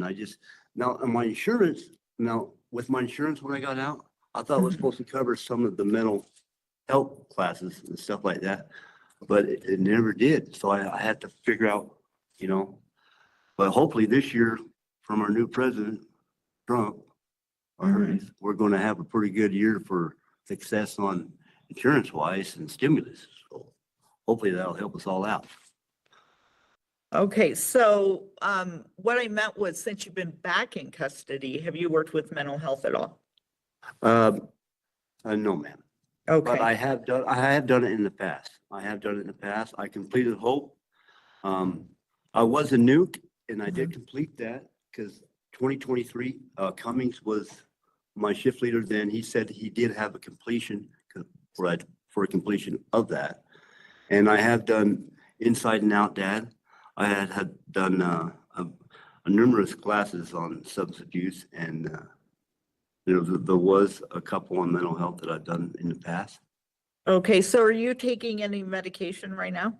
No, the only thing I'm taking right now, ma'am, is my kidney meds and my blood pressure meds, and that's it so far. Okay. I don't need, I quit taking the psych meds about 4 to 5 years ago because I know I don't need them. Okay. And I know, yeah, I just don't need that because a man can't, if he can't clear his mind out on his own, then he can't do it. You don't need that stuff. So besides the kidney disease and high blood pressure, is there anything else that you want the board to be aware of regarding your physical health? Physical health, my physical health right now is my kidneys are doing very, very well.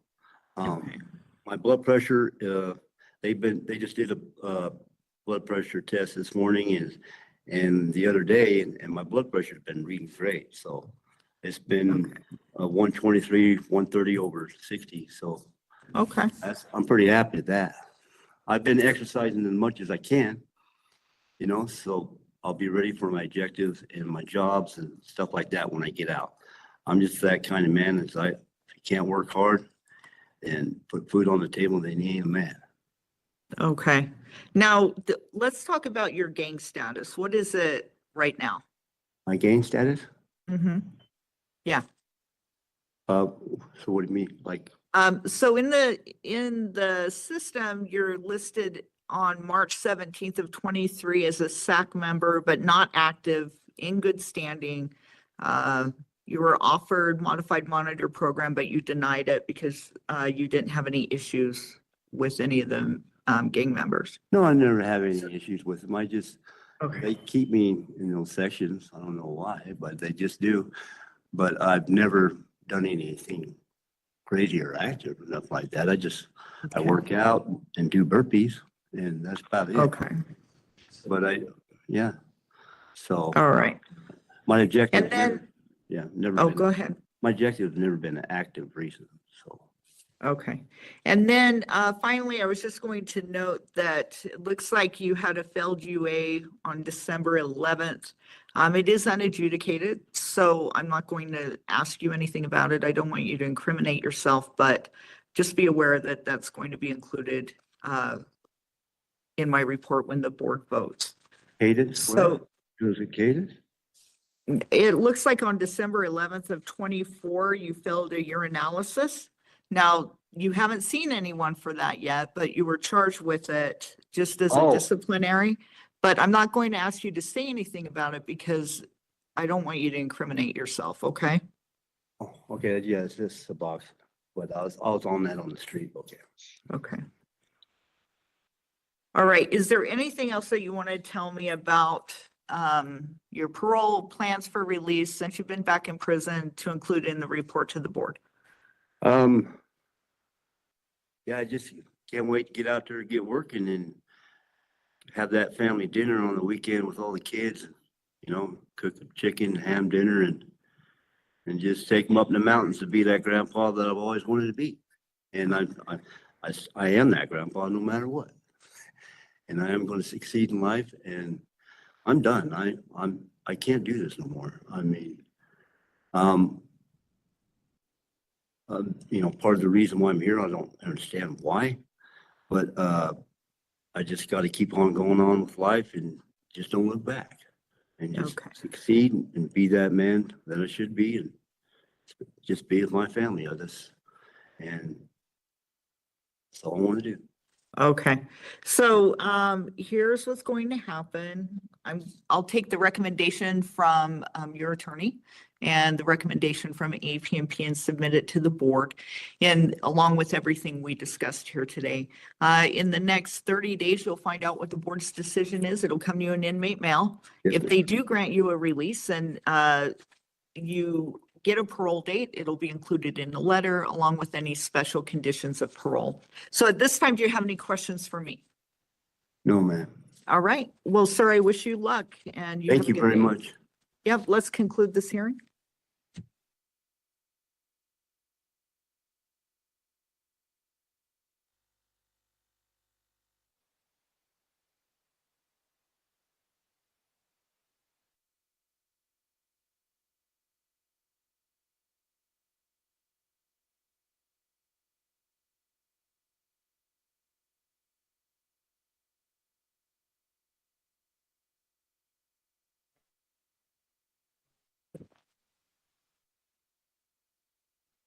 Good afternoon. This is the time and place set for a parole violation hearing for Vincent Thomas, offender number 131360. Is that you, sir? Yes. Okay, thank you. My name's Melissa Stapley. I'm a hearing officer with the Board of Pardons and Parole, and I'll be conducting your hearing today. I'm going to be taking testimony from you and Agent Adams. So before we start, I need to swear you both in. Can you raise your right hand, please? Do you swear the testimony you'll give today will be truthful? Yes. Yes, ma'am. Okay, thank you. Now, sir, did you meet with your attorney, Ms. Conyers, on Monday? Yes. Okay, just so you know, Mr. Conti's here today. He works with Ms. Conyers. He's been briefed on everything you guys discussed, so he'll be representing you today. Did you receive at least 7 days written notice of this hearing and a copy of that blue packet? Yes. Okay, just so you know, everything in that blue packet is a copy of what we're using for this hearing today. So currently you have 4 allegations, but before we start, I'm going to note a case number 241912649, criminal trespass of a dwelling, intent, annoy, injury, crime, fear, Class A misdemeanor attached to allegation number 1 on the warrant. Assault with substantial bodily injury, Class A misdemeanor attached to allegation 2. Threat of violence, Class B misdemeanor attached to allegation 3, and domestic violence in the presence of a child, Class B misdemeanor attached to allegation 4. All 4 of those charges were dismissed due to lack of evidence on December 17th, 2024. So currently we have 4 allegations. Mr. Conti, are there any motions, and is he willing to waive formal reading of the allegations? We'll waive formal reading of the allegations, and given that these charges were dismissed for lack of evidence at the preliminary hearing, I'll move to strike these and add admissions, or excuse me, denials of Mr. Thomas. Okay. APMP, what do you want to do with these allegations?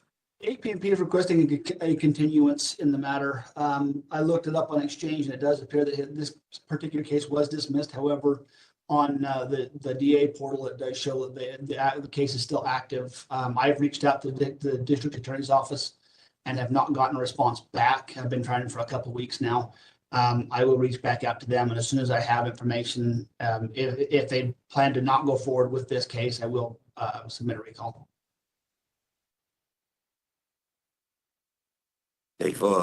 We've been going through this now since the 6th of October. I was unaware of what was going on. Russell did a knock at my door on the 16th, and I don't want you to say anything in case they do file. Let me tell you what I'm going to do. Based on your attorney requesting to dismiss all allegations, which would be an immediate release, warrant recall, and APMP is requesting a continuance, I don't want you to say anything in the event charges are filed. Okay. So what I'm going to do is just stop the hearing. I'll go back to the board, let them know what each side is requesting. The board may just recall the warrant, dismiss the allegations, or they may hold it off at the request of APMP. I don't know which way they'll go, but I just don't want you to say anything just in case. I will note that there is that federal detainer in place, and I'll put that in the report to the board. So probably in the next week to 10 days, you'll find out which way the board sided. I'm aware that you've been back in custody since, the end of October. Yeah, the 26th. Yeah. I had the warrant recalled before I even came back to prison. So I was unaware of what was going on. I never had any police contact in this case at all. I still haven't even talked to a detective once. So the board recalled the warrant that they issued? So the county recalled the warrant. Oh, okay. And then I went to court now 6 weeks here, Mhm. and they dismissed it on the 17th. It said because she's not answering at all, Okay. which it was a fabricated story. She said that I showed up with a stranger. That's what I'm Again, saying. I don't want you to Hey, say anything. Thomas, I'm just not understanding how it got dismissed and I'm still sitting here.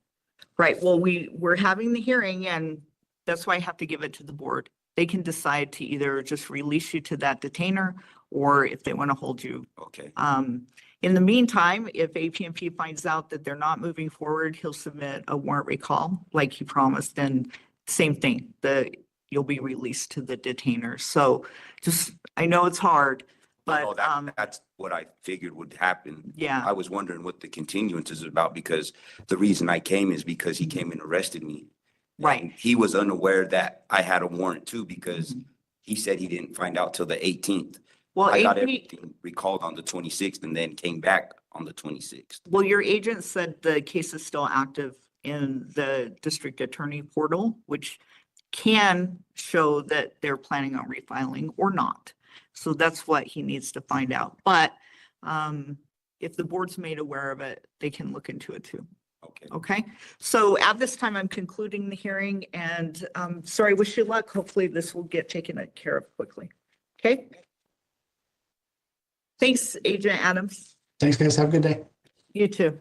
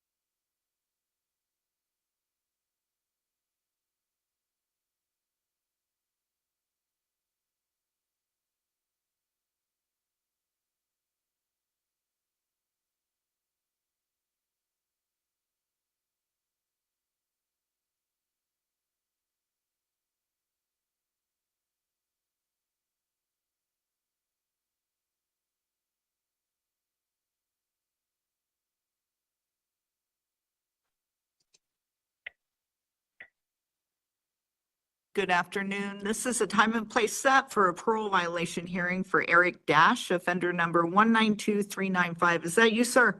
Yes, ma'am. Okay, thank you. My name's Melissa Stapley. I'm a hearing officer with the Board of Pardons and Parole, and I'll be conducting your hearing today. I'm going to be taking testimony from you and Agent Sosa. Agent Sosa was sworn in for a previous hearing, so I just need to swear you in at this point. He's still under oath. Can you raise your right hand, please? Mr. Dash. Yep. Do you swear or affirm that the testimony you give today will be truthful and accurate? Yes, I do. Okay, thank you. Now, sir, on Monday, did you meet with your attorney, Ms. Conyers? I did. Okay, just so you know, Mr. Conti's here today. He works with Ms. Conyers and he's been briefed on everything you discussed with Ms. Conyers and he'll be representing you today, okay? Okay. Okay. Now, did you receive at least 7 days written notice of this hearing and a copy of your blue packet?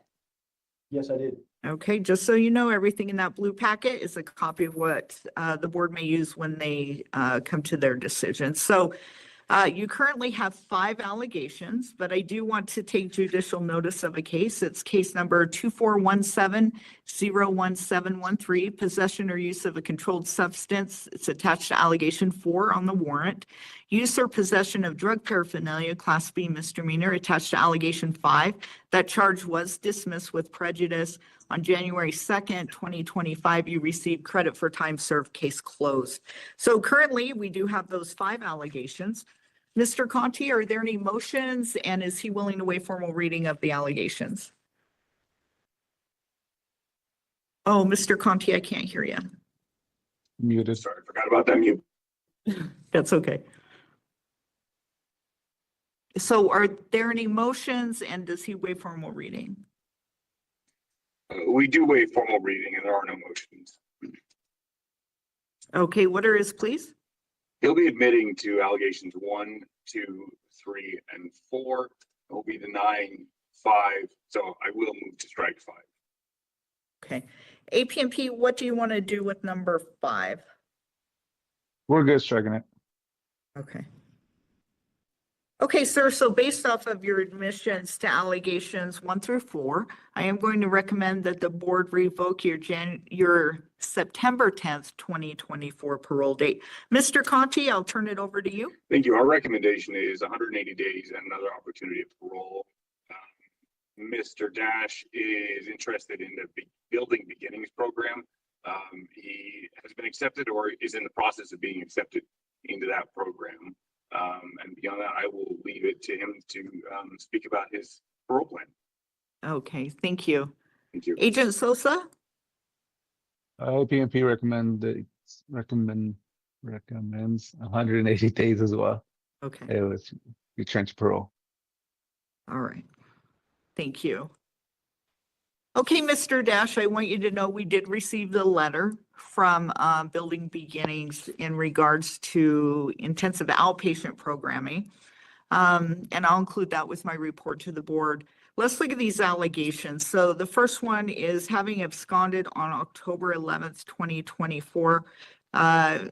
You failed to report and maintain your residence and you did not respond to calls or texts and your whereabouts were unknown. Where did you go? I stayed in Ogden. Because I was kicked out of the place that I was living at. My girlfriend's mother didn't want me staying there for personal reasons. And so I wasn't able to live there. And then I ended up, overdosing on heroin and morphine. And that was the charge that I picked up. And so instead of getting in touch with Mr. Sosa, I ran and made poor decisions. So I was afraid. In my mind, I was thinking I was going to go back to prison because I caught those new charges. And instead of, manning up and just owning up to my mistakes and talking to Agent Sosa, I decided to take this other route. Okay, so number 2 is failure to report, same thing. Residence, so you said that you were kicked out of where you were living. Yeah. Now let's talk about this overdose. Looks like they used Narcan to bring you back. And so it was morphine and heroin? Yes, ma'am.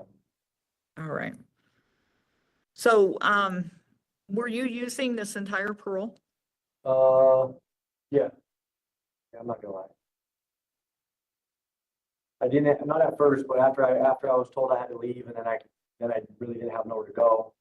And instead of trying to figure it out, I resorted back to using drugs. I struggle. You guys know I've been on parole a lot. So. And for me, I struggle with going to the same people, places, and things. And a lot of it is me. I put myself in those situations, obviously, because I'm paroling to these places, or I continue to find these people in my life. But what this Building Beginnings thing is hopefully you guys will allow me to go there to where I can just start over, and I'm far from Ogden. I'm not in Salt Lake. I don't know nobody out there, and it's like a motivating environment. There's like people that are really there that really want to change their lives, and people are there for the right reasons. And not only that, but the people that run the place, they're really good people and they want to help, And so for me, like being on parole, like, I've been asked a few times, well, what would be different, or how can APNP help you? Well, I'm the type of person that, and I don't know, this sucks, but I have to be in a comfortable situation, or else I'm chaotic, And so for me, going to Building Beginnings would be a comfortable situation because it's sober. Like there's zero abstinence. I can't go get on any type of prescriptions. I can't be on no medical marijuana cards. I can't, I can't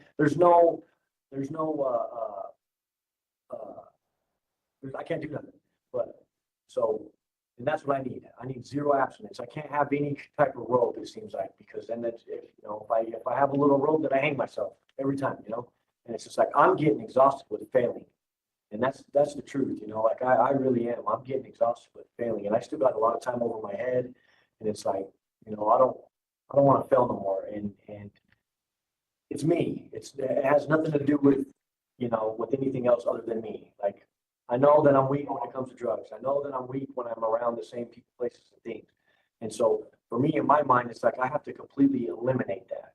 And so for me, either go to building beginnings or like I have to get away from here because it's like crap. Yeah, I saw that was in Spanish Fork, right? Yes, ma'am.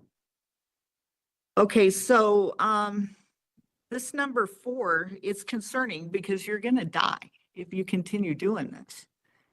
And so when I saw the letter from Building Beginnings, it's for intensive outpatient. Do they have an inpatient program there?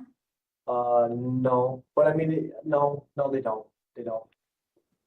But I think in the letter it said that they have sober living, right? Right, and it's like 9 hours, because I got the letter right here. Yeah, it's 9 hours a week. And then they also offer sober living. So is the sober living offered at the same time that you'd be in treatment? Yeah, it's part of it. Okay. So it's like you're living in a sober living house, but you're doing all these classes and doing this treatment while you're there. Okay. It's like 9 hours a week, and you weigh, and like I said, they're completely abstinence free. I can't be on Suboxone, and I can't be on medical marijuana. I can't do nothing. Which to me, that's awesome. That's what I need.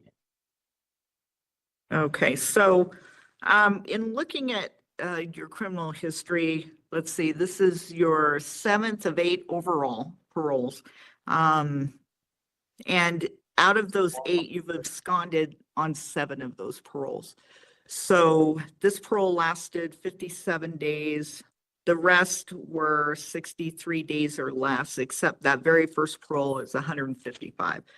What are you going to, I know you're talking about this program and stuff, but if something comes up that causes you to be uncomfortable, how are you going to avoid just going back to what you've done before, which is abscond? Well, if I go to this program, well, no matter what, I have to learn how to just lean on like APP, for instance, because they're really not out to get me. I shoot myself in the foot. I'm the one that makes it hard on myself. Like really, if I thought I went to Mr. Sosa and been like, hey, I don't have a place to live no more, man. I slipped up and I used. I'm pretty sure he's not gonna be like, oh, we're just gonna give up on you. You suck at life. Let's just put you back in prison. That's not how it works. If I would have went to him and been like, hey, can I get some help? He would have helped me figure it out. Probably sat down and figured it out with me. So I have to have enough courage in that and enough belief in that, not only for them, but for myself, that's all right. Like, because this sucks. This is like diminishing and it's heartbreaking and it's like really diminishing my soul, like to keep coming back and forth. Like it's hard, and really sometimes I'm just like, I don't know what to do. Like really. I'm 34 years old and I've been in prison or incarcerated my whole adult life. And it's on dumb stuff. It's like, it's dumb, And so really, I just have to grow up. I have to be willing to take a chance and face my fears and learn how to just cope with normal life. Because that's what it is. I just have to learn how to cope with life. Yeah, because to be honest, it's not always going to be comfortable out here. Right. And so I think that really the thing that worries me is that you're going to end up killing yourself. I mean, that's the reality of it. No, that's what So if the board decides to grant Building Beginnings, do you think that being able to check in and abide by everything else on your parole agreement is something that you will be able to do? Yes, ma'am. Or would residential treatment be a better idea? Well, I just think that this place, because this place is, so I did a bunch of pros and cons for this. And so, may I read them real quick? Yeah, go ahead. Okay, so I did Building Beginnings pros, I did Healthy Peers, pro-social, 100% recovery based, 0 abstinence, and then there's programming there, good structure, motivating, UAs, good environment, cheap rent, responsibility, because that's another big thing, is like, I have to learn how to be responsible because I've been incarcerated for so long and off and on in my life. Like being responsible is huge. And that's what I feel like. I feel like the state almost is like giving me like a crutch, like to just keep incarcerated. That's not the answer. I don't feel like for me, and I understand I have to pay a debt to society and stuff, but incarceration is not, it's harming. It's more damning now. It's like, excuse my language, but anyways, good resources, sober activities, hands-on recovery. Like these people are like really involved with you. Like they really, really want to help you. And so that's like the biggest thing for me is like, I need to get out. I need to get a job and I need to just live the basics life like that you guys have lived your whole life, because that's normal to you guys. That's like normal life. For me, that's not normal, you know? So I have to do that. Right. So that's why I feel like this is better for me than just going, because I've done programs. I've been in the program pretty much my whole life, you know? So it's like, I understand pretty much what I have to do. I just need to be put in the right situation, and I feel like I will flourish. Really, I really will, you know? And so that's what I think. Okay. Now, on the last time you appeared before the board, you had plans of doing HVAC with your girlfriend's brother and going to school to be a diesel mechanic. What are your plans for work? We'll steal that. Well, Okay. my main focus is diesel mechanics. I want to get into school and pursue that. And so, but for work is easy to find. Like, I can get a job, I just have to apply myself, you know? And so for work, and there's tons of work out there in Utah County, I heard, so. Okay. So that would be an HVAC still? Yeah, HVAC or even just any kind of construction or just any job, really. Okay. Now, you said the diesel mechanics, did you enroll in school this parole? No, I did not. Why not? Because my parole was short. I shot myself in the foot too early. Okay. Well, I wasn't able to stay at that place no more, and so then once I wasn't able to stay there, I kind of just went downhill from there. Okay, so down the road, whether or not the board orders residential treatment, or if they agree that building beginnings is a good idea, and you complete sober living, where do you plan on living? Either as far south as possible or as far north as possible. Okay. Just not Salt Lake County, right? Not Salt Lake County, not Weber County, just not Box Elder. I don't want to be anywhere.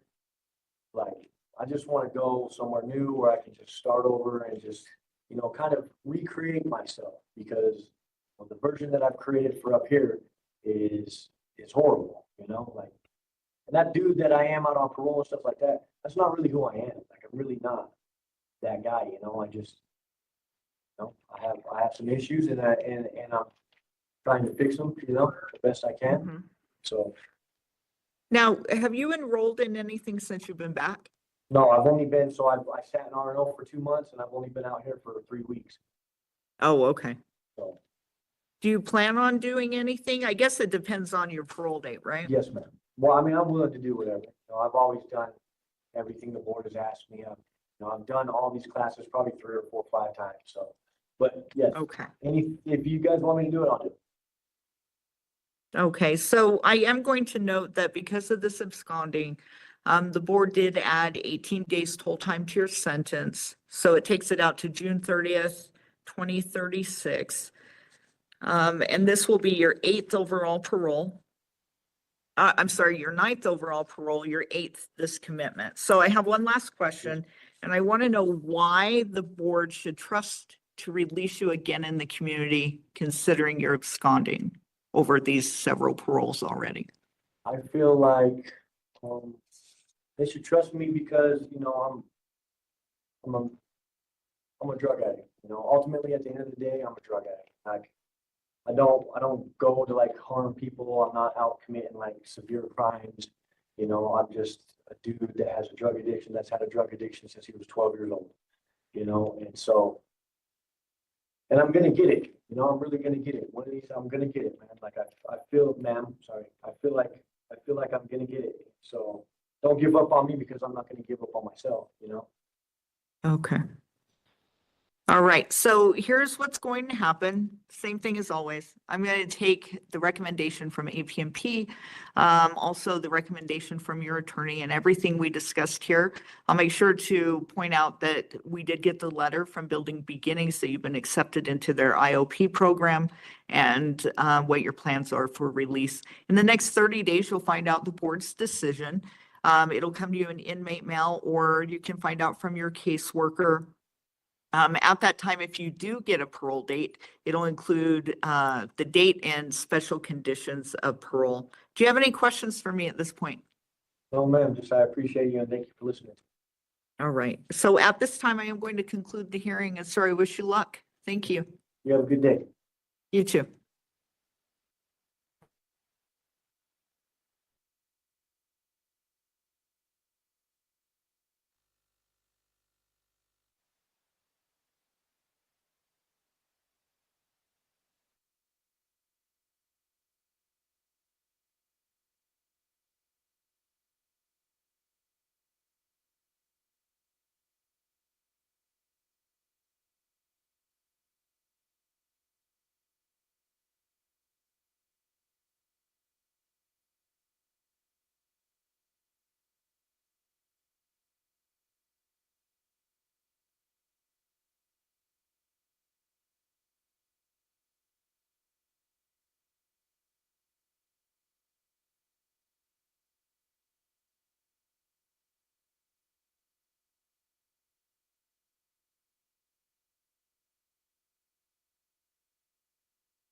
Real quick.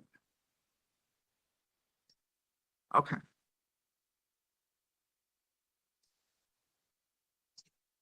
This is the time and place for a parole violation hearing for Vladimir Smith, offender number 210678. Mr. Smith has opted to have his attorney, Mr. Conti, enter pleas on his behalf. He's authorized him to represent him in his absence. Currently, we have 5 allegations. But before we start, I am going to note a pending case number 241913119, domestic violence, aggravated assault, 3rd-degree felony, attached to allegation 1. Domestic violence in the presence of a child, class A misdemeanor, attached to allegation 2.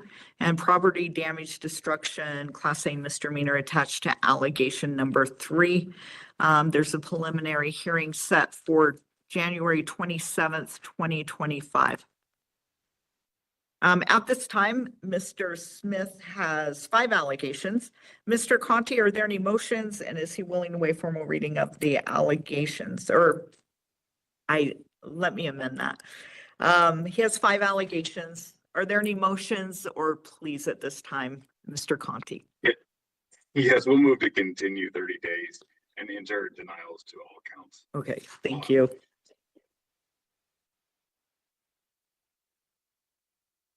APMP, is there anything that you want to add? Nope, that is precisely what I was going to suggest. Okay, thank you. All right, at this time, we'll conclude the hearing. Thank you. Thank you.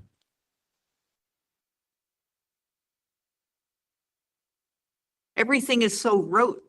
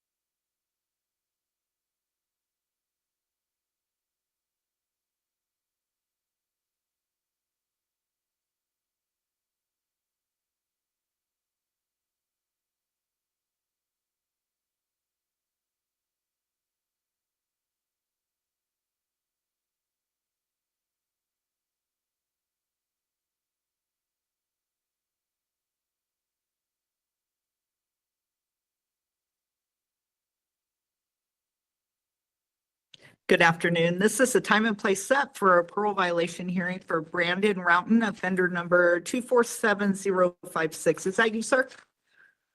Okay, that's okay. My name's Melissa Stapley. I'm a hearing officer with the Board of Pardons and Parole, and I'll be conducting your hearing today. I'm going to be taking testimony from you and Agent Okanowski. So before we start, I need to swear you both in. Can you raise your right hand, please? Do you swear or affirm that the testimony you're about to say will be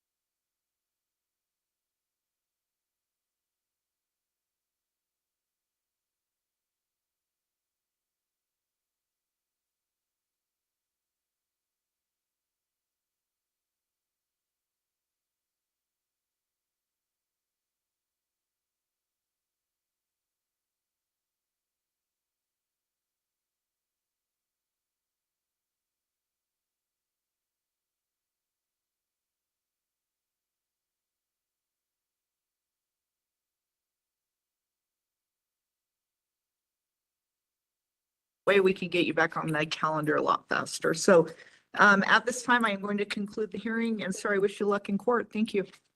Have a good day. Thank you. Thanks.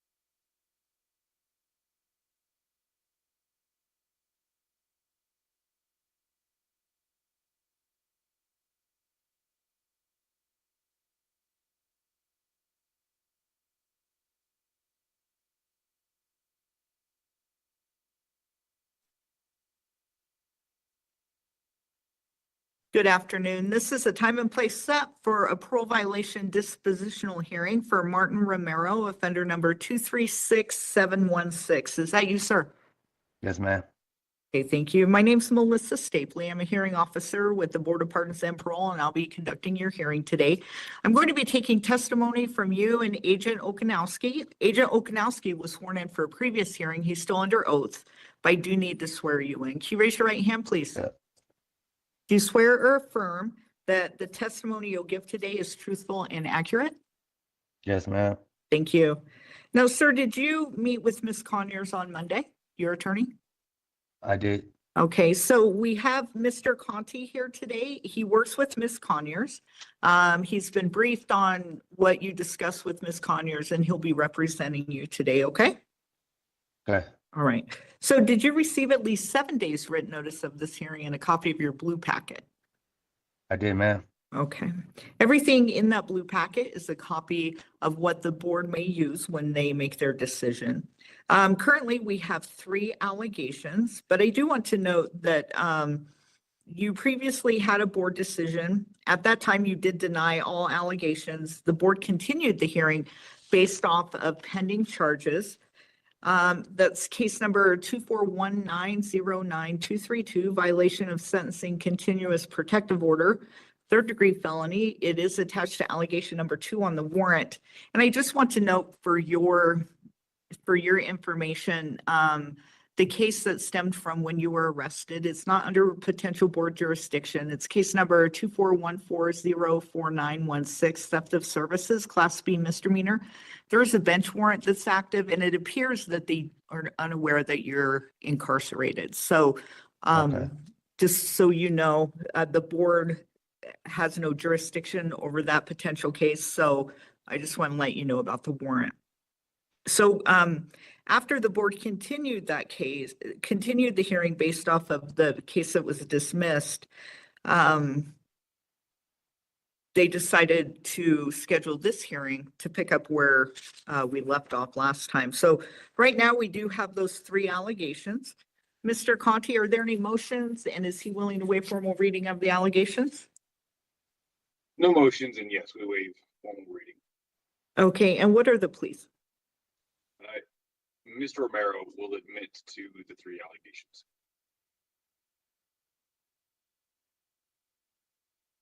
Okay, admit to allegations 1 through 3? Correct, yes. Okay. Sir, based off of your admissions to allegations 1 through 3, I am going to recommend that the board revoke your March 5th, 2024 parole date. Mr. Conti, I'll turn it over to you. Thank you. We're recommending immediate release, given that he's coming up on 6 months that he's served on this incarceration. His plan is to locate a halfway house, and then from there use his veteran status and assistance to get full-time housing. And he's open to doing an inpatient program. He's already finished that once while on parole. He's done a lot of treatment and is looking forward to doing more of it, but he really wants to start working right away. He thinks he can do outpatient at the VA and maintain employment, doing work hopefully with the VA in some sort of labor capacity. Okay. APMP, I'll turn it over to you.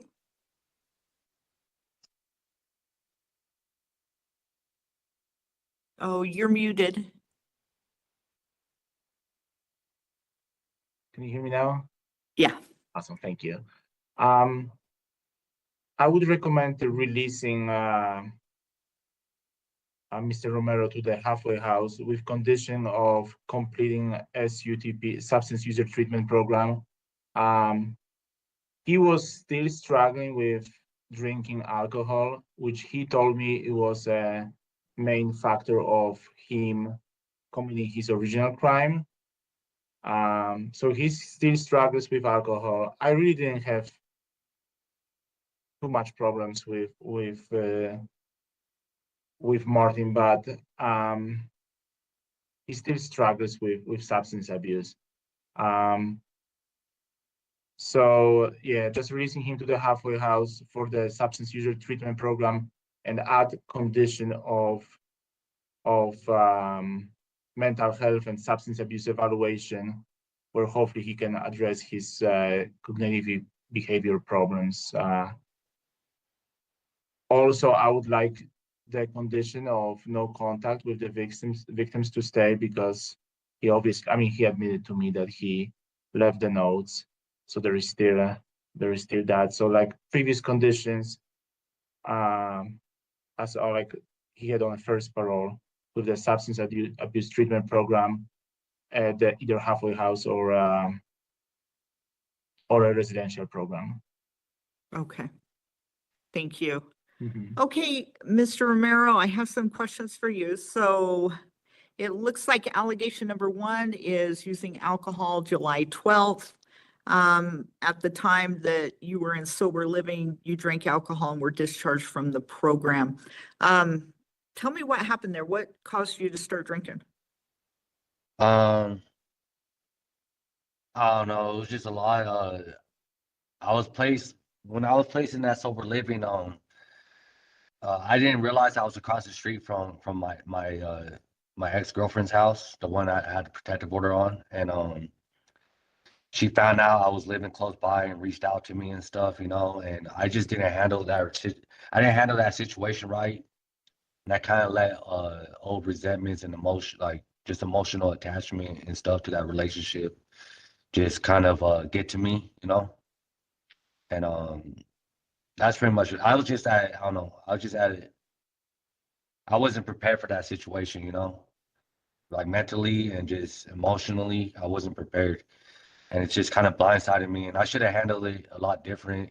Me and my PL already discussed stuff like this, like when I get in situations like that, to have a type of relationship where I could go to him first and just notify him and go from there. So I'm really gonna take that in consideration more and just have a more solid relationship with my PO, and because I really feel like I can finish parole, and I was doing good. I'm not gonna say I was totally just screwing off, because I wasn't, and I have high hopes, and I feel like I've learned from this situation to sit down and kind of let go of that relationship. I really don't want to be locked up anymore from that past relationship. So Okay. Now I will note, I looked into that, and there is still an active no contact through the original court case. So I know this was your first parole. Just be aware that it's taken very seriously, having contact, okay? So Yes, ma'am. just for future reference. Now, number 2 was having contact with the victim. You kind of explained what happened. It looks like you left some notes on one of their cars. And I know you said that she reached out to you, but what part of that situation do you take responsibility for? yeah, definitely not notifying my PO and not taking the route I should have went.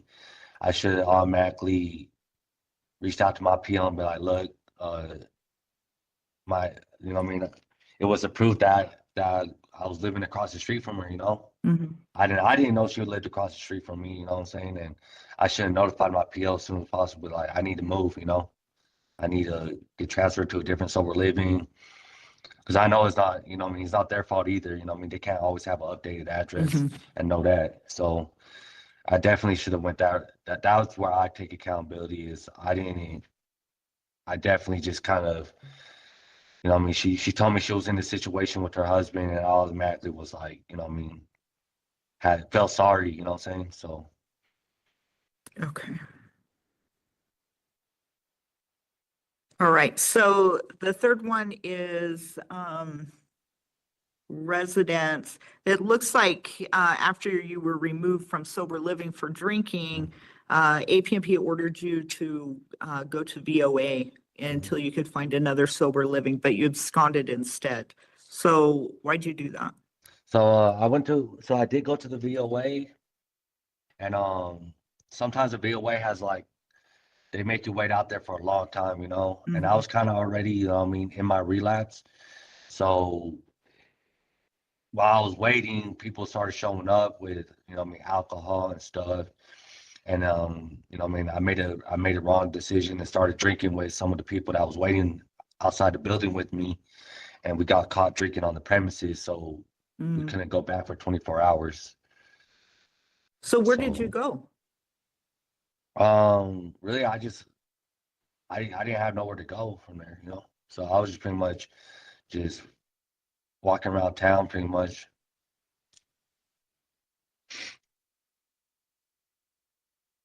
And that was the night I let them know. So yeah, so it just led to a lot of, yeah.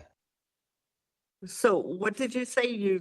What? That's the night I let them know too. So Oh, okay. it just led, all these choices, these wrong choices just led to escalating, you know, and I just allowed keep making the wrong choices. So Okay. And so then you were arrested at the Target, and that's how APP found out where you were. yeah. Is that right? Okay. Well, I called. All right. I called. Yeah. Go ahead. Yeah. Well, I called. Yeah, I called from because I did go to the BOA the next day. I did those 24 hours, and then the note with the note and stuff. My PO called me, and he was just like, "Were you there last night?" and all that. And then he was like, "Go to the BOA." So I went to the BOA, and then the weekend passed, and I guess a warrant came out on Monday, something like that. And then I called him Tuesday and just to tell him I'm still at the BOA, and that's when he told me that he was sending somebody to come get me. That I had a warrant. He was gonna send somebody to come get me, and then that's Okay. when I left the BOA. So And then is that when you went to Target? yeah, I left the BOA, and then I went to Target. Yeah. All right. So I was looking back at your performance as parole. So you did complete the Journeys program. It looks like you paroled to a halfway house. Then you went to First Step and you were removed. You went to VOA. You went to Journeys, completed the program. And then Sober Living, you drank, were removed, and that's when the violations happened. I do want to tell you that based off of the absconding, the board did add 4 days of toll time to your sentence, which means that they added it to the end of your sentence. So your new expiration date is March 12th of 2037.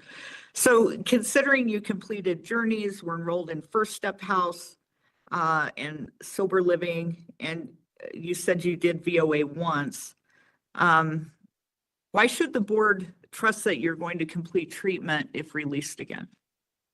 Well, I do have record of completing one already, you know, and But I then can't, you you know, I can't used. just say, I can't just with my words, you know, I got to show with action. And I know I don't want to, you know, man, I didn't expect to be, you know, what I mean, put in a situation like that. And I just got to make the right choices, you know. I got to make sure like I stay away. I think that was the main thing, was that relationship. As long as I stay away from her and follow that, you know, protective order, I'm good. I know I am. Okay. All right. So your attorney said that you're going to work with the VA upon release. What branch were you? I was in the Army, Okay. And what was your MOS? a 9-2 Foxtrot. Which is? He's a petroleum specialist with, I was airborne attached too. So I was a paratrooper as well. So, being that you're a vet and you have the VA benefits, do you plan to find work kind of parlaying what you did in the military into the civilian world, or do you have something else? I definitely do have some plans. I want to do wildlife firefighting, but with my charge, it's kind of, you know, risk thing. But I've met some connects that said that they could look past that, you know what I mean? And it can be possible, you know.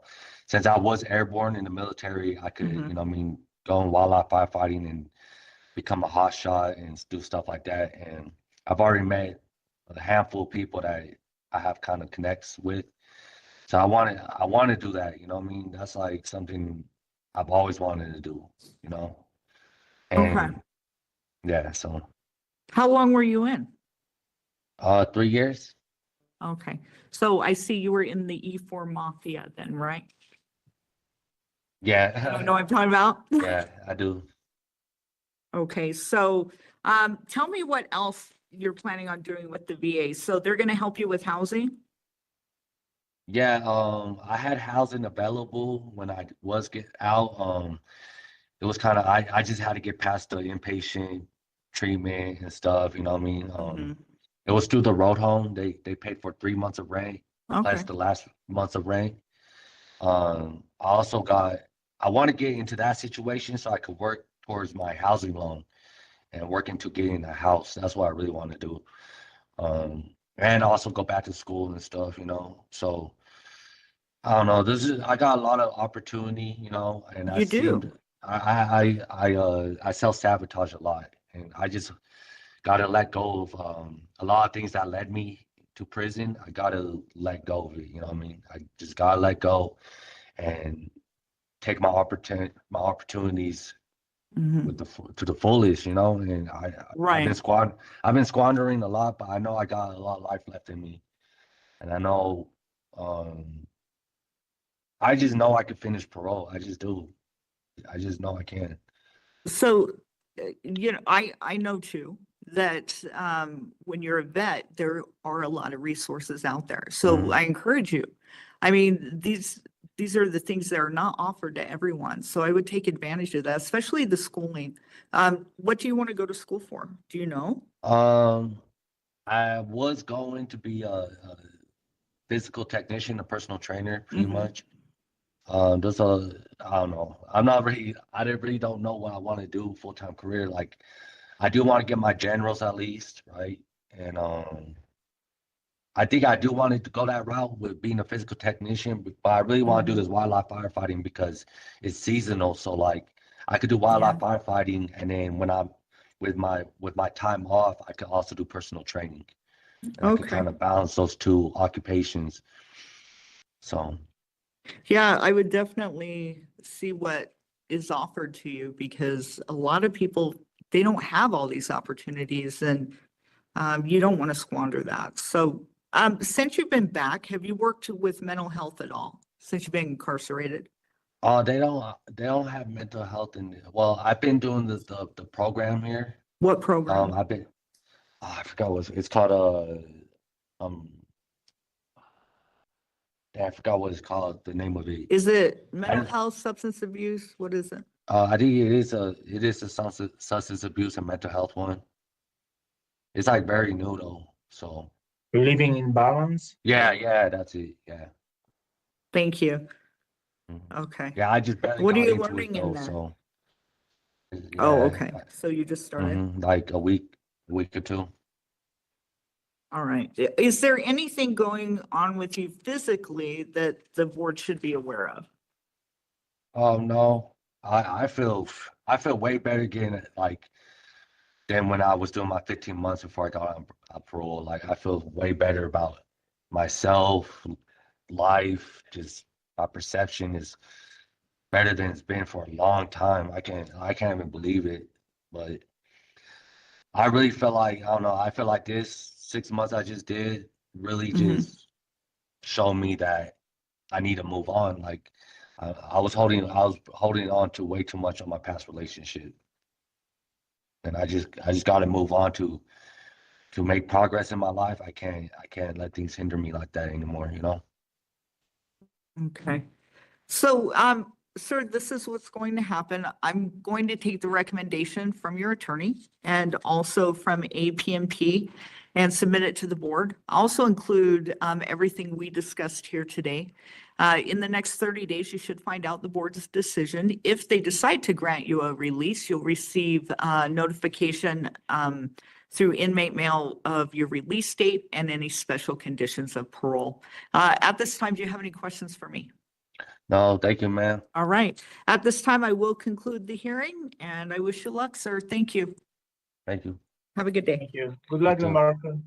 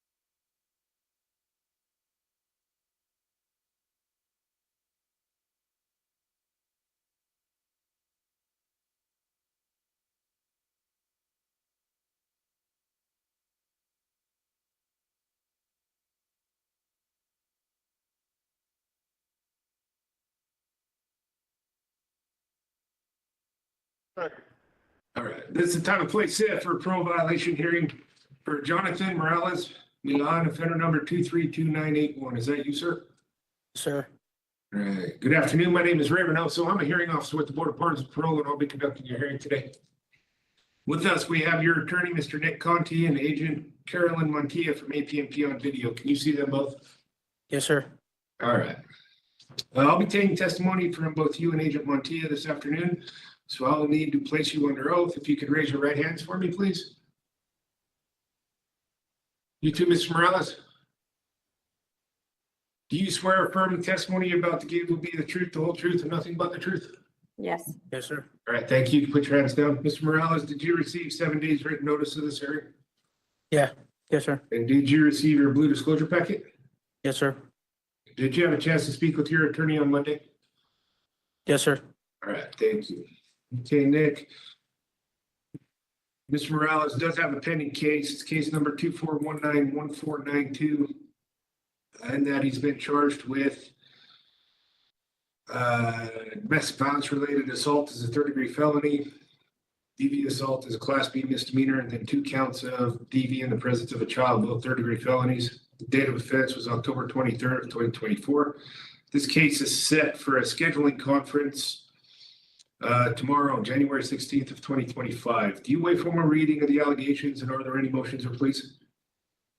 Yes, we waive the formal reading, and given that the hearing's set for tomorrow, I think, I don't know if there's some other case. Kate has different notes here, but I see the record clearly. I think it's prudent to move for a continuance of 30 days. Okay. And we'll enter denials to the allegations? Yes, please. Okay. All right. Okay, Mr. Morales, here's what will happen is I'll enter denials to the allegations on your behalf. The board will schedule what's called a PV paper review. It's not an actual board hearing. It's just a way for the board to track this pending case. Once this case is resolved, will you please write a letter to the board, letting them know it's been resolved? And then we'll get you back on a calendar as soon as possible, okay? Okay, thank you. Okay, do you have any questions for me, sir? No, sir. Thank you, Montoya. Do you have any, or Montilla, do you have anything to add? Yes, I believe there is a current pretrial protective order. So if the wife in there currently is Sadie Vigil, there is currently a pretrial protective order. Okay. Makes sense to me. I don't know if that's the individual, so we'll let UDC staff address that, okay? All right, with that, we'll conclude the hearing. Thank you.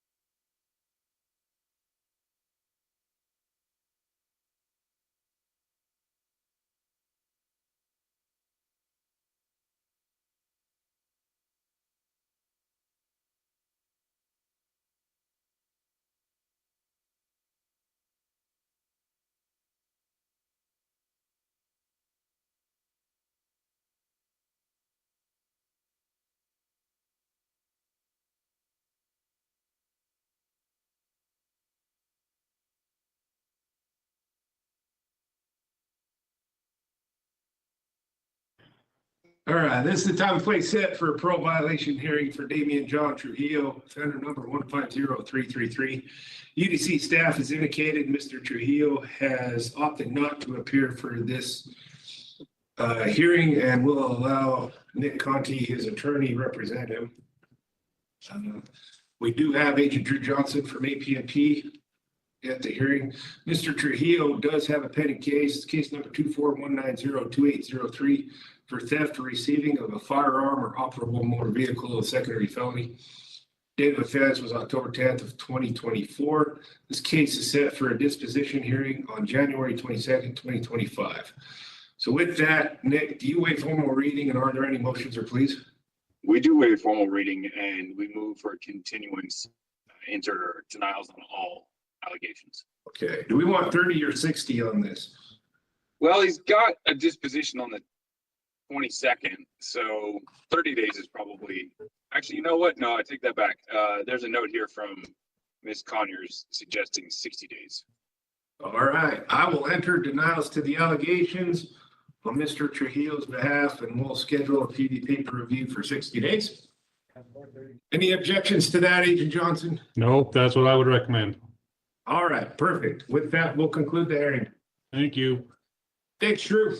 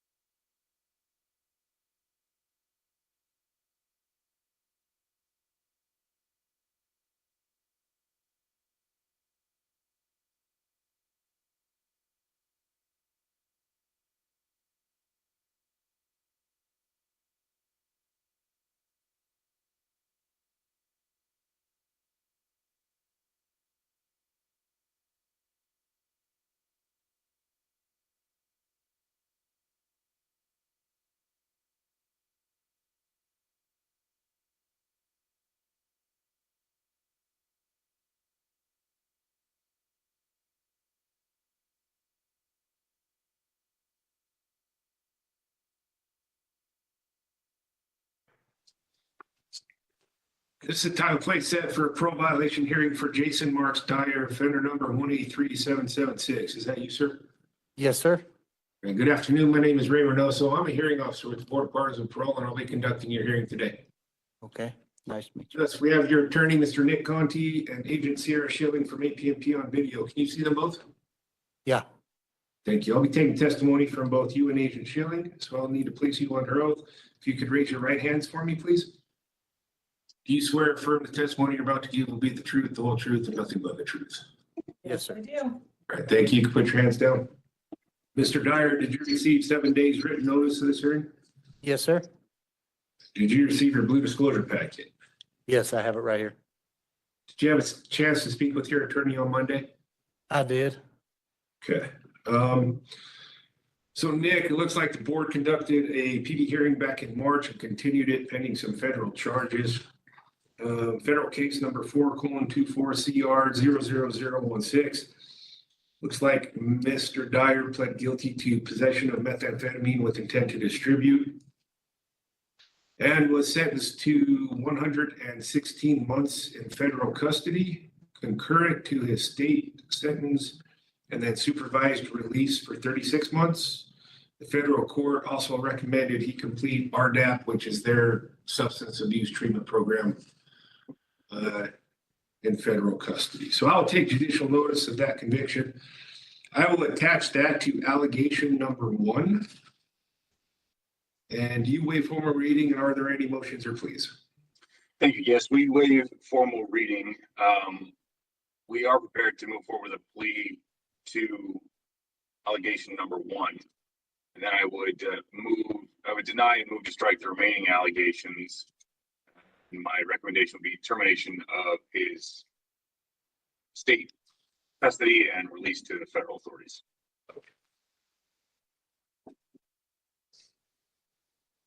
All right, thank you.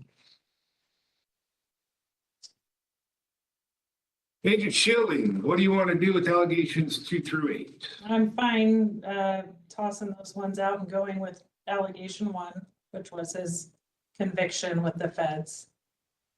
All right, Mr. Dyer, Mr. Conti has indicated you'd be willing to admit to allegation number 1. Is this correct? Yes, sir. Okay, before I accept this admission, I'll need to inform you of your rights. You have the right to an evidentiary hearing. This means the state would need to prove the allegations against you by a preponderance of the evidence. The state would have the opportunity to present witnesses and evidence against you. You would be represented by an attorney at no cost to you, would be able to confront and cross-examine the state's witnesses.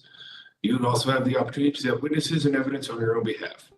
If you admit to allegation number 1 today, you will be giving up your right to an evidentiary hearing. Do you understand this? Yes, sir.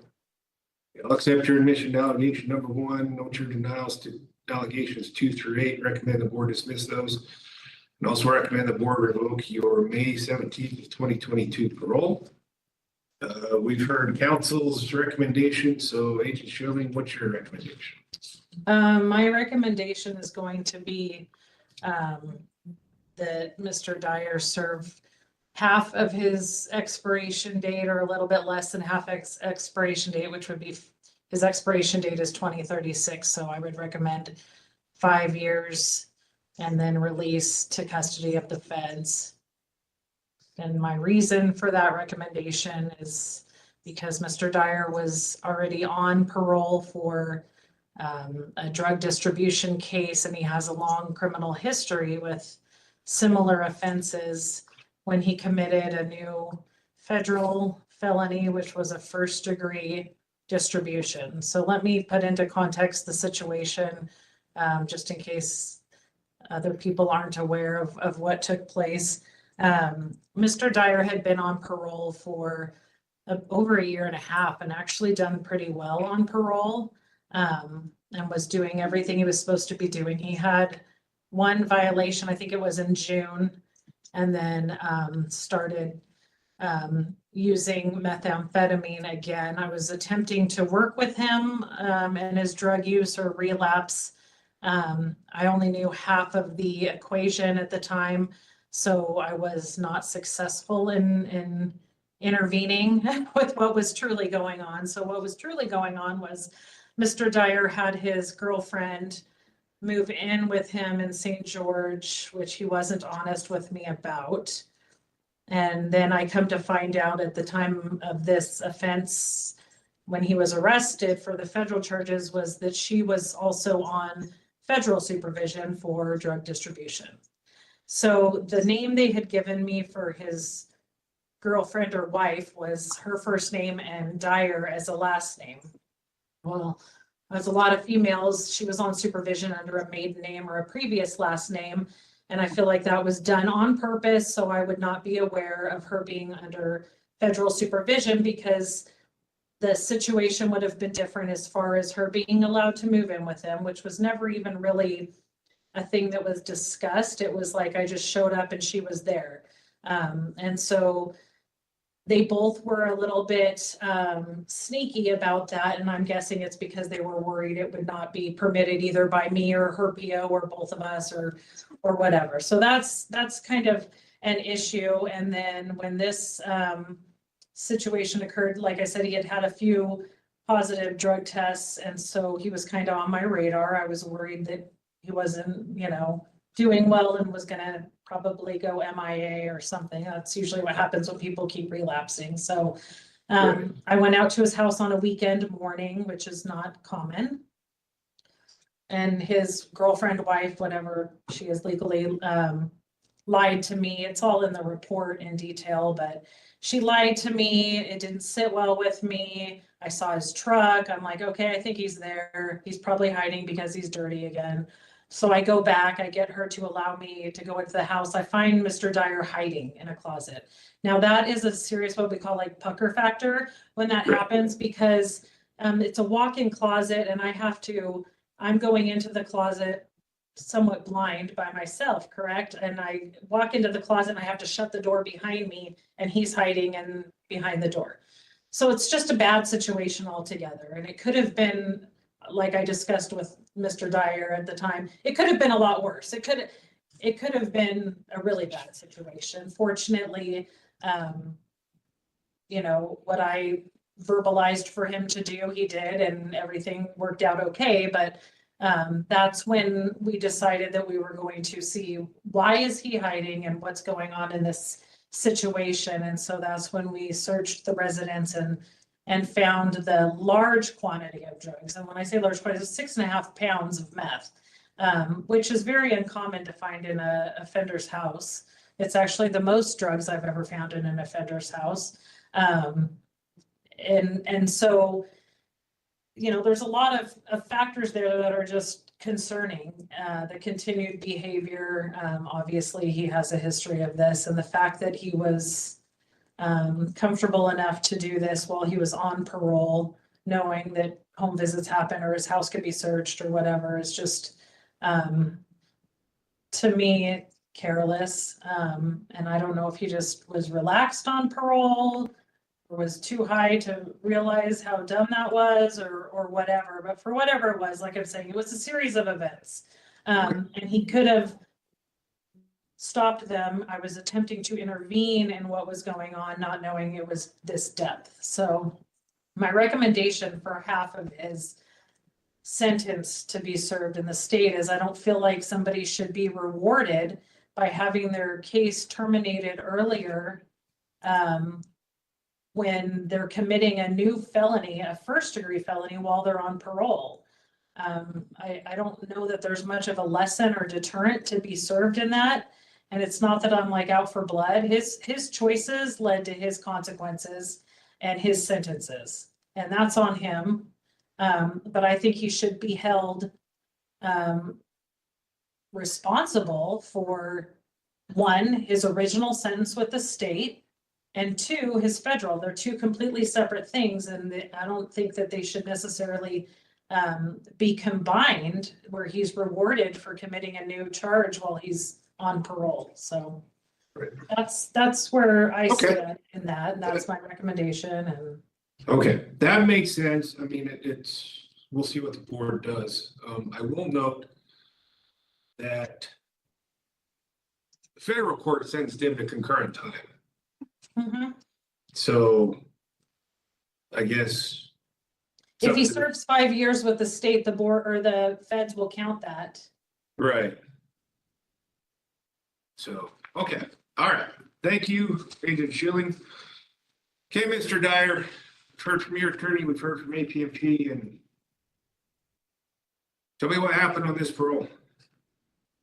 This is like Sierra said, I was doing good for the duration, probably for about 1.5 years of my parole.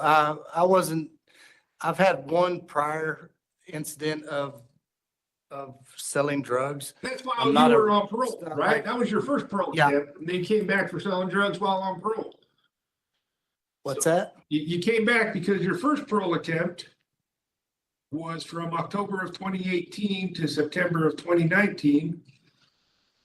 And your distribution case was a 2019 case. So you were selling drugs on your first parole. Yes, sir. All right. Okay. Okay, so what had happened was what she said. I mean, I take accountability, I take responsibility for it. I think 10 years of sentence in the federal system is in my opinion, is a lengthy sentence for selling drugs. I don't minimize what I did. I'm 50 years old. I've never had any violence. I'm not gang affiliated. I have great support. I'm pretty much, I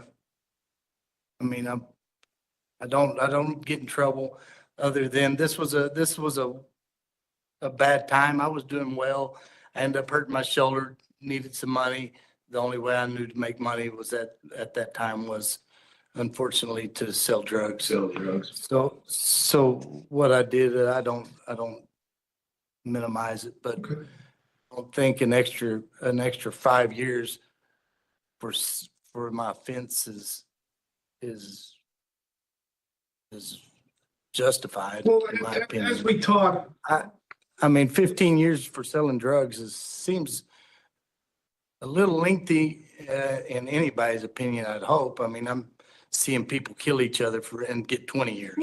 So I'm not taking anybody's life. On fentanyl. I'm not. it's not necessarily the 15 years because federal sentence is concurrent. Right now, it's just where are you going to serve those, right? If the board agrees with Agent Schilling and says, serve half the remaining sentence, then you're serving federal sentence at the Utah State Prison instead of at a federal prison. I understand that, yeah.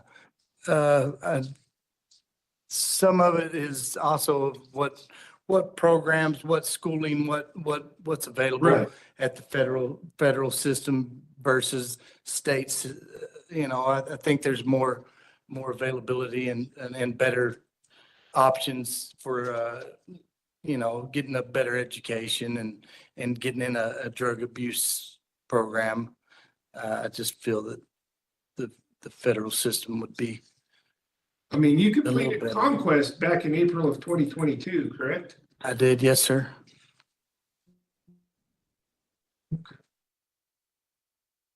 You were obviously using the meth as well, is that correct? Yes, sir. Okay. How often were you using?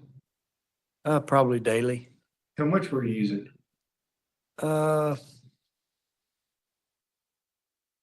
probably smoke meth 2 or 3 times a day. So I don't know how much that is equivalent, probably a gram. I don't know, a gram a day or something. Okay. I mean, 6.5 pounds is a lot of meth, Yes, sir. right? The way I figure it, that's roughly a little bit more than 100 ounces. Yeah. But 28.50, yeah, it is. Okay.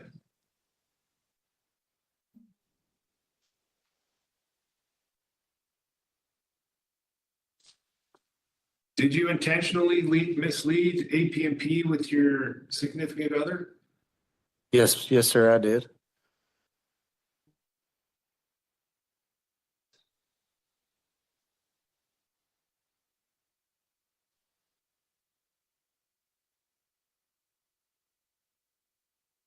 And not that it's on him, but she had given her federal PO a different address, not Mr. Dyer's address Right. for the same purposes. I'm not necessarily worried about her. Other than.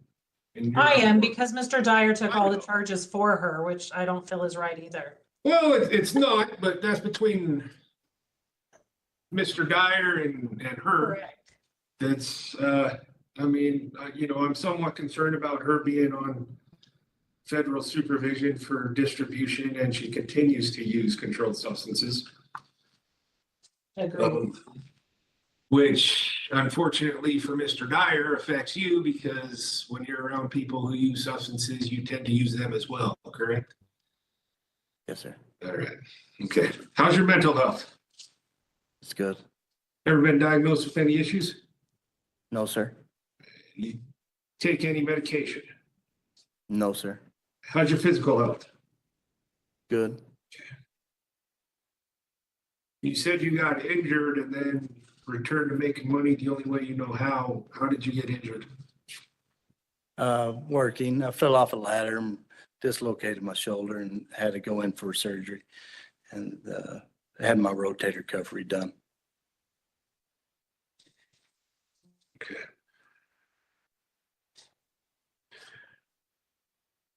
Did you file any workers' compensation claims?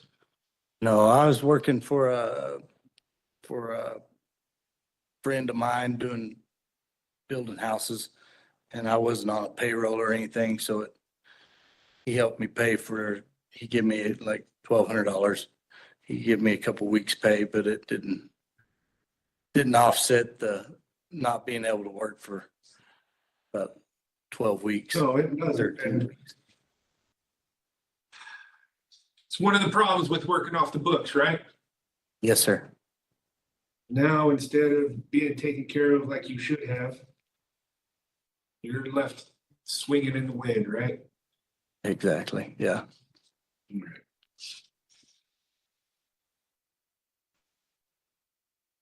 Did they say which federal facility they're going to send you to?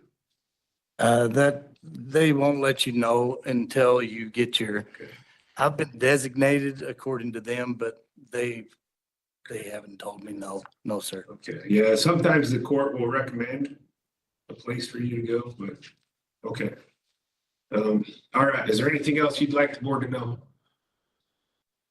That I obviously am sorry for what I've done, and I'm just asking to get my state terminated so I can only have one thing to worry about. It's just, I feel that I'd be better off in all instances to be done with the state and on with my federal charges. And I appreciate it. All right. Okay, Mr. Dyer, here's what'll happen going forward. I'll type up my report and I'll submit it to the board this week. Takes 3 out of the 5 board members to agree to make a decision. Once that decision is made, they'll notify you in writing through inmate mail. Obviously, any decision they make will be contingent upon the U.S. Marshals coming to pick you up from prison, okay? Okay. All right. With that, we'll conclude this hearing. Thank you.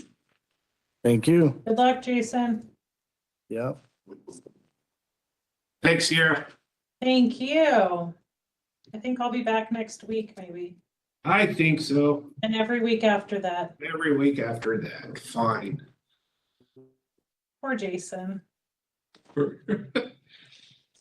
I didn't make him happy.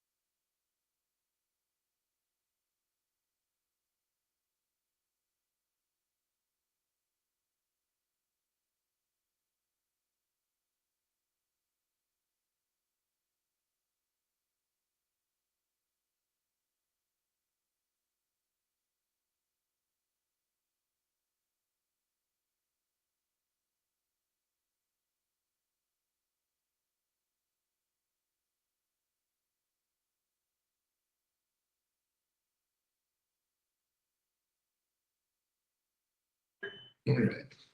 This is the time and place set for a pro violation hearing for Jacob Carlos Satterwhite, offender number 200704. UDC staff has indicated Mr. Satterwhite has opted to not appear for this hearing and allow his attorney, Mr. Nick Conti, to represent him. Agent John Whitehead from APNP is here with us. So with that, it looks like he does have a pending case. It's case number 245801878 for driving under the influence of alcohol or drugs, a Class B misdemeanor. Driving on denied, a Class C misdemeanor. Possession of a controlled substance, Class B misdemeanor. Possession of drug paraphernalia, Class B misdemeanor. And following another vehicle closer than prudent or safe is an infraction. Date of offense was October 11th of 2024. This case is set for a pretrial conference on January 21st of 2025. So with that, Nick, do you waive formal reading and are there any motions or pleas? Yes, we waive formal reading and we will move to continue this 30 days. All right. And you'll deny the allegations? Yes, we'll enter denials, please. All right, I'll accept the denials or no stand, enter them on Mr. Satterthwaite's behalf. We'll schedule a PV paper review for 30 days. With that, any objections, Agent Whited? Nope. All right.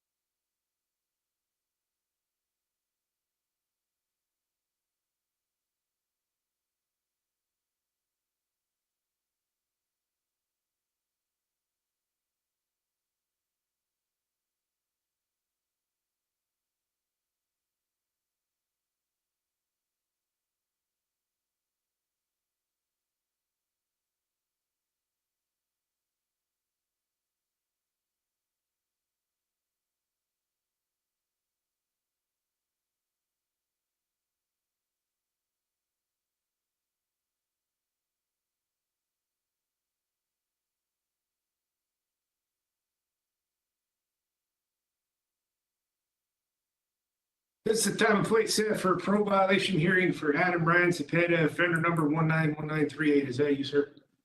Yes, sir. Good afternoon. My name is Ray Reynoso. I'm a hearing officer with the Board of Pardons and Parole, and I'll be conducting your hearing today. With us, we have your attorney, Mr. Nick Conti, and agent Jake Harwood from APMP on video. Can you see them both? I can. Thank you. I'll be taking testimony from both you and Agent Harwood, so I'll need to place you under oath. If you could raise your right hands for me, please. Do you swear or affirm the testimony you're about to give will be the truth, the whole truth, and nothing but the truth? Yes. All right. Thank you. You can put your hands down. Mr. Cepeda, did you receive 7 days written notice of this hearing? I did. Did you receive your blue disclosure packet? Yes, sir. Did you have a chance to speak with counsel? I did. All right. Thank you. Okay. So Nick, the board conducted a pro violation hearing back in September and continued it pending case number 241909110. And in that case, he was charged with domestic violence related assault, Class B misdemeanor.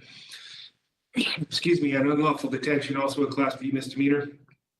The date of offense was June 16th of 2024. And he was found not guilty after a bench trial on both those counts. So do you waive formal reading, and are there motions or pleas? We do waive formal reading. The allegation that aligns with that, I believe, is number 3. Correct. Am I correct on that? Yeah. So I moved to strike, I deny and move to strike allegation 3, and then Mr. Cepeda will be entering no contest to 1, 2, 4, and 5.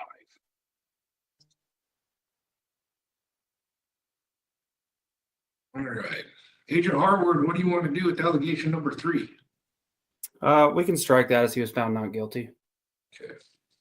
All right. Okay, Mr. Cepeda and Mr. Conti indicated you'd be willing to plead no contest to allegations 1, 2, 4, and 5. Is this correct? Yes, sir. All right. Before I accept these pleas, I'll need to inform you of your rights. You have the right to an evidentiary hearing. This means the state would need to prove the allegations against you by preponderance of the evidence. The state would have the opportunity to present witnesses and evidence against you.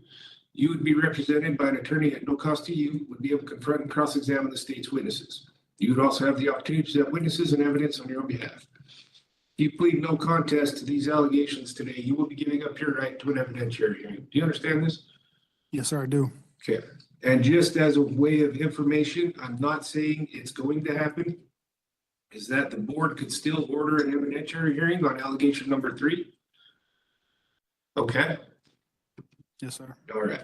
So with that, I'll accept your no contest pleas to allegations 1, 2, 4, and 5. Note your denial to allegation 3. Recommend on APMP's recommendation that they dismiss that. And I'll recommend the board revokes your June 13th of 2023 parole. And I'll turn the time over to you, Nick. Thank you. So I have here in my notes from Ms. Conyers that APMP is making a recommendation for immediate release along with increased reporting and ankle monitor conditions for his next parole. And if that is the case, then I would join with that recommendation. He is on his way back to life in Sandy with his wife and kids. He's going to do therapy through Better Futures. His plan is to do another ASM, recommended weekly, individual, and other classes. He's also attending group classes through his church. That's part of the future plan.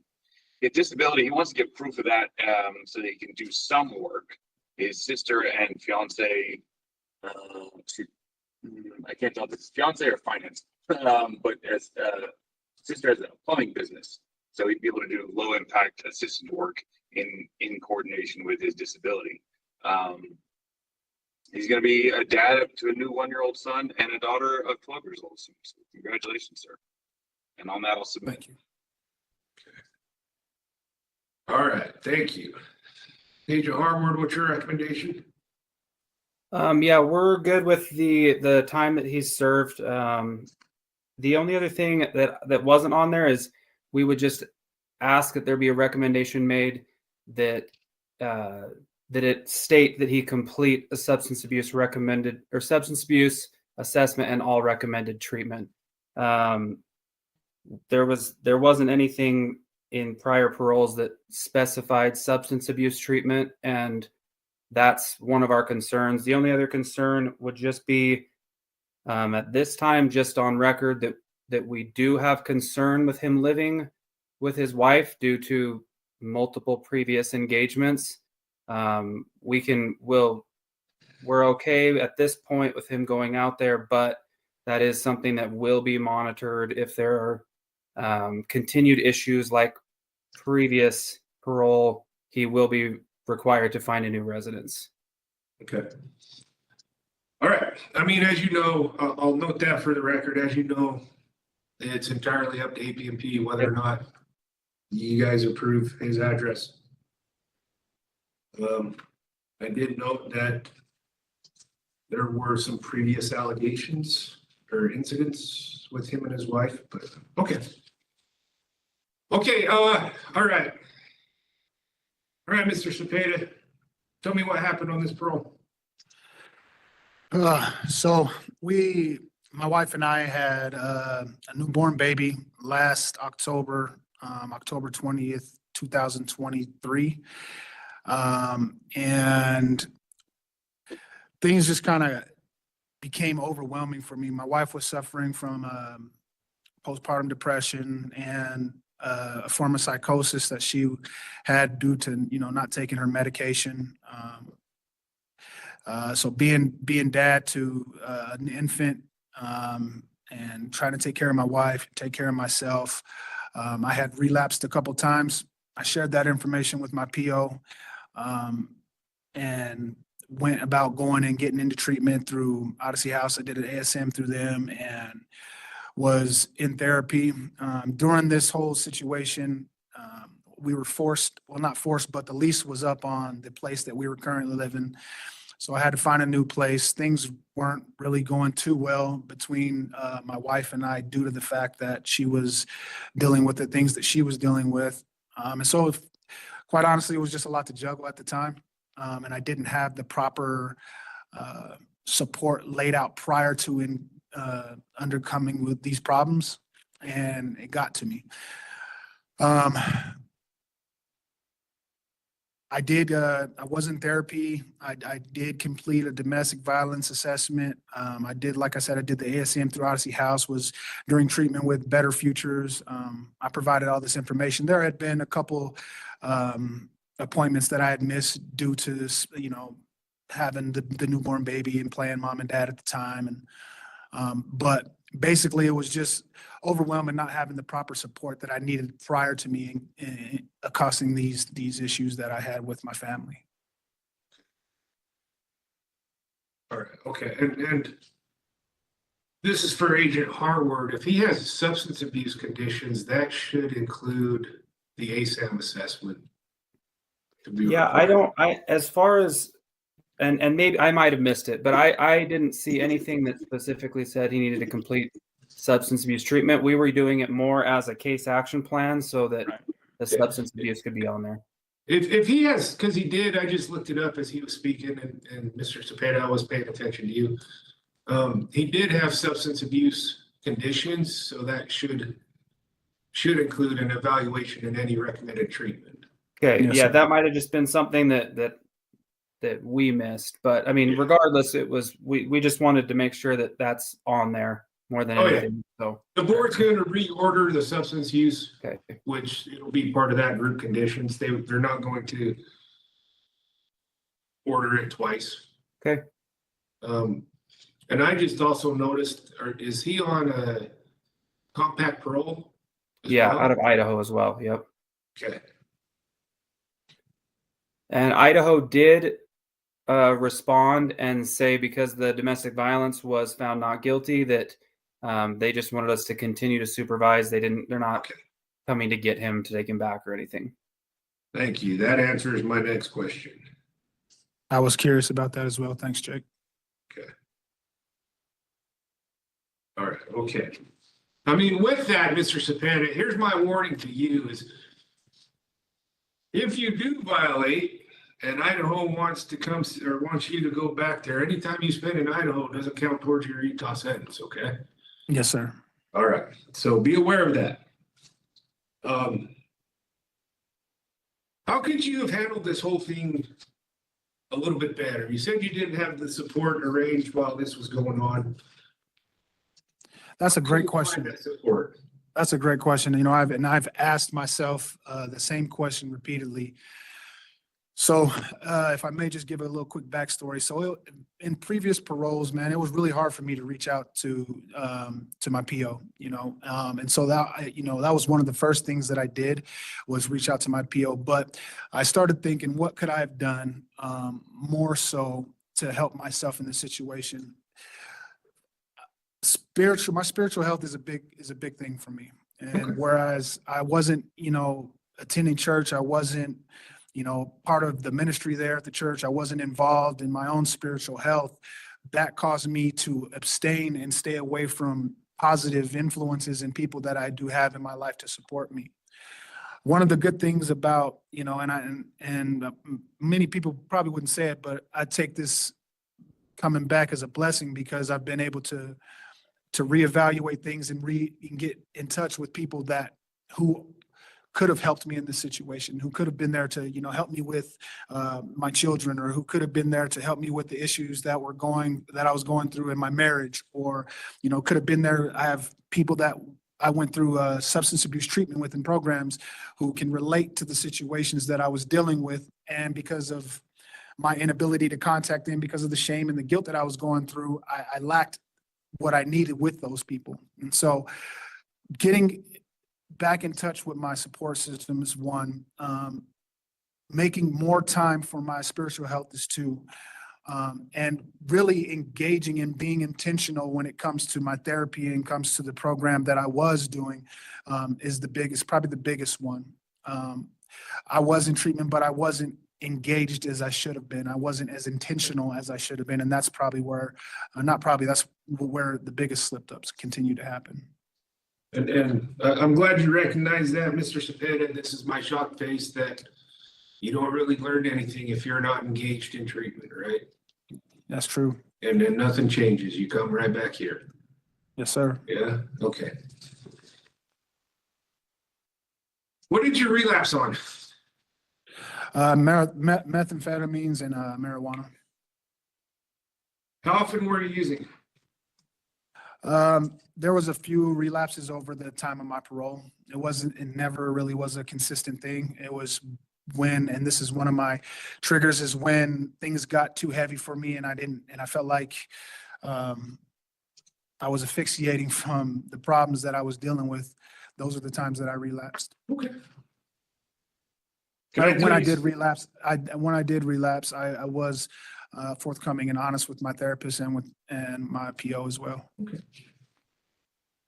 Can I give you an example of what helps me when life gets a little bit too hard? Please, sir. You mentioned you live in, where was that, Sandy? Yeah, I live in Sandy. Sandy City has a lot of great public parks with walking trails. Yeah. Right? You know what? And I do love the Take outdoors. 30 minutes, take an hour, walk around the park, sit on a park bench, watch the sunset, listen to the birds. Right? Yes, sir. It's not going to solve your problems, but it's going to make them seem less difficult. Yes. Okay. Yes, sir. Are you still gang affiliated? No, I haven't been active in a gang since 2018-19. I've completed the STG Monitor Modified program, and I've been in contact, or tried to have been in contact with the people here at the prison to get that removed, but to no avail. I haven't even gotten a letter back from them, but I haven't been active, nor do I have any interest in being active or a part of a gang other than for our Lord and Savior. Okay. All right. How's your mental health right now? Better than it's been in a long time. Like I said, I've reconnected with my support system, my family. We pray every night. We read the Daily Bread daily. We do daily devotions. We have positive affirmations for each other. We just had a baby on December 23rd, and baby was just released from the hospital today. He was premature. And so that had a way of galvanizing our family and bringing us together and, you know, putting things into perspective, if you will. Okay. Yeah, and we've reconnected with the church, New Creation, which is also in Sandy. Good, good, okay. Have you ever been diagnosed with any mental health issues? Yes, sir. I've been diagnosed with bipolar disorder, depression, and PTSD. Do you take any medications? I do. I take Wellbutrin, Neurontin. I take Trazodone for my sleeping, and I take Klonopin for anxiety. I haven't done the Klonopin because it's an addictive substance, and I've been trying to stay away from that. But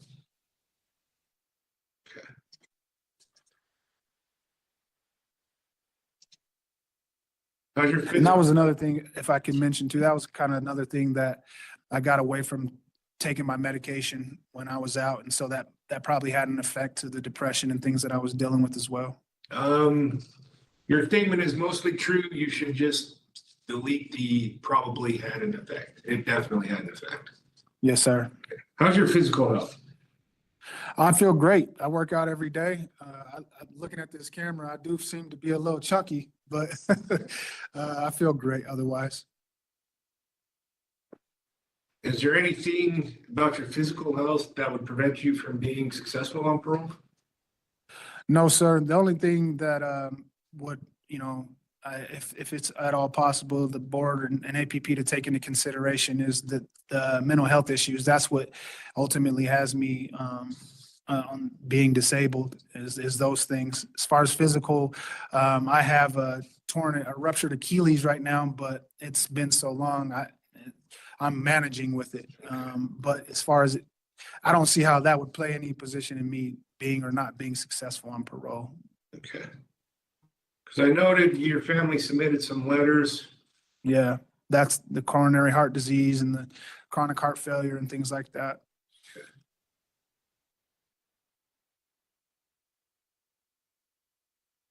You take medications for that? So I was in, I don't know what they would call it. I guess it's a treatment plan for bettering the condition of my heart. It's genetics and hereditary in my family, but my cardiologist and I had we were working on a plan when I was apprehended. Okay. So I need to get out and continue that.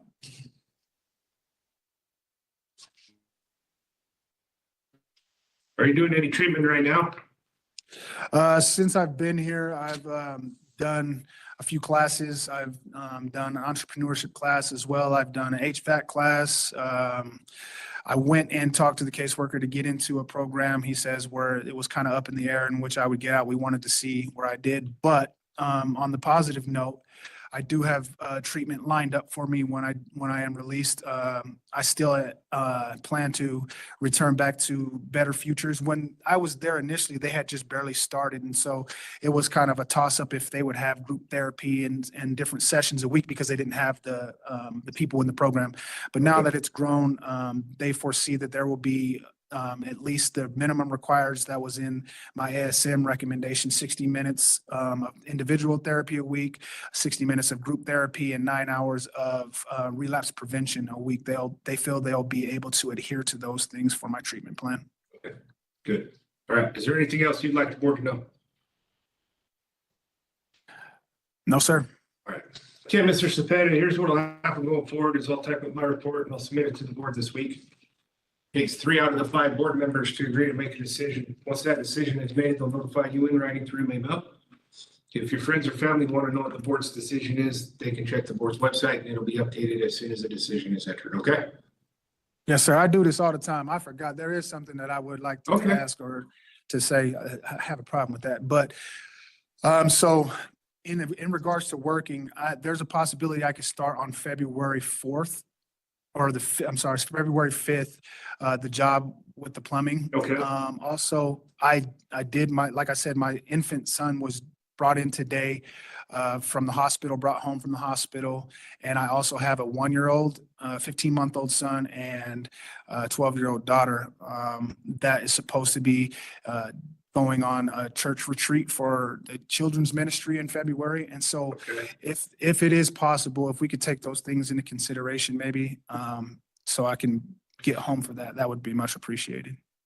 I will let the board know to be truthful is most likely you will, the board requires with an agreement with APMP to give them at least 30 days notice upon your release.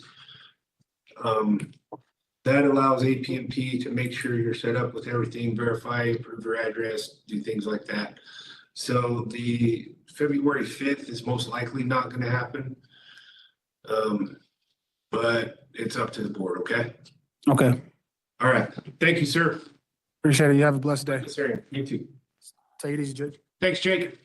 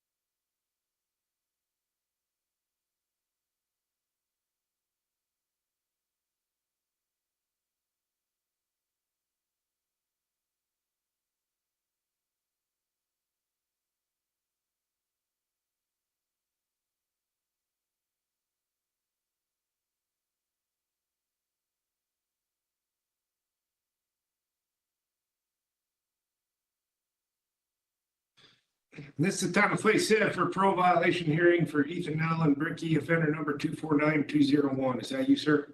Yes, sir. Good afternoon. My name is Ray Reynoso. I'm the hearing officer with the Board of Pardons and Parole, and I'll be conducting your hearing today. With us, we have your attorney, Mr. Nick Conti, and Agent Alfredo Guillen from APNP on video. Can you see them both? Yes, sir. All right. Thank you. I'll be taking testimony from you and Agent Guillen, so I'll need to place you under oath. If you could raise your right hands for me, please. You too, Mr. Bricky. Do you swear or affirm the testimony you're about to give will be the truth, the whole truth, and nothing but the truth? Yes. Yes, sir. All right, thank you. Put your hands down. Mr. Bricky, did you receive 7 days written notice of this hearing? Yes, I did. Did you receive your blue disclosure packet? Yes, I did. And did you have a chance to speak with Mr. Conti? Yep. All right. Okay. Looks like APNP has 6 allegations. Nick, do you waive formal reading, and are there any motions or pleas? We do waive formal reading, and there are no motions. I expect Mr. Bricky will be admitting to allegations 1, 5, and 6, and will be offering no contest pleas to 2, 3, and 4.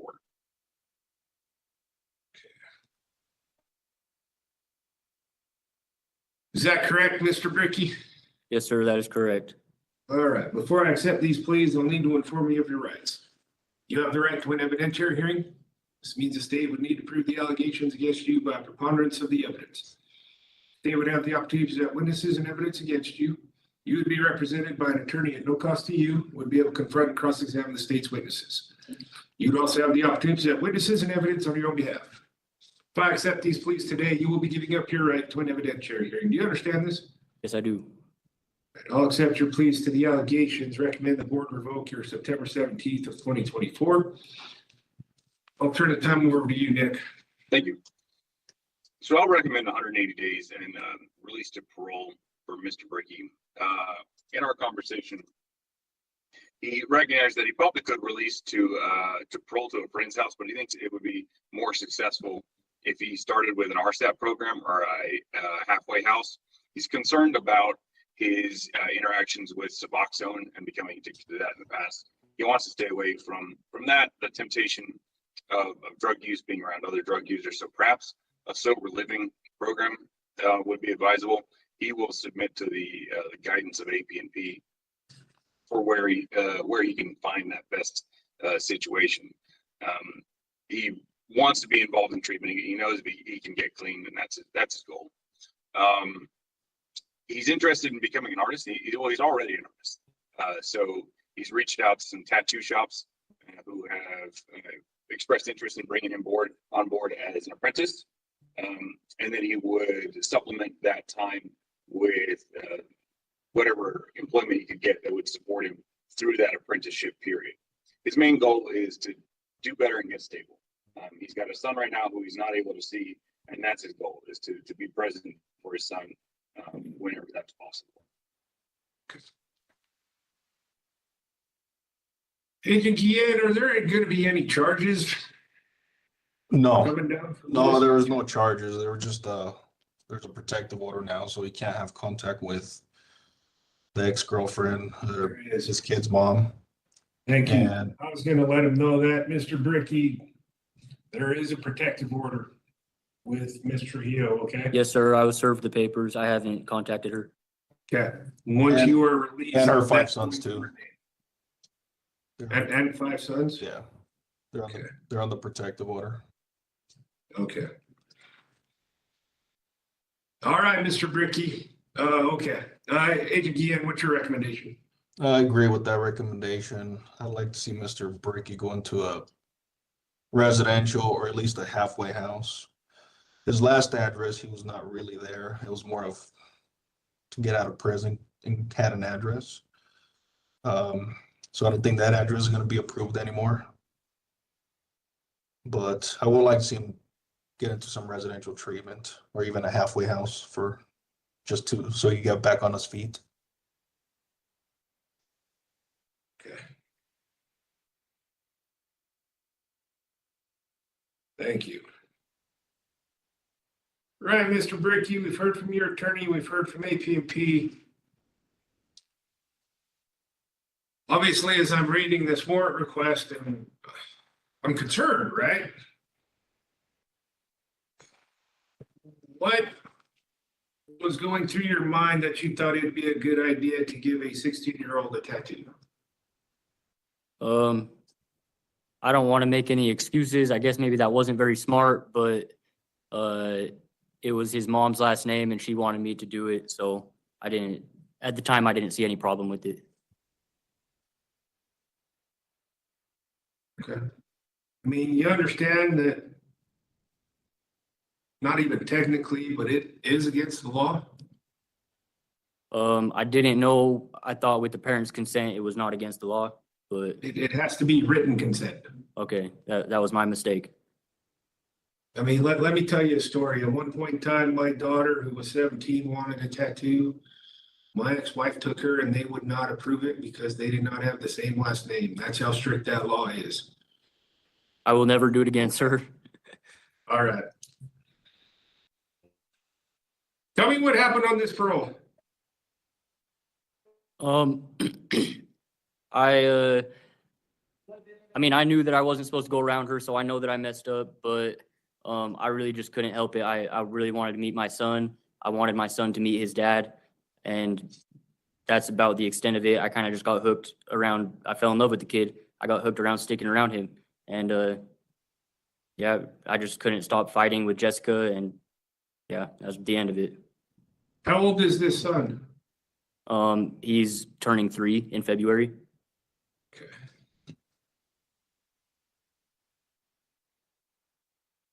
All right. With this protective order, here's what I'm going to warn you, is that because this protective order has happened, you've been served with papers, is that if you continue to have contact with her, inappropriate or unapproved contact, because I don't know if there's like a custody case going on, but if it's outside of that, not only could you come back to prison, it's a possibility of a new felony for you. Yes, sir, I understand that. Okay? So, all right. Did you use any controlled substances on this parole? I used Suboxone. I was prescribed it, and then I used methamphetamines the one time.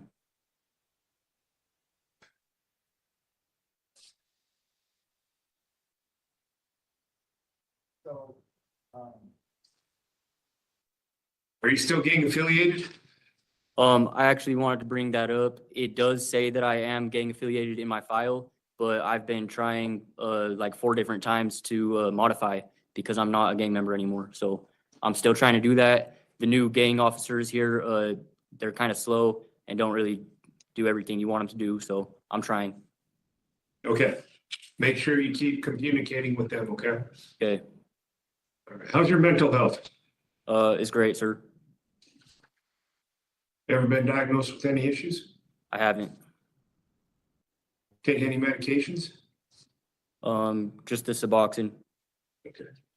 How's your physical health? It's good. Are you doing any treatment right now? Not currently, sir.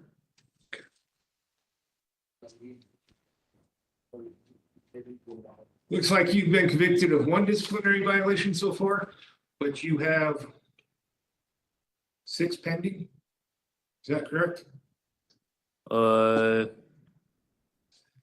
didn't know that it was 6, but yeah, they have given me a couple. I'm hoping that I can beat them, but there's a couple that I'm fighting right now. Okay, but you've been convicted of the one?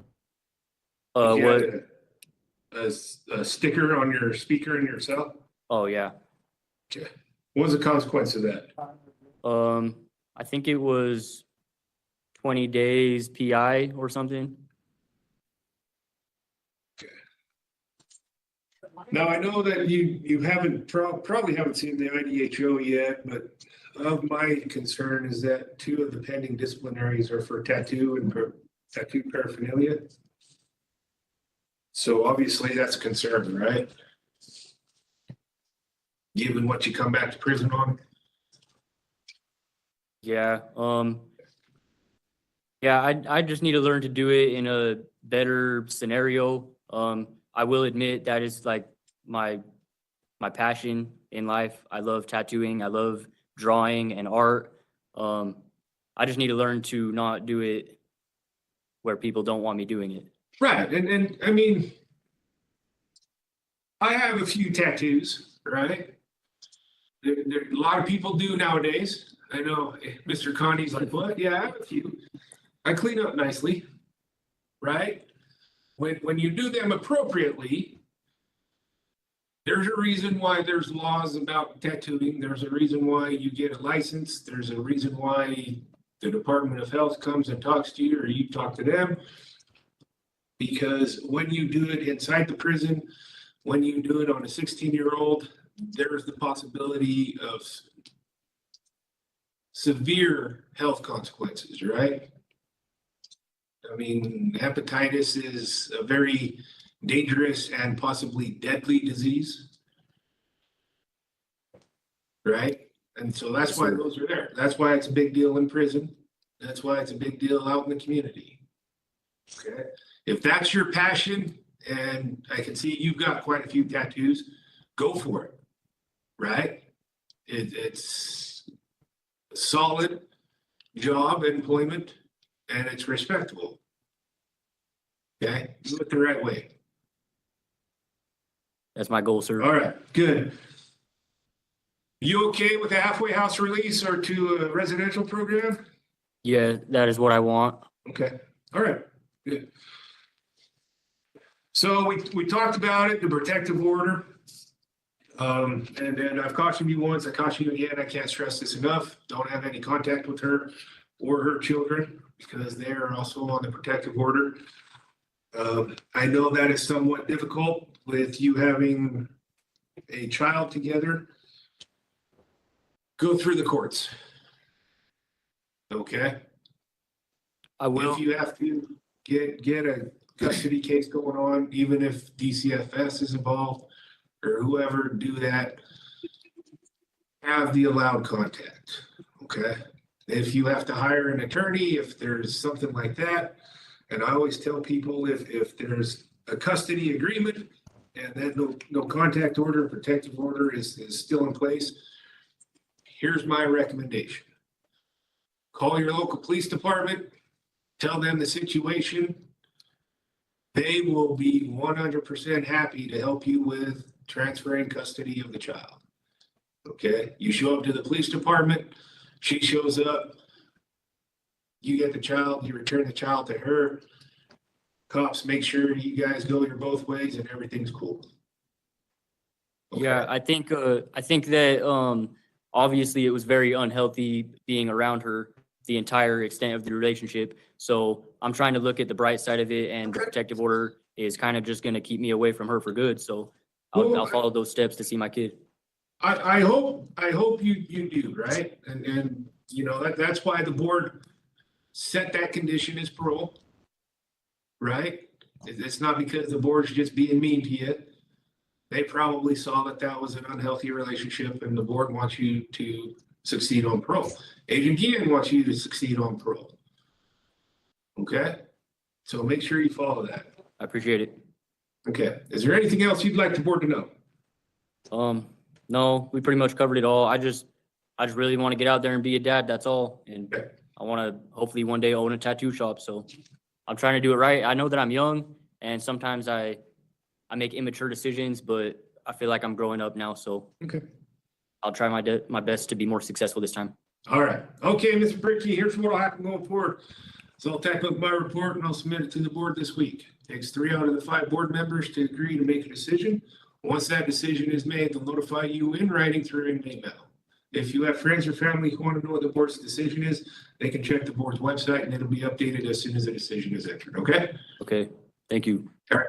Thank you, Mr. Brickey. We'll conclude this hearing. Thank you. Have a good day. You too. Thanks, Alfredo. Hey, thank you.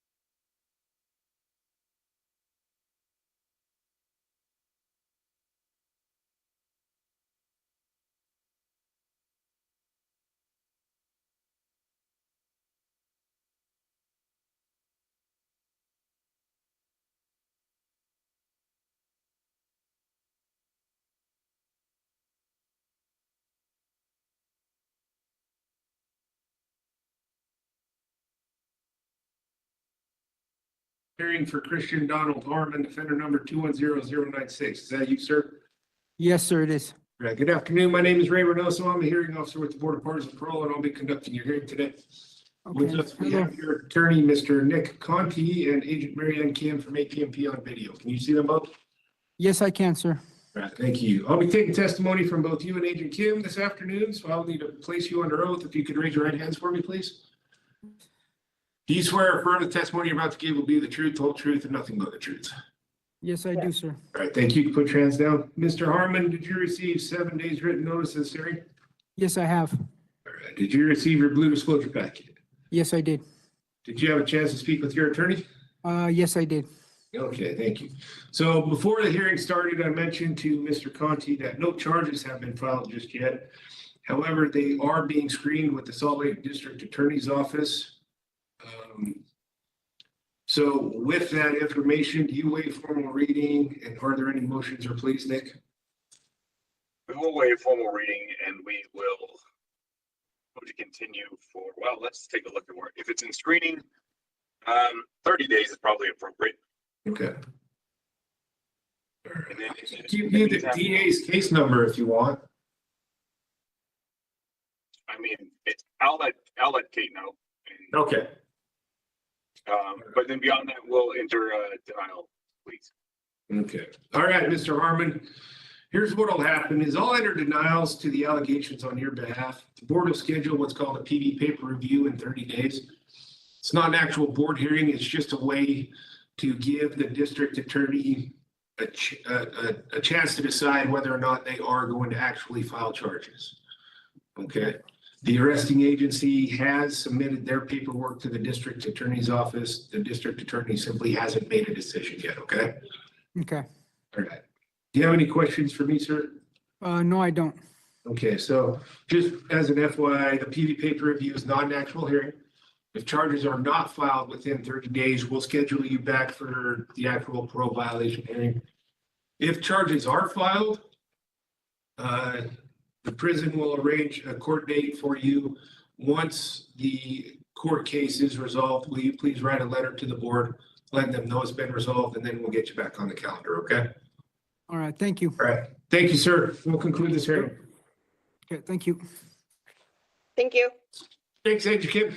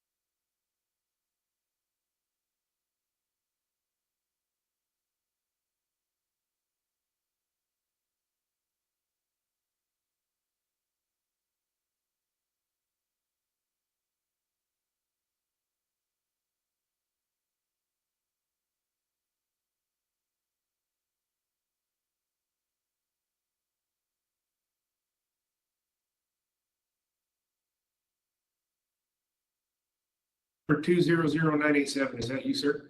Yes, sir.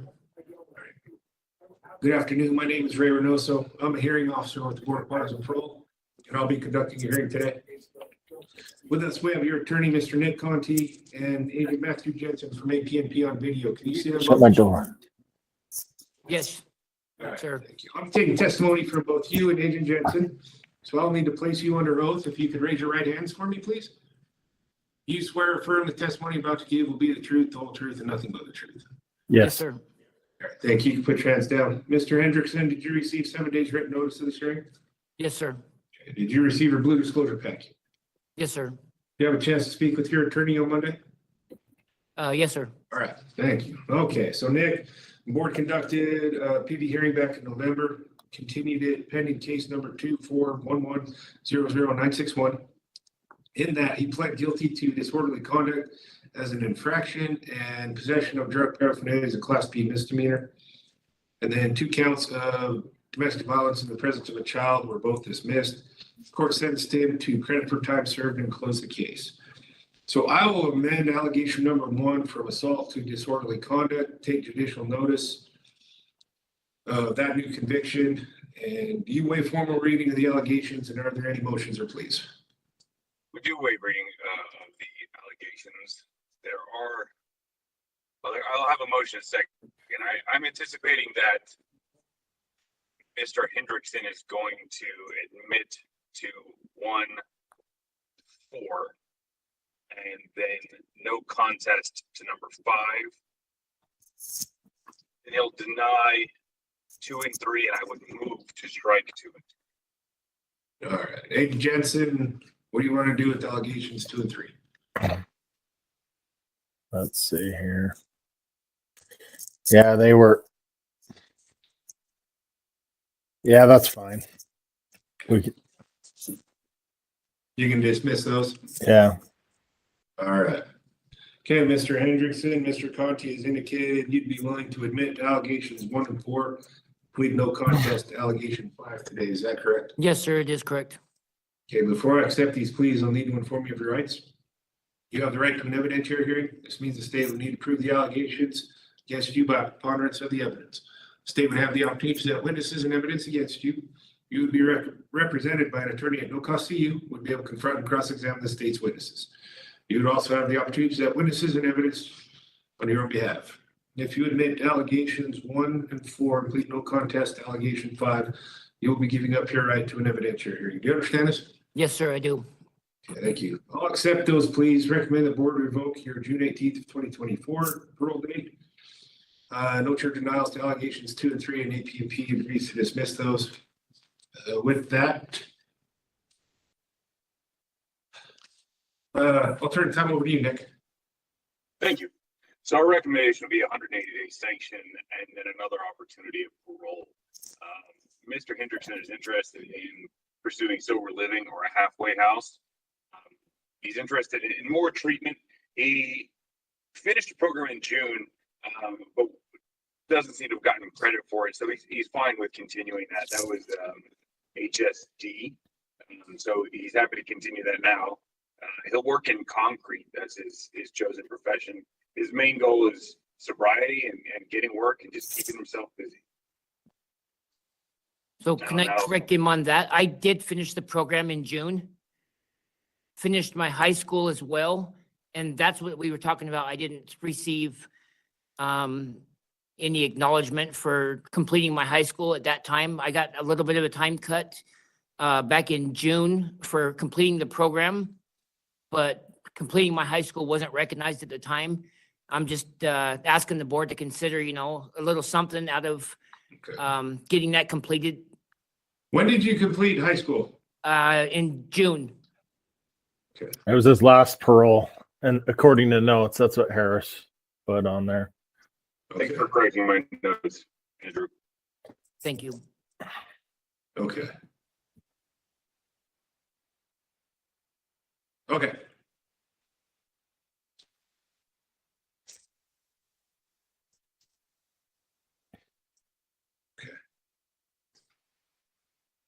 Did you complete the high school while incarcerated? Yes, sir, I did. It was part of the program that I was in at the time. That was also requirements of graduating the program was to complete your high school. And I completed way more than half of it with a 3.8 GPA on that. Okay. Okay. All right. Thank you. Hey, Jensen, what's your recommendation? It's concerning to adult probation parole that Mr. Hendricks has got that other assault allegation placed on him. He's on for assault. This is his 4th attempt at parole. He's done 82. Did 82 days on this last parole. I agree. 180 days is a good time for him to be incarcerated, but we recommend that he be released to a halfway house so he gets more help on his next parole. You want stabilization or? Does he have to do an So if I can get into a sober living house that will also present treatment while I'm there, that's requirements of living at a sober living house. If I can produce the funds to get into it. Where are you looking to go? There's some that are good. There's I some was that gonna are say, bad. some sober livings require treatment, some just say, we'll take your money. Building beginnings would be a good place for you. I would still recommend you do a halfway house first and then transition into a sober living. Probably with building beginnings, or I don't know where you want. Do you want to come back to Utah County? So work is going to be easier for me, probably out of Salt Lake. My wife has left the state, and is no longer around here. So, I mean, I don't know what kind of options I have. I know the halfway house is, you know, it's a good place to start, but I feel like if I can procure the funds to get into a particular sober living that's, you know, approved by whoever needs to approve it with some treatment as well, it kind of gets my foot going in the right direction quicker.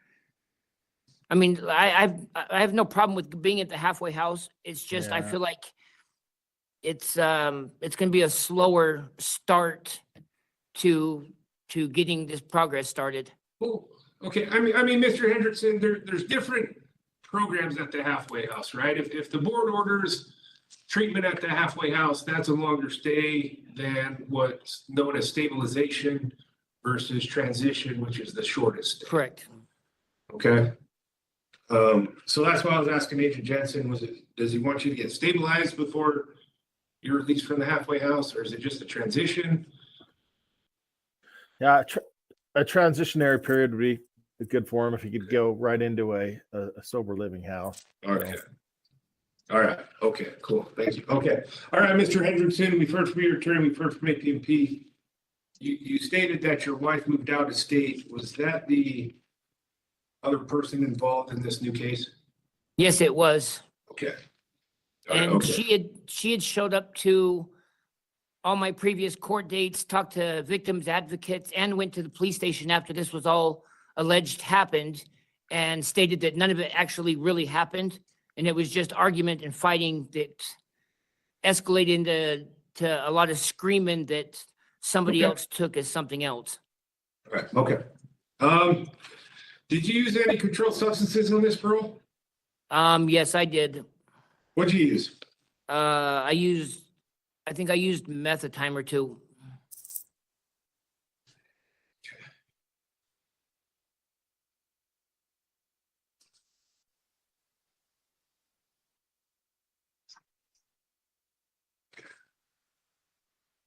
How much did you use when you used it? It was just a one-time thing. Are you still gang affiliated? Yes, sir. Are you active? I am active, but as far as all of that is concerned, it's more active behind these prison walls, and it's non-existent on the streets. Yeah.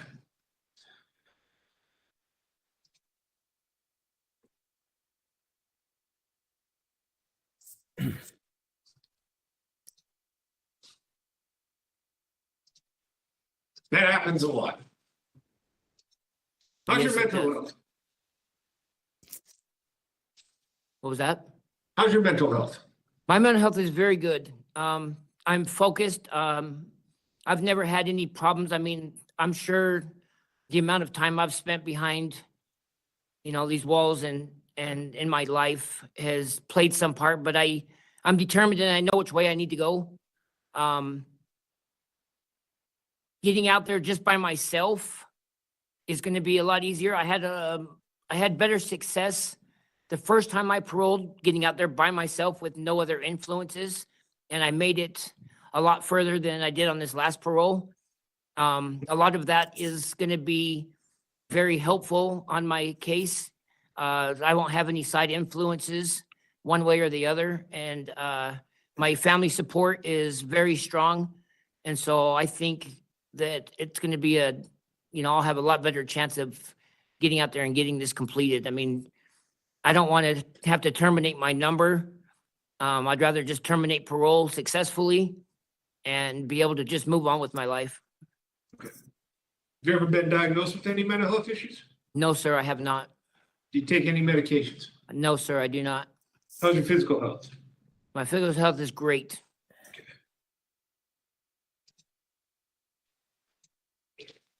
Are you doing any programming right now?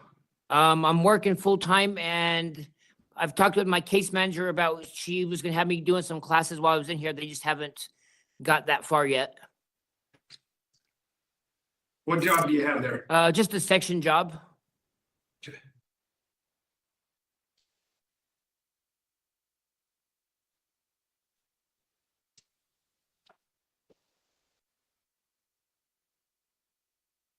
And you're okay with a halfway house and then transitioning to sober living? I mean, if that's what the board orders. If that's what the board orders, sir, I completely comply. All right. You have any contact with your wife still? Very little. Okay.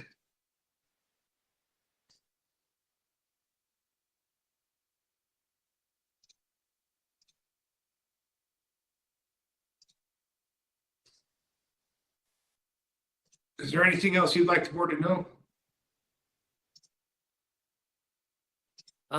You know, I got out there and I feel like I just got off on the wrong foot. I just need to keep myself in some structure, and I tend to succeed a lot better. I'm good at what I do, whether it's messing up or trying to be successful at things. I feel like if I can get back into work, I got a city job with Salt Lake City right before this happened, which kind of, you know, was a big strike because it was really good money and it was for the city, and it was going to be a great opportunity for me to get in there and do this. So, you know, I just going to try to get back into the same situation and get a good job ahead of me and just move forward. What were you doing for the city? Be doing concrete. I've been doing concrete my whole life. That's all I really know. Is there anything else you'd like the board to know? No, sir. All right. Okay, Mr. Hendrickson, here's what'll happen going forward. So I'll type up my report and I'll submit it to the board this week. Takes 3 out of the 5 board members to agree to make a decision. Once that decision is made, they'll notify you in writing through inmate mail. Yes, sir. If you have friends or family who want to know what the board's decision is, they can check the board's website and it'll be updated as soon as a decision is entered, okay? Thank you, sir. All right, thank you, Mr. Hendrickson. We'll conclude this hearing. Have a good day. Good luck. Thank you. Thanks, Jensen. See you guys. Bye. See ya. Nick, it was good to see you again.